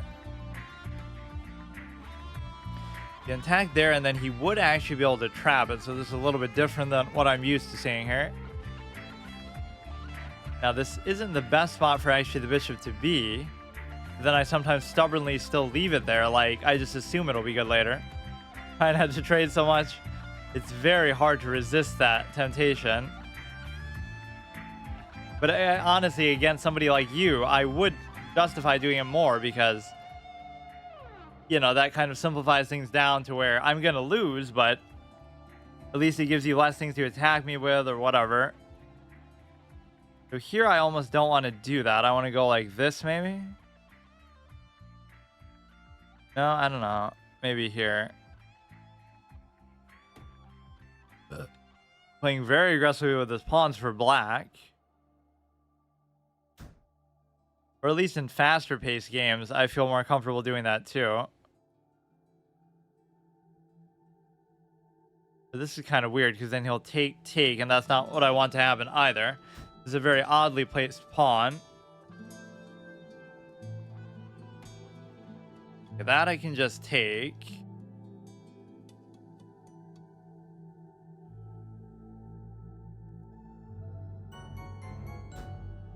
Takes with the queen. Nothing really happens. Thanks for the follow.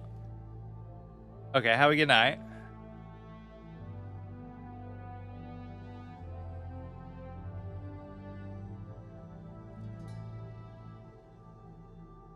So what do I want to do here? I can't move anything like that. If he brings the pawn up, I could just take it. This is okay for now. Yeah, I definitely dislike this e5 pawn here, e4.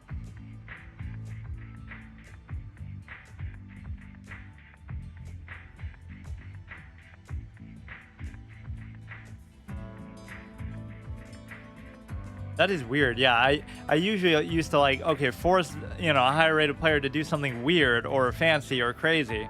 But then like when I'm just doing that, I guess they just intimidate me with their speed more than anything.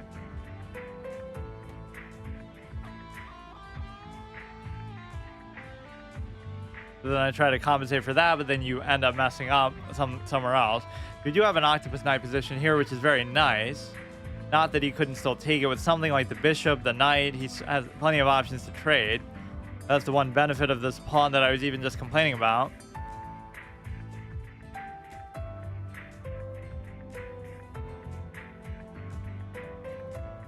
Gonna keep harassing the queen if he's gonna let me do it.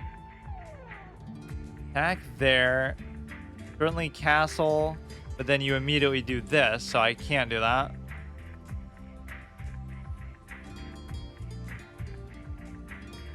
This bishop could become deadly later on.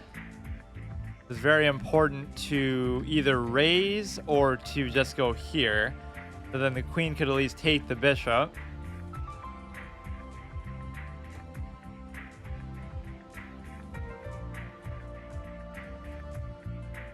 Can't take, you can't go there. If I castle, it'll still be okay.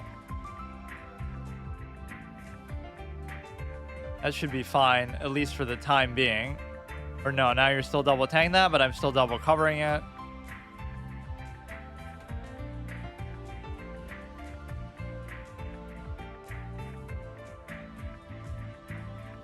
Now that is interesting, but it might not have the impact he thinks.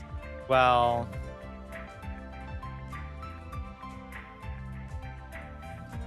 best way to escape these things is to attack the queen, but it doesn't necessarily work either. Fuck.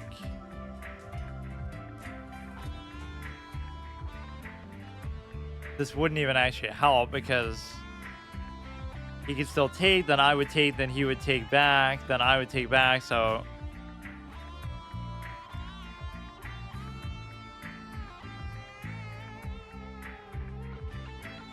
Maybe winning the pawn would actually be better, and then I would still take the bishop, so I'd only be like -1. Even I was thinking I was gonna trade, but your opponent can't know your strategy if even you don't know it.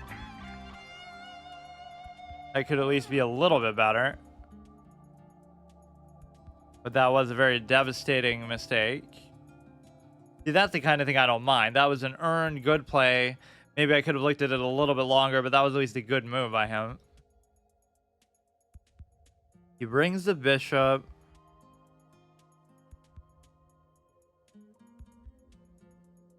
Not really like a huge deal for him.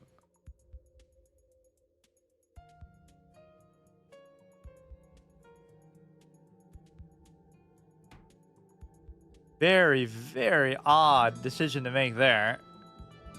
So I won't resist the urge to take.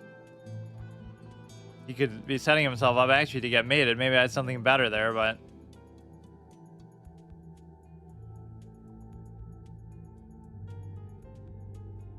To check here, he wouldn't be able to take. He would with the queen, though.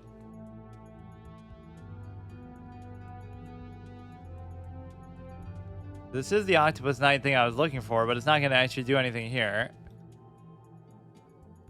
How about this? He could like raise and fork.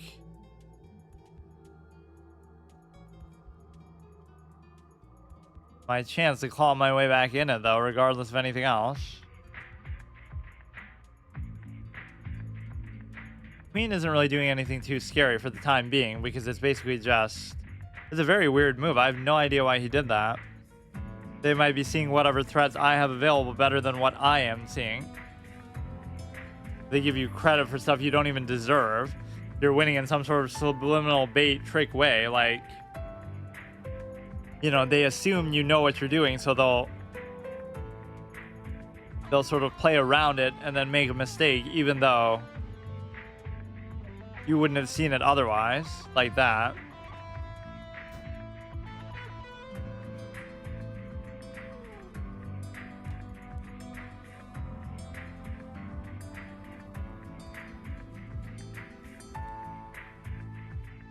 And maybe I shouldn't get too overly ambitious here, but it does feel like you have a lot of good attacking options here, so maybe it'll actually still be fine.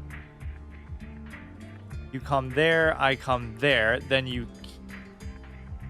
Which you could still take.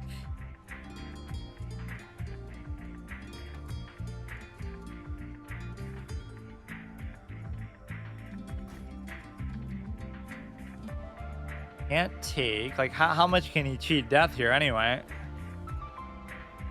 Any dark square I'd be able to easily check. You can't really do anything with this.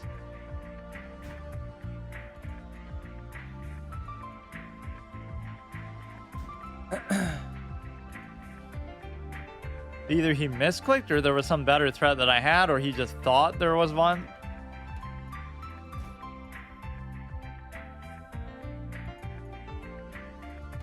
Maybe check here, take the rook, or whatever. Almost so close to promoting, I should probably just go for it too.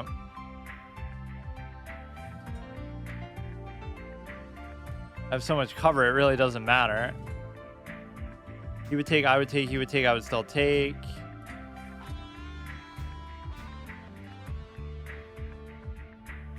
This is quite the crazy turnaround, but he made a very good play before all that. Just like... Here, I should just eat up all the pawns because they're just going to get in the way and annoy me. Take this, he takes back, I take this.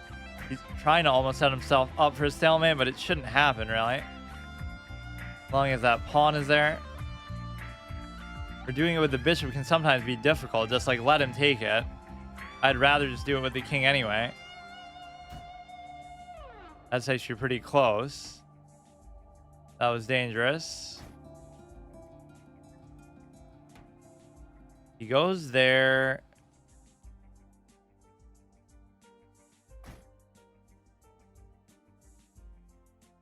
Oh my god. Might just be better to... Or wait, how does it turn into stalemate like that so easily? Or no, he can go here, or he could have took the pawn at least. Just have to make sure the act of promoting doesn't put him in stalemate, which it really shouldn't. I'm treating the bishop like it's a knight, like where the best way to mate with it is to just,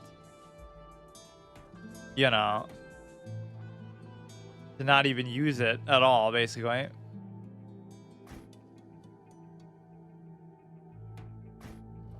Okay, so we got to look at that and see, like, how much did he maybe mess up, if at all. I'm a little bit confused by it myself. He played really good at the beginning. He was even winning. He did a good pin play with the thing. So that was a miss to go there. It was always like, what am I supposed to do instead? I am just supposed to take it. It's always hard to know, like, what exactly to do with pawns. Wait, what? Take this and you're not going to be losing because of it, right? You're not like doing it for any other... I couldn't imagine why you would really want to do that. You have this, we move here, he takes, I take. Hey Das, how's it going? Pretty good. That's a huge blunder, and I don't know why he had to make it. I'm not even winning here, so it was all in his head, or again, he might have just misclicked, which... Well, why would you even ponder moving the king in that situation? You can just move the bishop and cover it.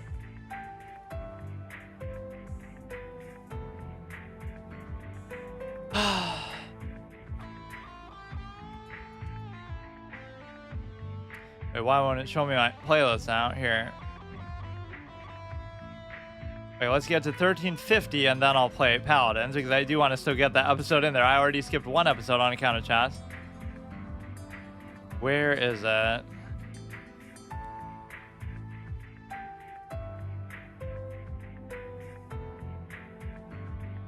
This is Iceland Mermaid.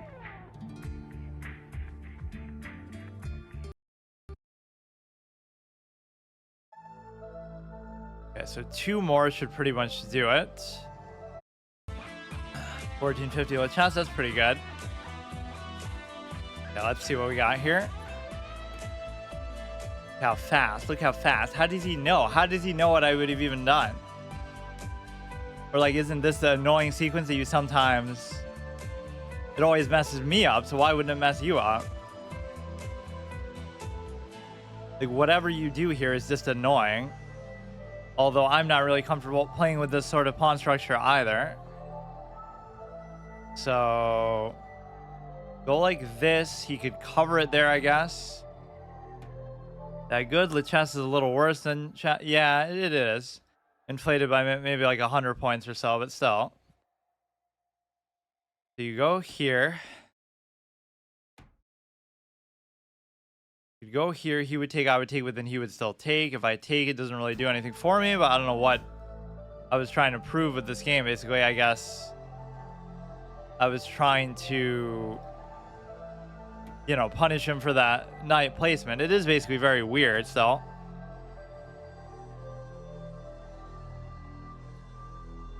Put this here, he can't pin it down, so everything's okay.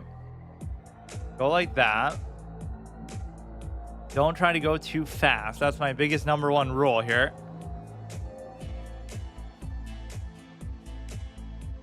And my development was pretty bad, so trying to punish the knight didn't really help me too much. Go back. Go here. Take. This is ultimately where you want the bishop to be. It's just not always that clear. Gives you a higher rating on, yeah, a little bit. Well, it doesn't give it to you. It just ends up being that way. You still have to take it.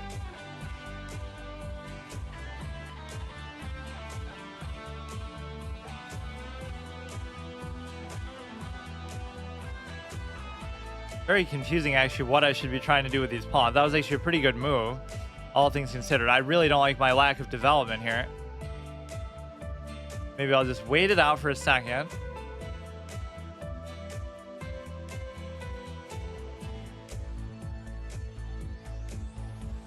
He wants to trade that, but maybe I won't do the trade.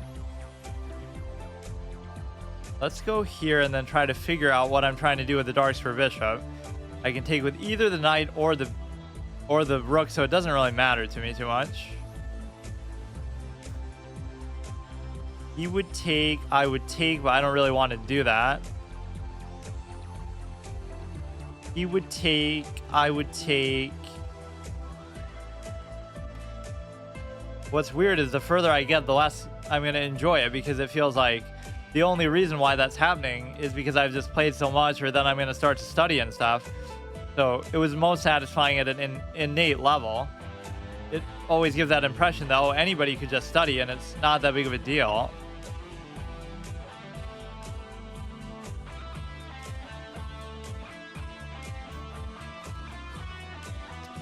Forgot about that mechanic, but actually it's okay still.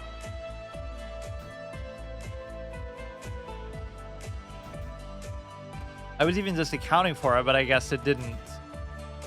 Whatever, it wasn't actually that bad though. This pawn is just very awkward. This can go here, this can go there. I've had a lot of trouble developing my dark square bishop here, actually.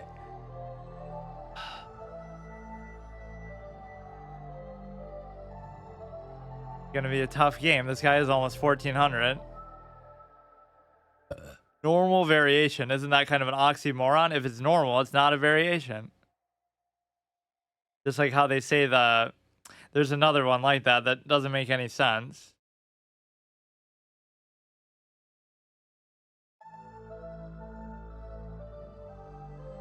I'd block my own light square diagonal to try to ingratiate the bishop.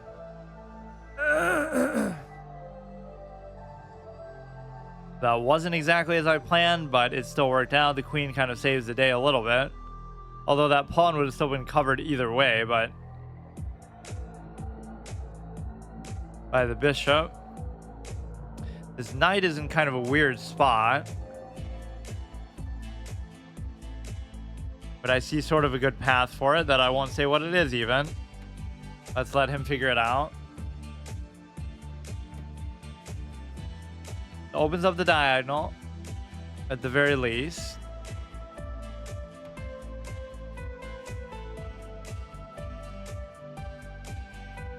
Almost feel compelled to take, but then he's threatening here, but maybe it's okay.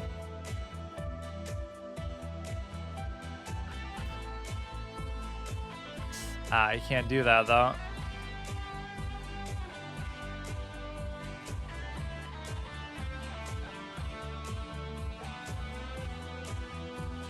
Okay, let's just develop as if in the direction of this anyway, and then we'll decide what I really want to do.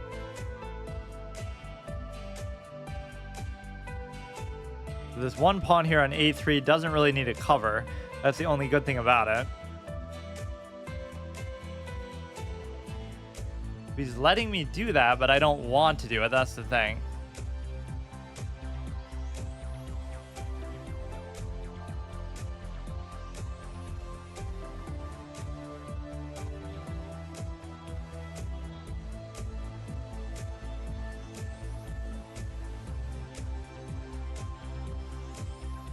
I'll bring my rook out. I couldn't really incorporate the knight the way exactly that I wanted to.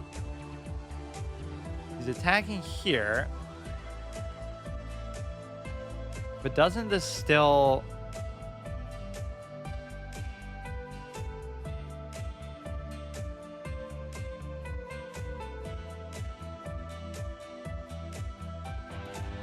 I'm going to take my bet here. Let's see what he does.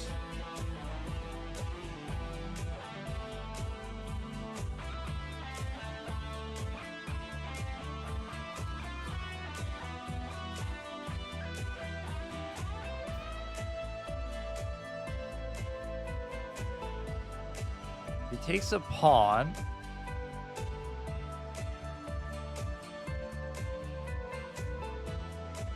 Could very likely take the queen. Possible I always have something better than this in these situations, but again, I don't usually have the will to look for it per se. Or wait. Okay, whatever. That was a heavyweight opponent, though, at least. That some people are almost psyching themselves out. It doesn't mean that they're... Holy shit, dude. I don't get what happened. It doesn't seem like it was a decisive position at all. I think they just overestimate how bad something looks. It wasn't even that big of a deal. That was obviously a mistake. This was kind of a cute little threat, but you wouldn't think it would actually work. That's a blunder. That's a great move. That's the best move. Then he would go back. Like, you're not actually going to get that mating threat. It's just that the power is in the threat of it. That's the thing about high level mates. Not that this is especially high level, but like, you're never actually going to mate anybody. And even if you're playing in the world championship or something, you're still not going to mate them because they'll resign before you do, which takes the whole satisfaction out of it.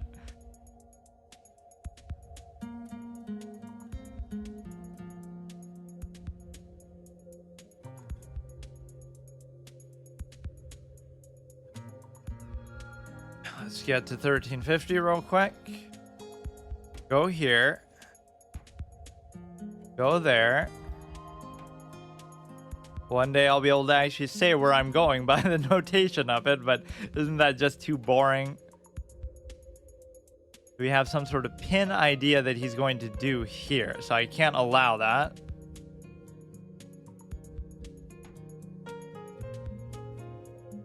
Now we can do this. Everything else is good.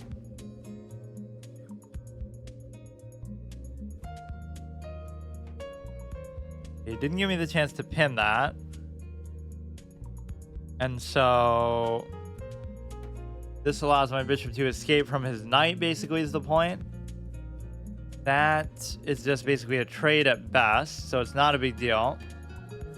I really should go and gobble that up if I can.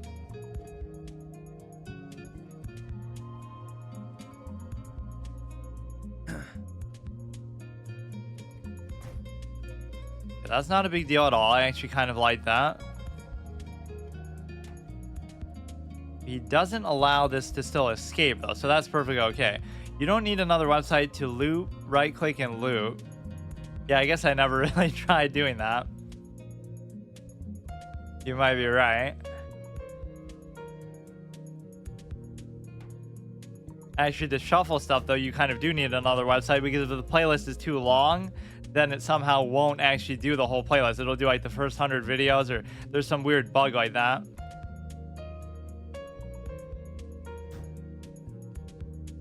So that's okay.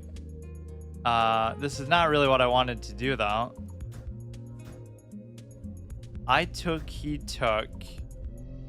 Now I have to get out of there with the knight itself. And so we should be safe. That wasn't exactly how I intended for it to go, but like how the last game we got that end Pizan, but that's not really what I wanted. We should be able to go here no matter what.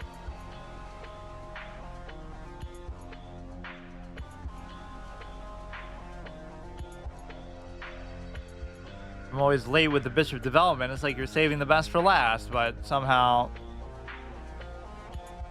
Yeah, see, here we go with the piano shit again. If I take, you can still take back. If he takes, can't take. Not really much I can do about most of these pawns. This is actually a pretty good threat, though, but maybe I'm jumping the gun a bit with it. You should arguably be able to open his king here because he has no other way to cover it, so I could care less about the pawns for now. What does that really do for him? These pawns are all kind of spread out and ugly. Even mine are, obviously, but this is not only a split pawn, but also a double stacked pawn. My knight should be able to go back to c6 anytime it wants. Check's there. I can easily just block.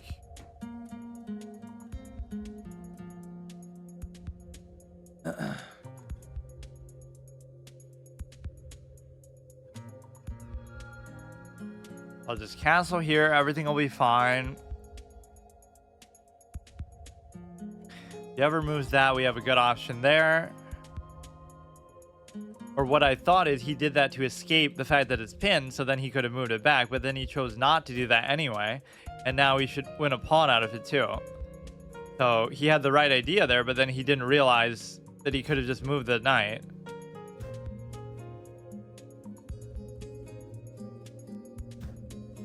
Okay, that I didn't realize myself.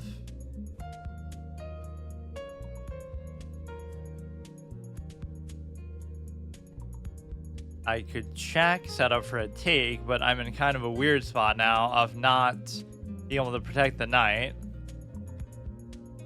Right, because if I cover this, I can't cover this. If I cover this, this isn't covered. Maybe I should just let it go. I don't know how that exactly happened, but it is the nature of how the knight works as a piece. It always does it to me. Couldn't I get a threefold repetition here, just like guaranteed? Because maybe I should do it. Like, I just lost a piece, so why even take a chance? Fuck it. I don't care. This is how you play chess. This is how you have to do it. Look at it, dude. I'm not gonna lose. So stupid.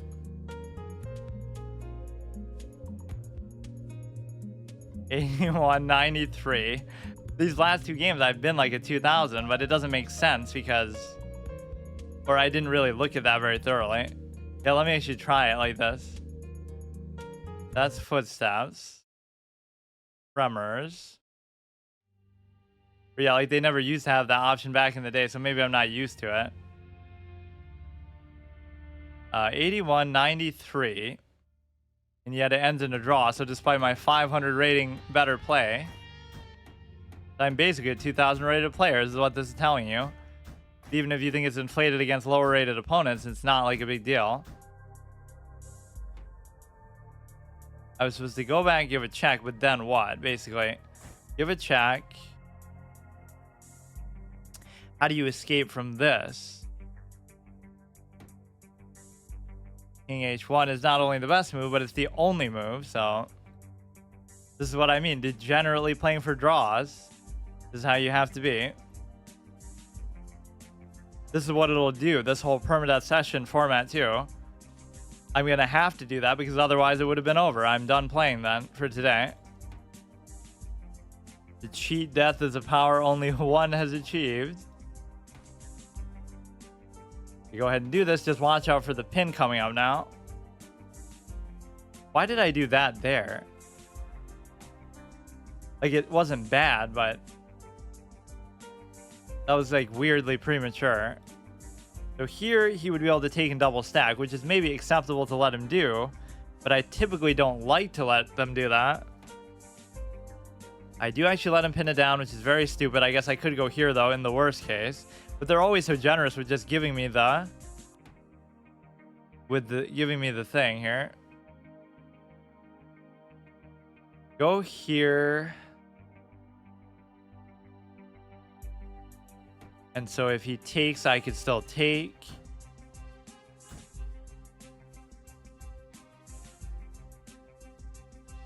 Kingside Fianchetto variation.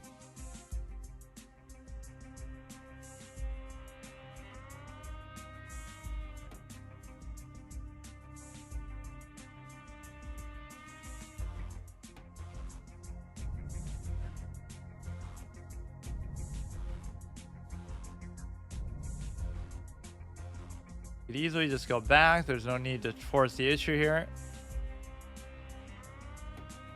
Move the queen away. I've almost gotten my queen trapped a couple times, but I always keep escaping.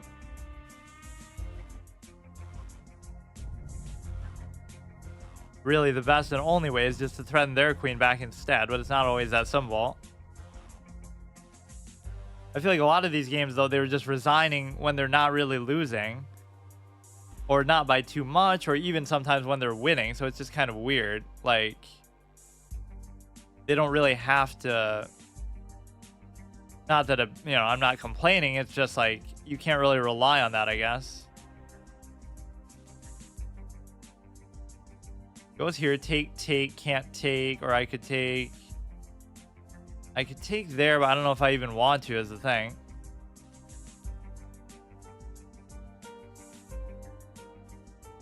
Hard to know what to do with the knight either.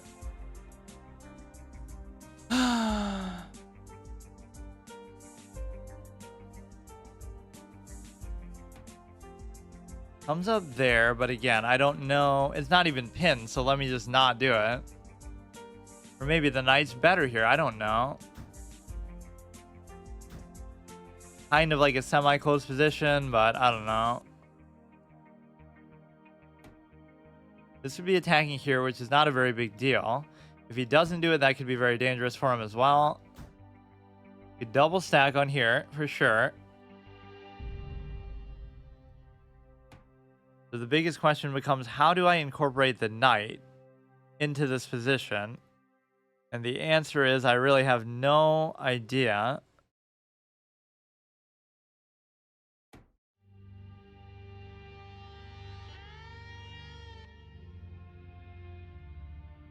Damn, I gotta re-ran my, not that anybody cares, because, oh, I'm such a small streamer. Nobody's waiting for me to play my other series anyway, but this is kind of bad for me to keep missing it on account of chess. Maybe I can try to do it tomorrow to make up for it.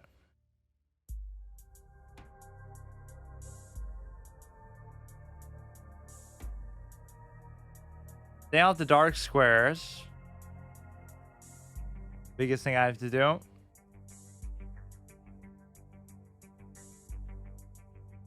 Try to incorporate the knight, which is very difficult, if not impossible to do.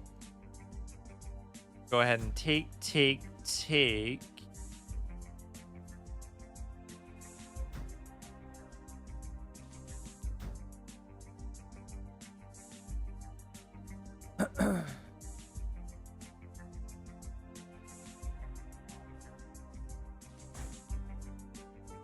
Gives a check there, which would not allow him to still take it at all. I don't see why I couldn't just move it.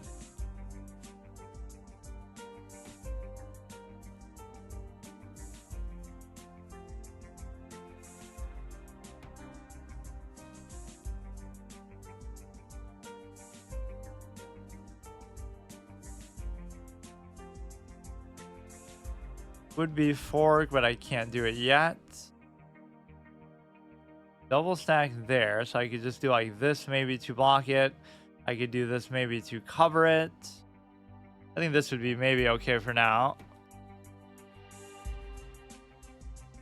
What else is he threatening?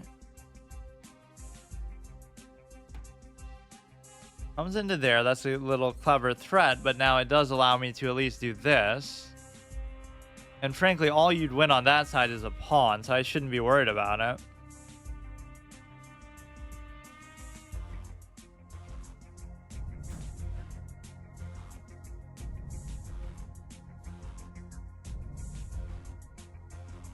Take the knight, I take back with the pawn, you take with the queen. I have all kind of other ideas too, but yeah, I'll only be -1 pawn by doing that.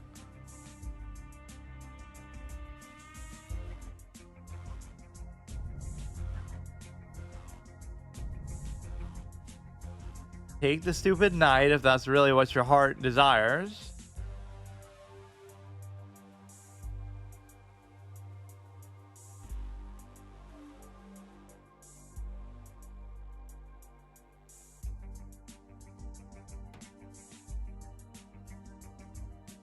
I mean, you could try to set up for basically a double take here. And the reason why is because he has the queen, but I'm not in that much of an advantage that I should even try to do that.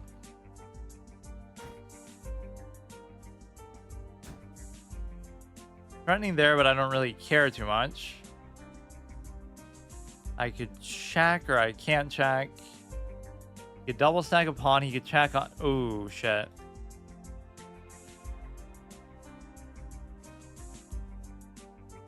He could check like there. Then I go up. Then he checks like there. Then I block. But then he can still give a whole bunch more checks. Maybe I shouldn't let this happen.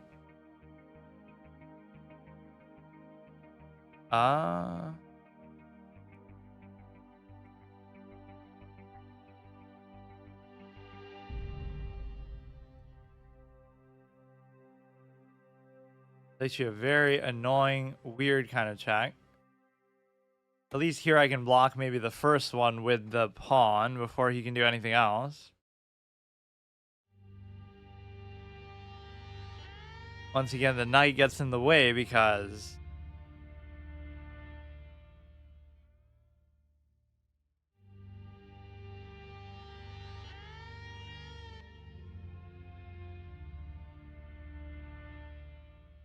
How does it turn into a mate, though?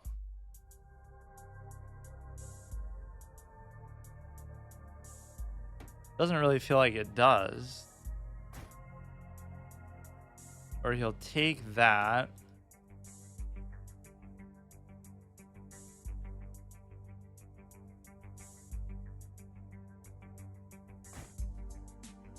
Or you can go for a threefold repetition if you want. I'd be fine with it, actually. Haven't seen enough draws today already. I'm only +2, so I can't feel too crazy about it.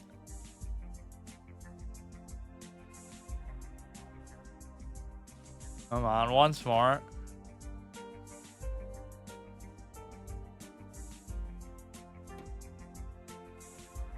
Or they can't decide, really, whether they want the draw or not. That's the thing.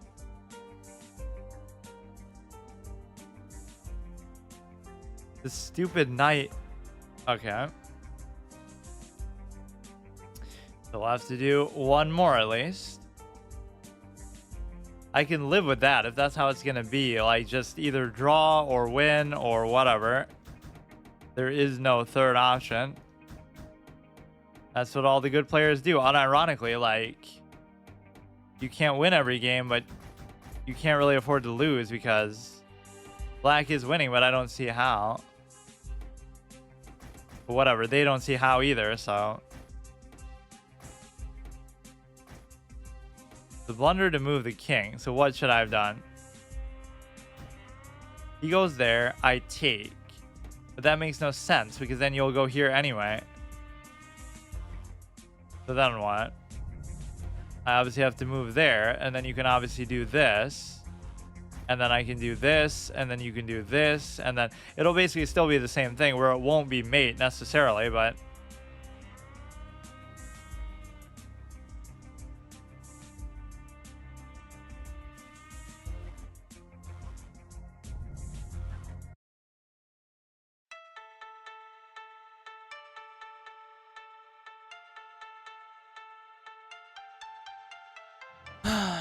$1,300 exact.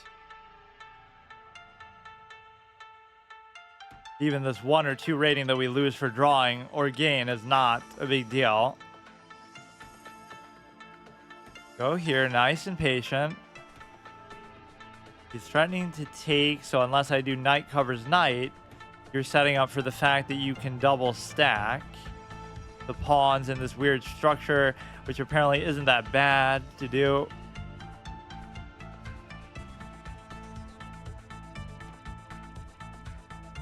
I mean, I almost feel bad for not doing the knight covers knight, but I guess it's okay. We'll go like that, and we'll ultimately trap it with the horse, get our grand revenge for him pinning us down. It's a very favorable trade, so he just didn't have the stomach to follow through with what he was doing. You could have double stacked my pawns, but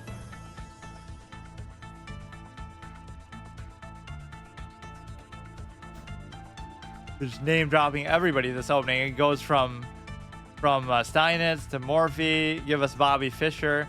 I don't think there's any opening named at, no, I mean, there's like Fischer variations, I think, but there aren't too many openings that I've seen always that name Bobby Fischer specifically.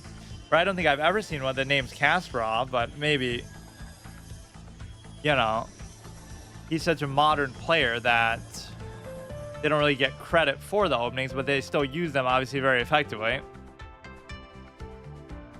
I've seen Carlson's name in a lot of them, or in some of them, but I don't, yeah, I feel like I've never seen Gary's name in an opening.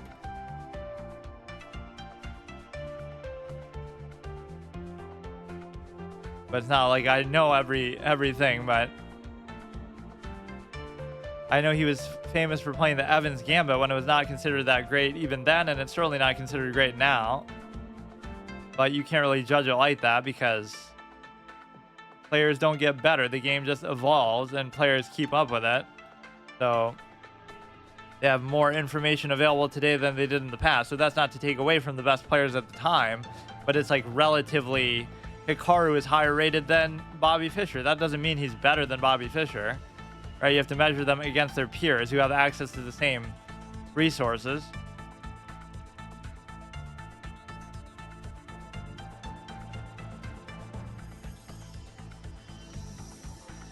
A lot of people are on the bandwagon of Magnus like he's the best player ever, which is a very fair possibility. It's just, I don't know if I would say it with such certainty. I don't know what a move like that does besides just connecting the rooks, I guess.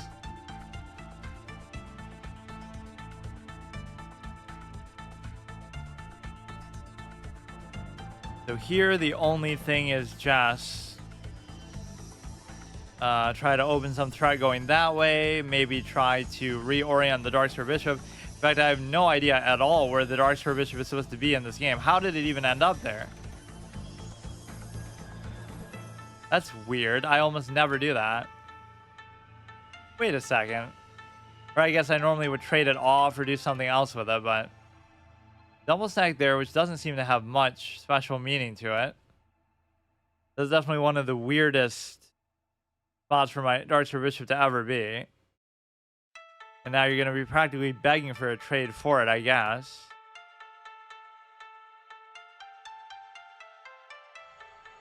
He's brought that out, which doesn't actually do anything at all.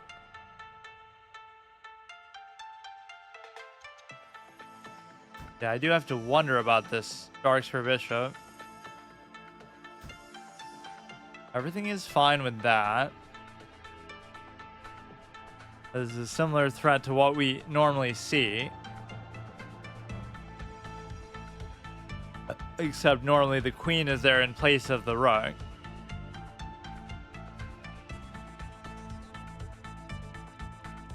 I feel like my commentary is not as instructive lately because I have been trying to avoid saying what I'm thinking or what I'm trying to do. I would really go into pretty great detail before, but maybe that's why I was losing, because I was wasting too much time. And of course, people are sniping me and copying my ideas or whatever. There has been a clear difference that it's made, so I can't deny that that could be a factor.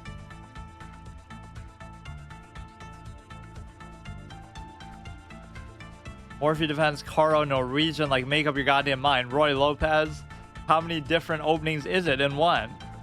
These are all supposed to be different things, aren't they?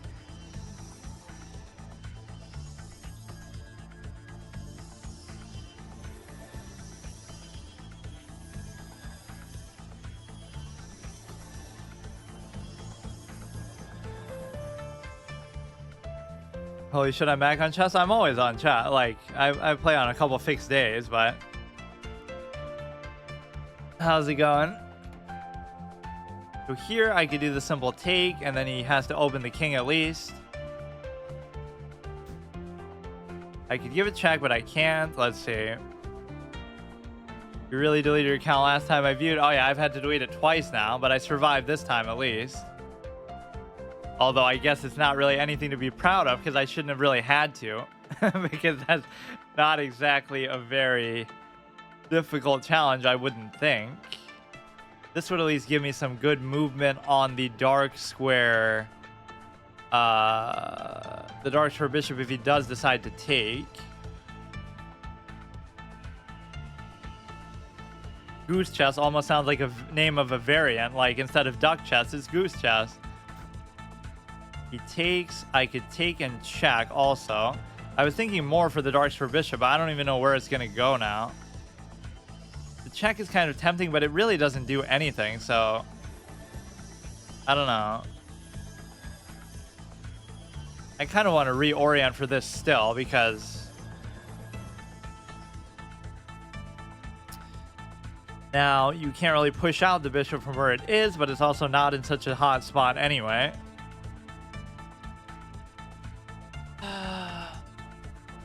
Attacking that's always a good excuse to double stack. And then...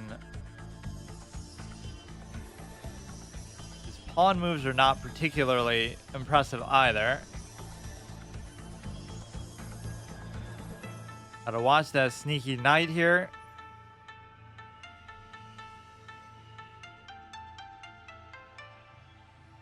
I did a first playthrough permadeath of that spell chess. I'll play until I lose, and then I lose the first game. Because I understand how the ice things work, but I didn't know how the jump thing worked.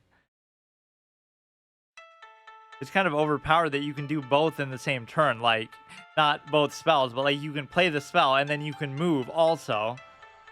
Like, you should have to give up your turn to be able to use the spell. Maybe then it wouldn't feel as useful, really, but... You can give a check, but it doesn't really do anything. Let's see. That's just a free take. Can't take it. You can't do anything. I still have that check available. I'd rather check and maybe trade. I always feel like I'm at an advantage that I want to trade the queens, but I'm really not. I'm only +1, and I just got there. Like, maybe just my positions are sometimes a bit cleaner than theirs, but... I'm so overly eager all the time to trade something.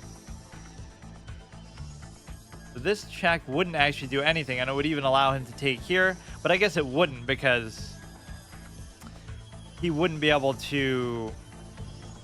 Obviously, he'd have to escape the check first. Let's just do it anyway, but I'm not, like, super happy about it.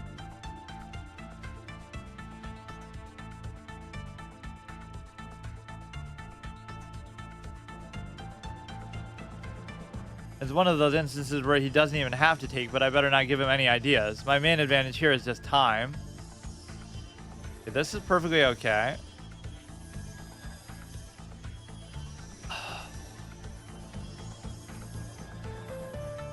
Attacks the rook, which is fine with me.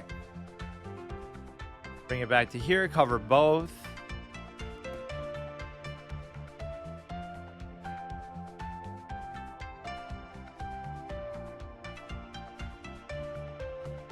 So the bishop could pose a double threat there. We could double stack. I like these kind of games where it doesn't really feel like you're winning by much, but I'm still going to find a way to do it. Or at the worst, I could somehow get a draw out of it, but then it's going to come down to some stupid end game that I'm going to get pissed at because the knight is just so annoying or something. Now, this is kind of annoying actually itself. Let's just create this. You shouldn't really have enough threats to... Or, I mean, enough ways to cover it, but I guess you could use the king too. He takes the pawn, I take back, double stack, but it's going to be very hard to protect that one then, I feel like.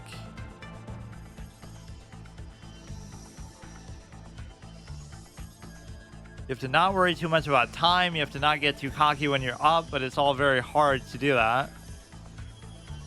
Like, really, if I played the same way when I'm up as I do when I'm down, that would obviously be much better, but...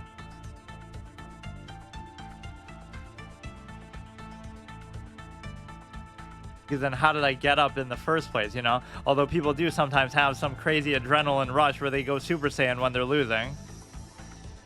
Which is kind of weird. It almost just reorient, change the color of the squares here.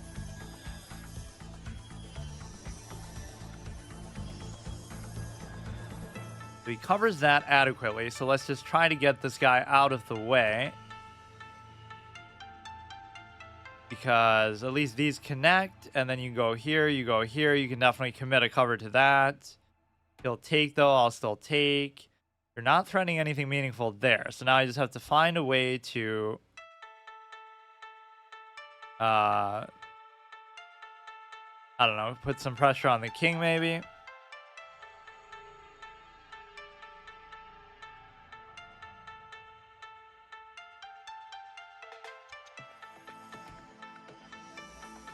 Comes there. What would that do if I did take? You'd be threatening there, but I don't think it would matter too much. Wish I could go Super Saiyan instead of tilting 100 points. Or this could end up trapping my thing. Let me calculate it a little more. He is forced to go, or he could block, but that would be fine with me too. What if we go like this, actually? I don't know what I'm doing now. I'm just kind of doing random stuff.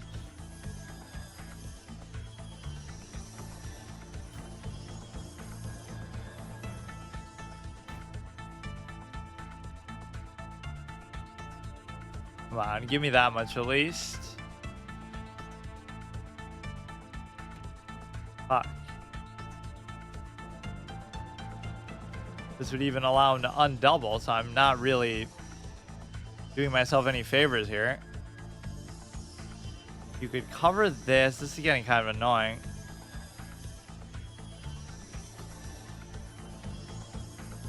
Isn't this like very hard to stop? Because he would come there.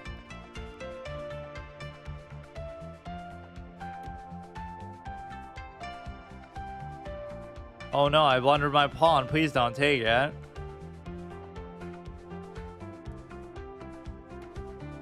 Fuck's sake. Well, actually, it still ends to the same thing. I can cover it like this.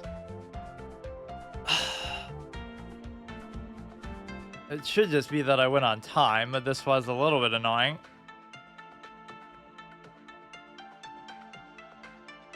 Just don't choke away the pawns. That should be good. I wouldn't really even want to take that, or maybe I still would. He's covering that. Go here. I'd love to double attack this, which I actually could still do. None of his checks are going to be too meaningful.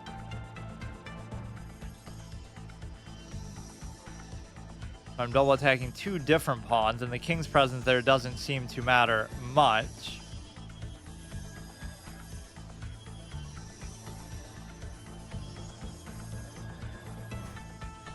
Gives a check. That doesn't really seem to do anything.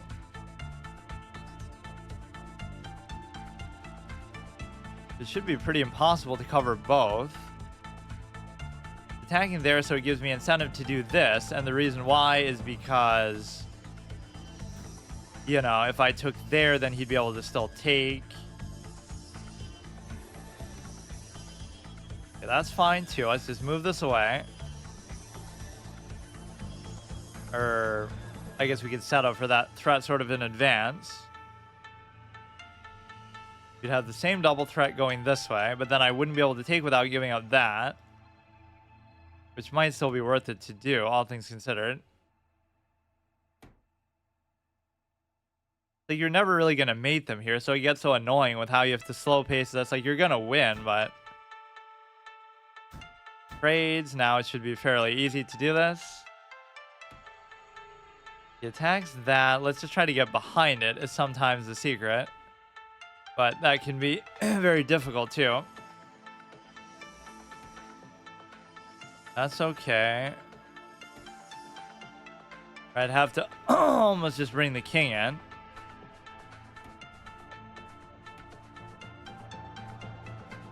He's going to bring his king in, too.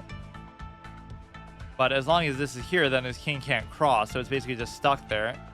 Or even doing this could be good, but I maybe have my doubts, because how will you be able to stop both of these on both sides? I make it look actually a lot worse than what it is, because I just want to trade down and oversimplify, which can sometimes really get me in trouble, but I guess it's okay. Give a check here. 11 seconds left. Just don't stalemate. Strong rook ending play. Thanks. So here we'll have the cover. No, it's not going to be a stalemate. Do this. Do this. Okay, that's good enough for today. So I went undefeated. I drew every game, or I won every game, which is surprising.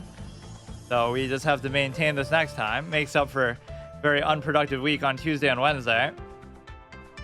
I don't know if I have energy to do my next series, though. I hate skipping it twice, though.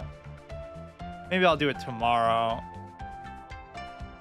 Yeah, it's like chess is stealing away all my other things. I don't have enough time for anything else.